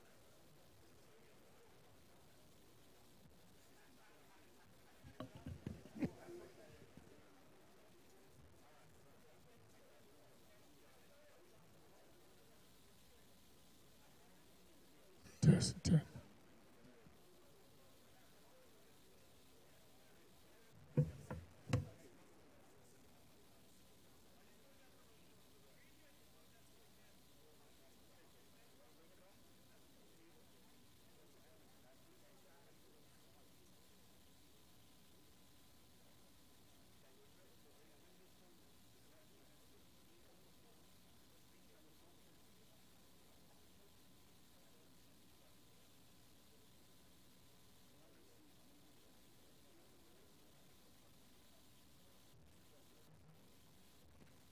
Check 1, 2.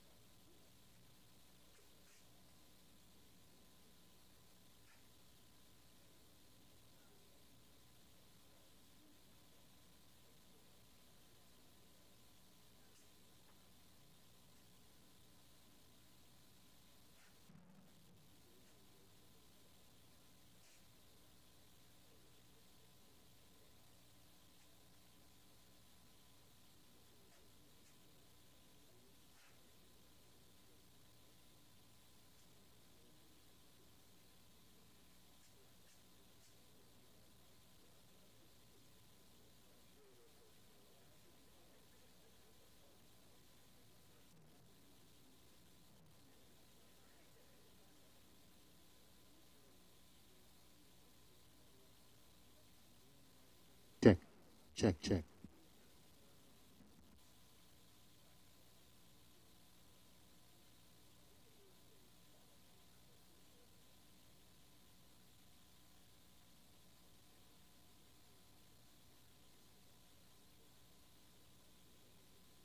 Testing.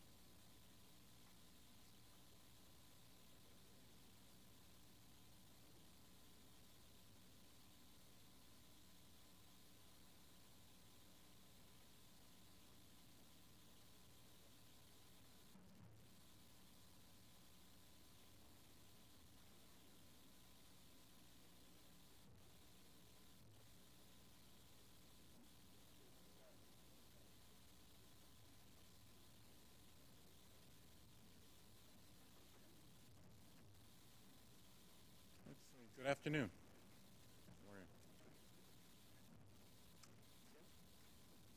Morning, Mr. Chairman. Morning, Tim. Afternoon, sorry. Good afternoon, right. The clock was moving faster.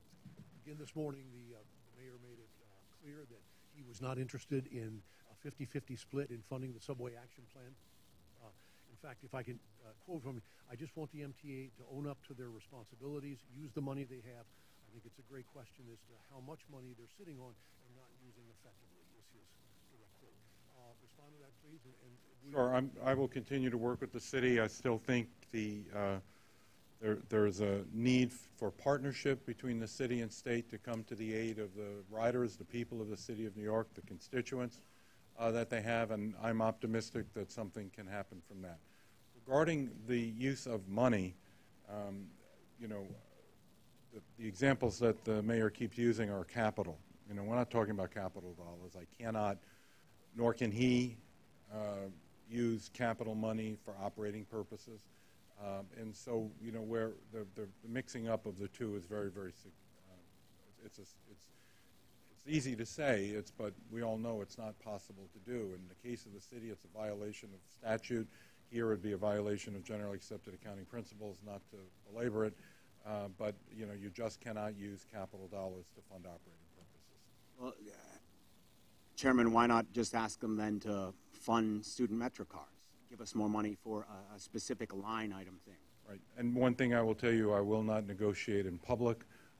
So whatever discussions that I have with the mayor or any representative of the mayor, I will need to do quietly and privately until we have something. So is that something that's on the table? I've made the point 5 years ago with the mayor at that time as well, you know, today, yes, the proper funding for the student cards, the agreement that was made, the one-third, one-third, one-third, it would be nice if that was fulfilled. Hi, Chairman. There was a lot of talk about dedicated funding sources, and I'm just wondering what your thoughts are on the Move New York plan or other similar dedicated taxes that might come to the MTA's way. So, you know, I heard loud and clear the board is very interested in engaging and having a dedicated revenue stream, and I will begin that process of thinking about how to go about doing that. Historically, it's been done in the past normally through outside commissions, away from the MTA, away from not necessarily elected officials. I believe at the time it was the lieutenant governor who chaired a commission that ended up with the payroll mobility tax and the decision to have biennial fare and toll increases.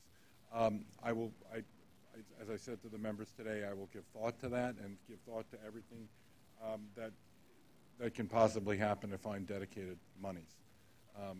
It's overly complicated, as everything is in New York, but I'm prepared to start working on it. Chairman, there was talk about toning down the rhetoric. When the mayor and the governor are verbally sparring all the time, what is the impact? What does that do to perception? And does it matter, or is it just noise?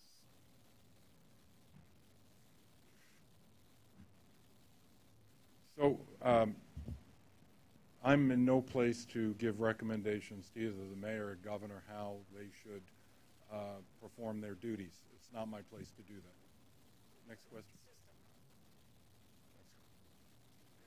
Mr. Chairman, good afternoon, Mr. Chairman. Yes.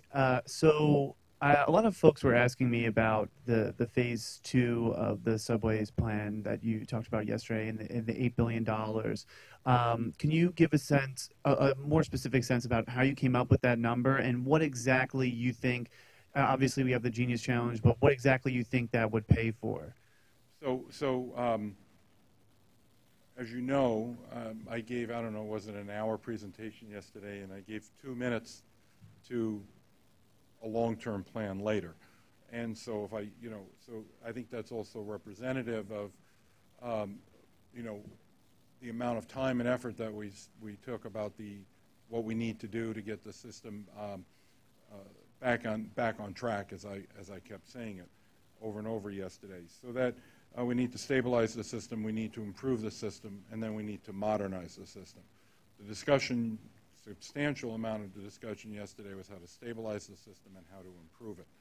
The modernization, which I gave I don't mean to be flippant when I say this, a back-of-the-envelope calculation of what I think it would take to begin the process of having new signals and new cars available throughout just the subway system. I wasn't at all talking about any of the railroads at that time.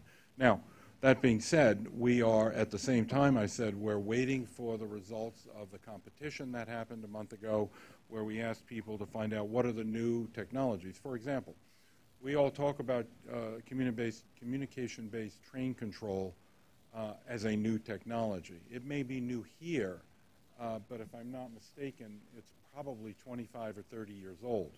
We're now in a new digital age. What is new out there from a communications-based system, whether it's using Wi-Fi or wireless or whatever the new digital technologies are, what's out there? Can they be used in the subway system? Are they safe to be used? We have to go through all of that. But, because we don't know what the results are going to be from the Genius Plan, any dollar amount that was placed and talked about for just a wrap-up section of the presentation, I think I've now answered your question longer than I talked about it during the presentation. So giving emphasis to it like that, it's not valuable, because once we know what the results are coming in from what's available and what people think can be done to make the system better, we'll look at those proposals and then price it out. That would be a more accurate number. Hi there. Hi. I don't know if you had a chance, or probably haven't had the chance to see what the mayor said this morning while we were in this meeting, but he said that the MTA has the money and that it hasn't made the best choices in spending its money. What is your response to that? He's also asking for the MTA to put forward what it has spent the $2.5 billion on. So let's address the $2.5 billion. That's capital, that's not operating. Yesterday I was talking about operating. You can't mix operating dollars and capital dollars. The City of New York has committed, the city hasn't given us $2.5 billion in cash, and we're sitting on the cash as if we were investing it. They give us a commitment to $2.5 billion over the 5-year capital plan. And as part of that, there has been an agreement, goes back to the days when I was the city budget director, that the last dollars used in the capital program at the MTA are the city dollars. So it's at the tail end. That commitment still exists to this day, that the last dollars used in the capital plan are the city dollars. Again, we don't have that money yet. It's a commitment to spend that money. A significant portion of that money is on rail stock, new rail cars, the greatest portion of which we don't pay for today, we pay for later, closer to delivery and delivery. That being said, there are some interim payments, but the bulk of it is on the back end. The idea that the money needed to do the maintenance of the subway system, again, that we can use capital dollars for that, it violates way too many rules and regulations to do. And so it's a mixing of apples and oranges to make that comparison. I've heard him say, I've heard the mayor say, I've heard the first deputy mayor say that we're not spending our money appropriately. I've yet to hear of a specific example of that. Yes, Alfonso. Oh, sorry. Hi, Jose Martinez from Jose, how are you? New York One. Given everything that the writing public has experienced over the last month, as well as yourself, and everything that you heard here today, any second thoughts yet about taking the job? Look, I volunteered for this, and I did because I love the system. And the fact that the system's in the state that it's in only gives me more motivation to make it better. And so, no, I don't have any second thoughts. Thank you. Hi, Chairman. Hello, Alfonso. It was the first we saw an estimate today for the cost of the contingency plan for the railroad disruptions this summer, $58 million. Can you talk a bit about that figure? $18 million for buses that you've acknowledged not a whole lot of people are using.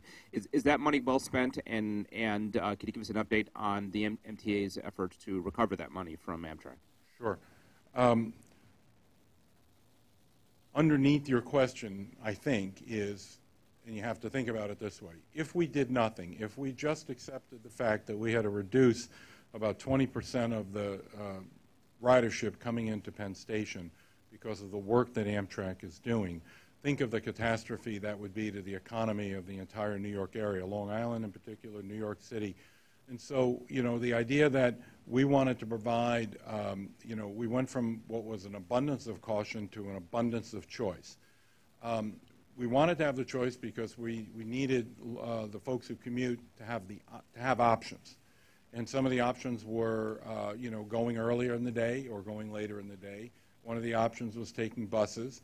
Another option was, getting off in different stops, whether in downtown Brooklyn before they come into the central business districts in Manhattan, or coming over to Hunters Point and then taking the ferries over, the new ferry that's coming in from Glen Clove. There's a whole bunch of approaches. So part of this was also dealing with, having the changing of habits and to find ways in which, folks can come in. So, yeah, we provided lots of choice. That was our goal. And we're rolling back some of them. We adjusted the bus schedule a little bit. We'll continue to evaluate what's the right thing to do.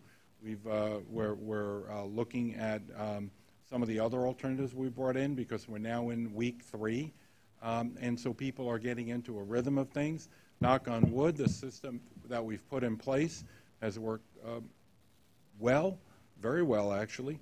And we're on top of it as much as we possibly can be to prevent any types of delays for the folks on Long Island, including the fact that many times we've expanded the number of cars that are on every train set so that we can actually get more people in. So in answer to your question, was it a lot of money? Yes. Is it well worth it? Yes, because not doing it, the catastrophe that it would have caused would have been unbearable for the entire region overall. I'll report back some other time where we stand on trying to recover the money. I have spent a significant portion of my time in the last three and a half weeks on the report that you saw yesterday. The Lord only gave so many hours in a day, and I've been using them on that report, so that's the best I can do. Yes, sir. Yeah, a lot of the discussion has been about immediate troubleshooting in the subways. But looking down the road a little bit, how equipped is the MTA to deal with things like rising costs of debt service, rising pensions, health care, OPEB, and so forth? Right. I think, Bob Ferran, the CFO, put forward projections. When I was a city budget director, I was as equally as conservative, if you will, in my assumptions, and Bob is following through on that great tradition. One of the things that I did, I don't have the exact numbers with me, but 5 years ago, when I was last here in July of that 2012, I put forward participated with Bob Ferran, what the plan looked like then out in the out years. And actually, the last year was, in fact, the current year that we're in, 2017. And I believe it was projecting a deficit of about $456 million. We are ending this year with a surplus. So I think it's indicative of what happens. And I think it's great budgeting. We don't budget on a one-year basis. We're required by law to actually budget for 4 years and project what we think could possibly happen in 4 years. And that provides the discipline that we need to make sure that the system stays efficient from a fiscal point of view, because we're looking far. We're not just looking out what are we going to do next month or next year, but what are we going to do 4.5, in this case, 4.5 years from now. And so, yes, we're well aware of the fiscal situation and the job here, and Bob does it extremely well and his entire staff on how to manage that process. Thank you. Hello. Ann? Oh, no, Emma. Hi. So regarding the mayor, last night you said 1/2 of a repair plan won't make the trains run on time. It sounds like you want to move quickly here. When do you need the money in hand, or can you start progressing on some of this now? We have already started to progress on it, and on a lot of different fronts moving forward. And again, I'll go back to what I said earlier. I think anything that I do vis-a-vis negotiating with the city, I'd rather do it directly with the city before doing it with you, before I have the conversation. So I respect your question. I fully understand the question, But anything I tell you now would be speculative, and I'd rather not do that. I'd rather talk about facts. I've been here all morning. I've not had a chance to engage with them on that. In explaining your plan yesterday, you mentioned one of the pilots of removing seats, and you cited Boston. I wanted to read you a quote. I spoke to a transit advocate in Boston, a fellow named Andy Monet from Transit Matters, and he said, quote, "Removing seats just doesn't buy you that much more capacity. What matters a lot more is speed and reliability of the train." If you want to respond to that, please do, but I wanted to use that and ask, you mentioned, removing seats. There were the step-aside boxes. You talked about campaigns to get people to stop holding the door. What should riders make of this, what they sometimes seen as this blame riders mentality, and how do you rank those initiatives in terms of your goal of getting the subway back? First, let me be clear and upfront. There is absolutely no blame the rider mentality on my part, either in my presentation yesterday or in my standing here in front of you today. This is an issue. The advocate in Boston, I don't disagree. We need to get the system to run faster. We need to get the system, deal with the capacity problems. But at the same point, is the removal of seats the panacea that's going to cure everything? Absolutely not. There were 30 different initiatives 30 different tactics put forward yesterday. They all need to be implemented to start making the change. To focus just on one and thinking that that's going to make a huge difference. It's not. It's going to make some difference. But you got to look at it. You look at everything that was put forward yesterday in toto, altogether. We looked at what happened up in the T in Boston and in the Jubilee line in London, where they've done the same thing. In London, they removed the seats, but they put leaning cushions against the sides. All those options we need to consider, because I would like to, in that particular case, talking about trying to get more people on the trains, look at it the other way. I want to get more people off the platform. And that's the most important part. I don't want them to wait for the next train to come. If we have an opportunity to get any number of people not waiting for the next train, that's a good thing. What I really need to do is to, as I mentioned in many of the different parts, need to get the system clean, need to start maintaining the signals, need to get the headways more frequently, allowing more trains to go down. That, I think, is part of what the advocate in Boston was talking about, is getting better speed. That's exactly right. That's at the core of this. Our customers, they want to get to a situation where they can get from point A to point B in the fastest way possible. It's my job to do everything I can to make sure they get that.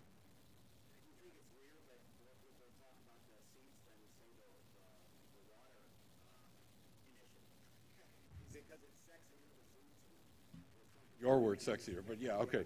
Might be the first time that someone says sexier after No, let me, no, that's okay. The water initiative was a thing. So in answer to your question, yeah, I'm no longer surprised about what gets certain journalists excited at all. It doesn't surprise me, because it's all about being able to, for you guys to inform the readers or your viewers or whatever the case may be. I mean, the perfect example in this, I think, is the food concept. I was asked whether or not I would eliminate food in the subway system. I never said I would, though many newspapers said I did, never said it. What I said was we have to have a debate about it. And we do. We do need to have a debate about it. I mentioned, we're going to, the board needs to talk here and discuss that type of policy.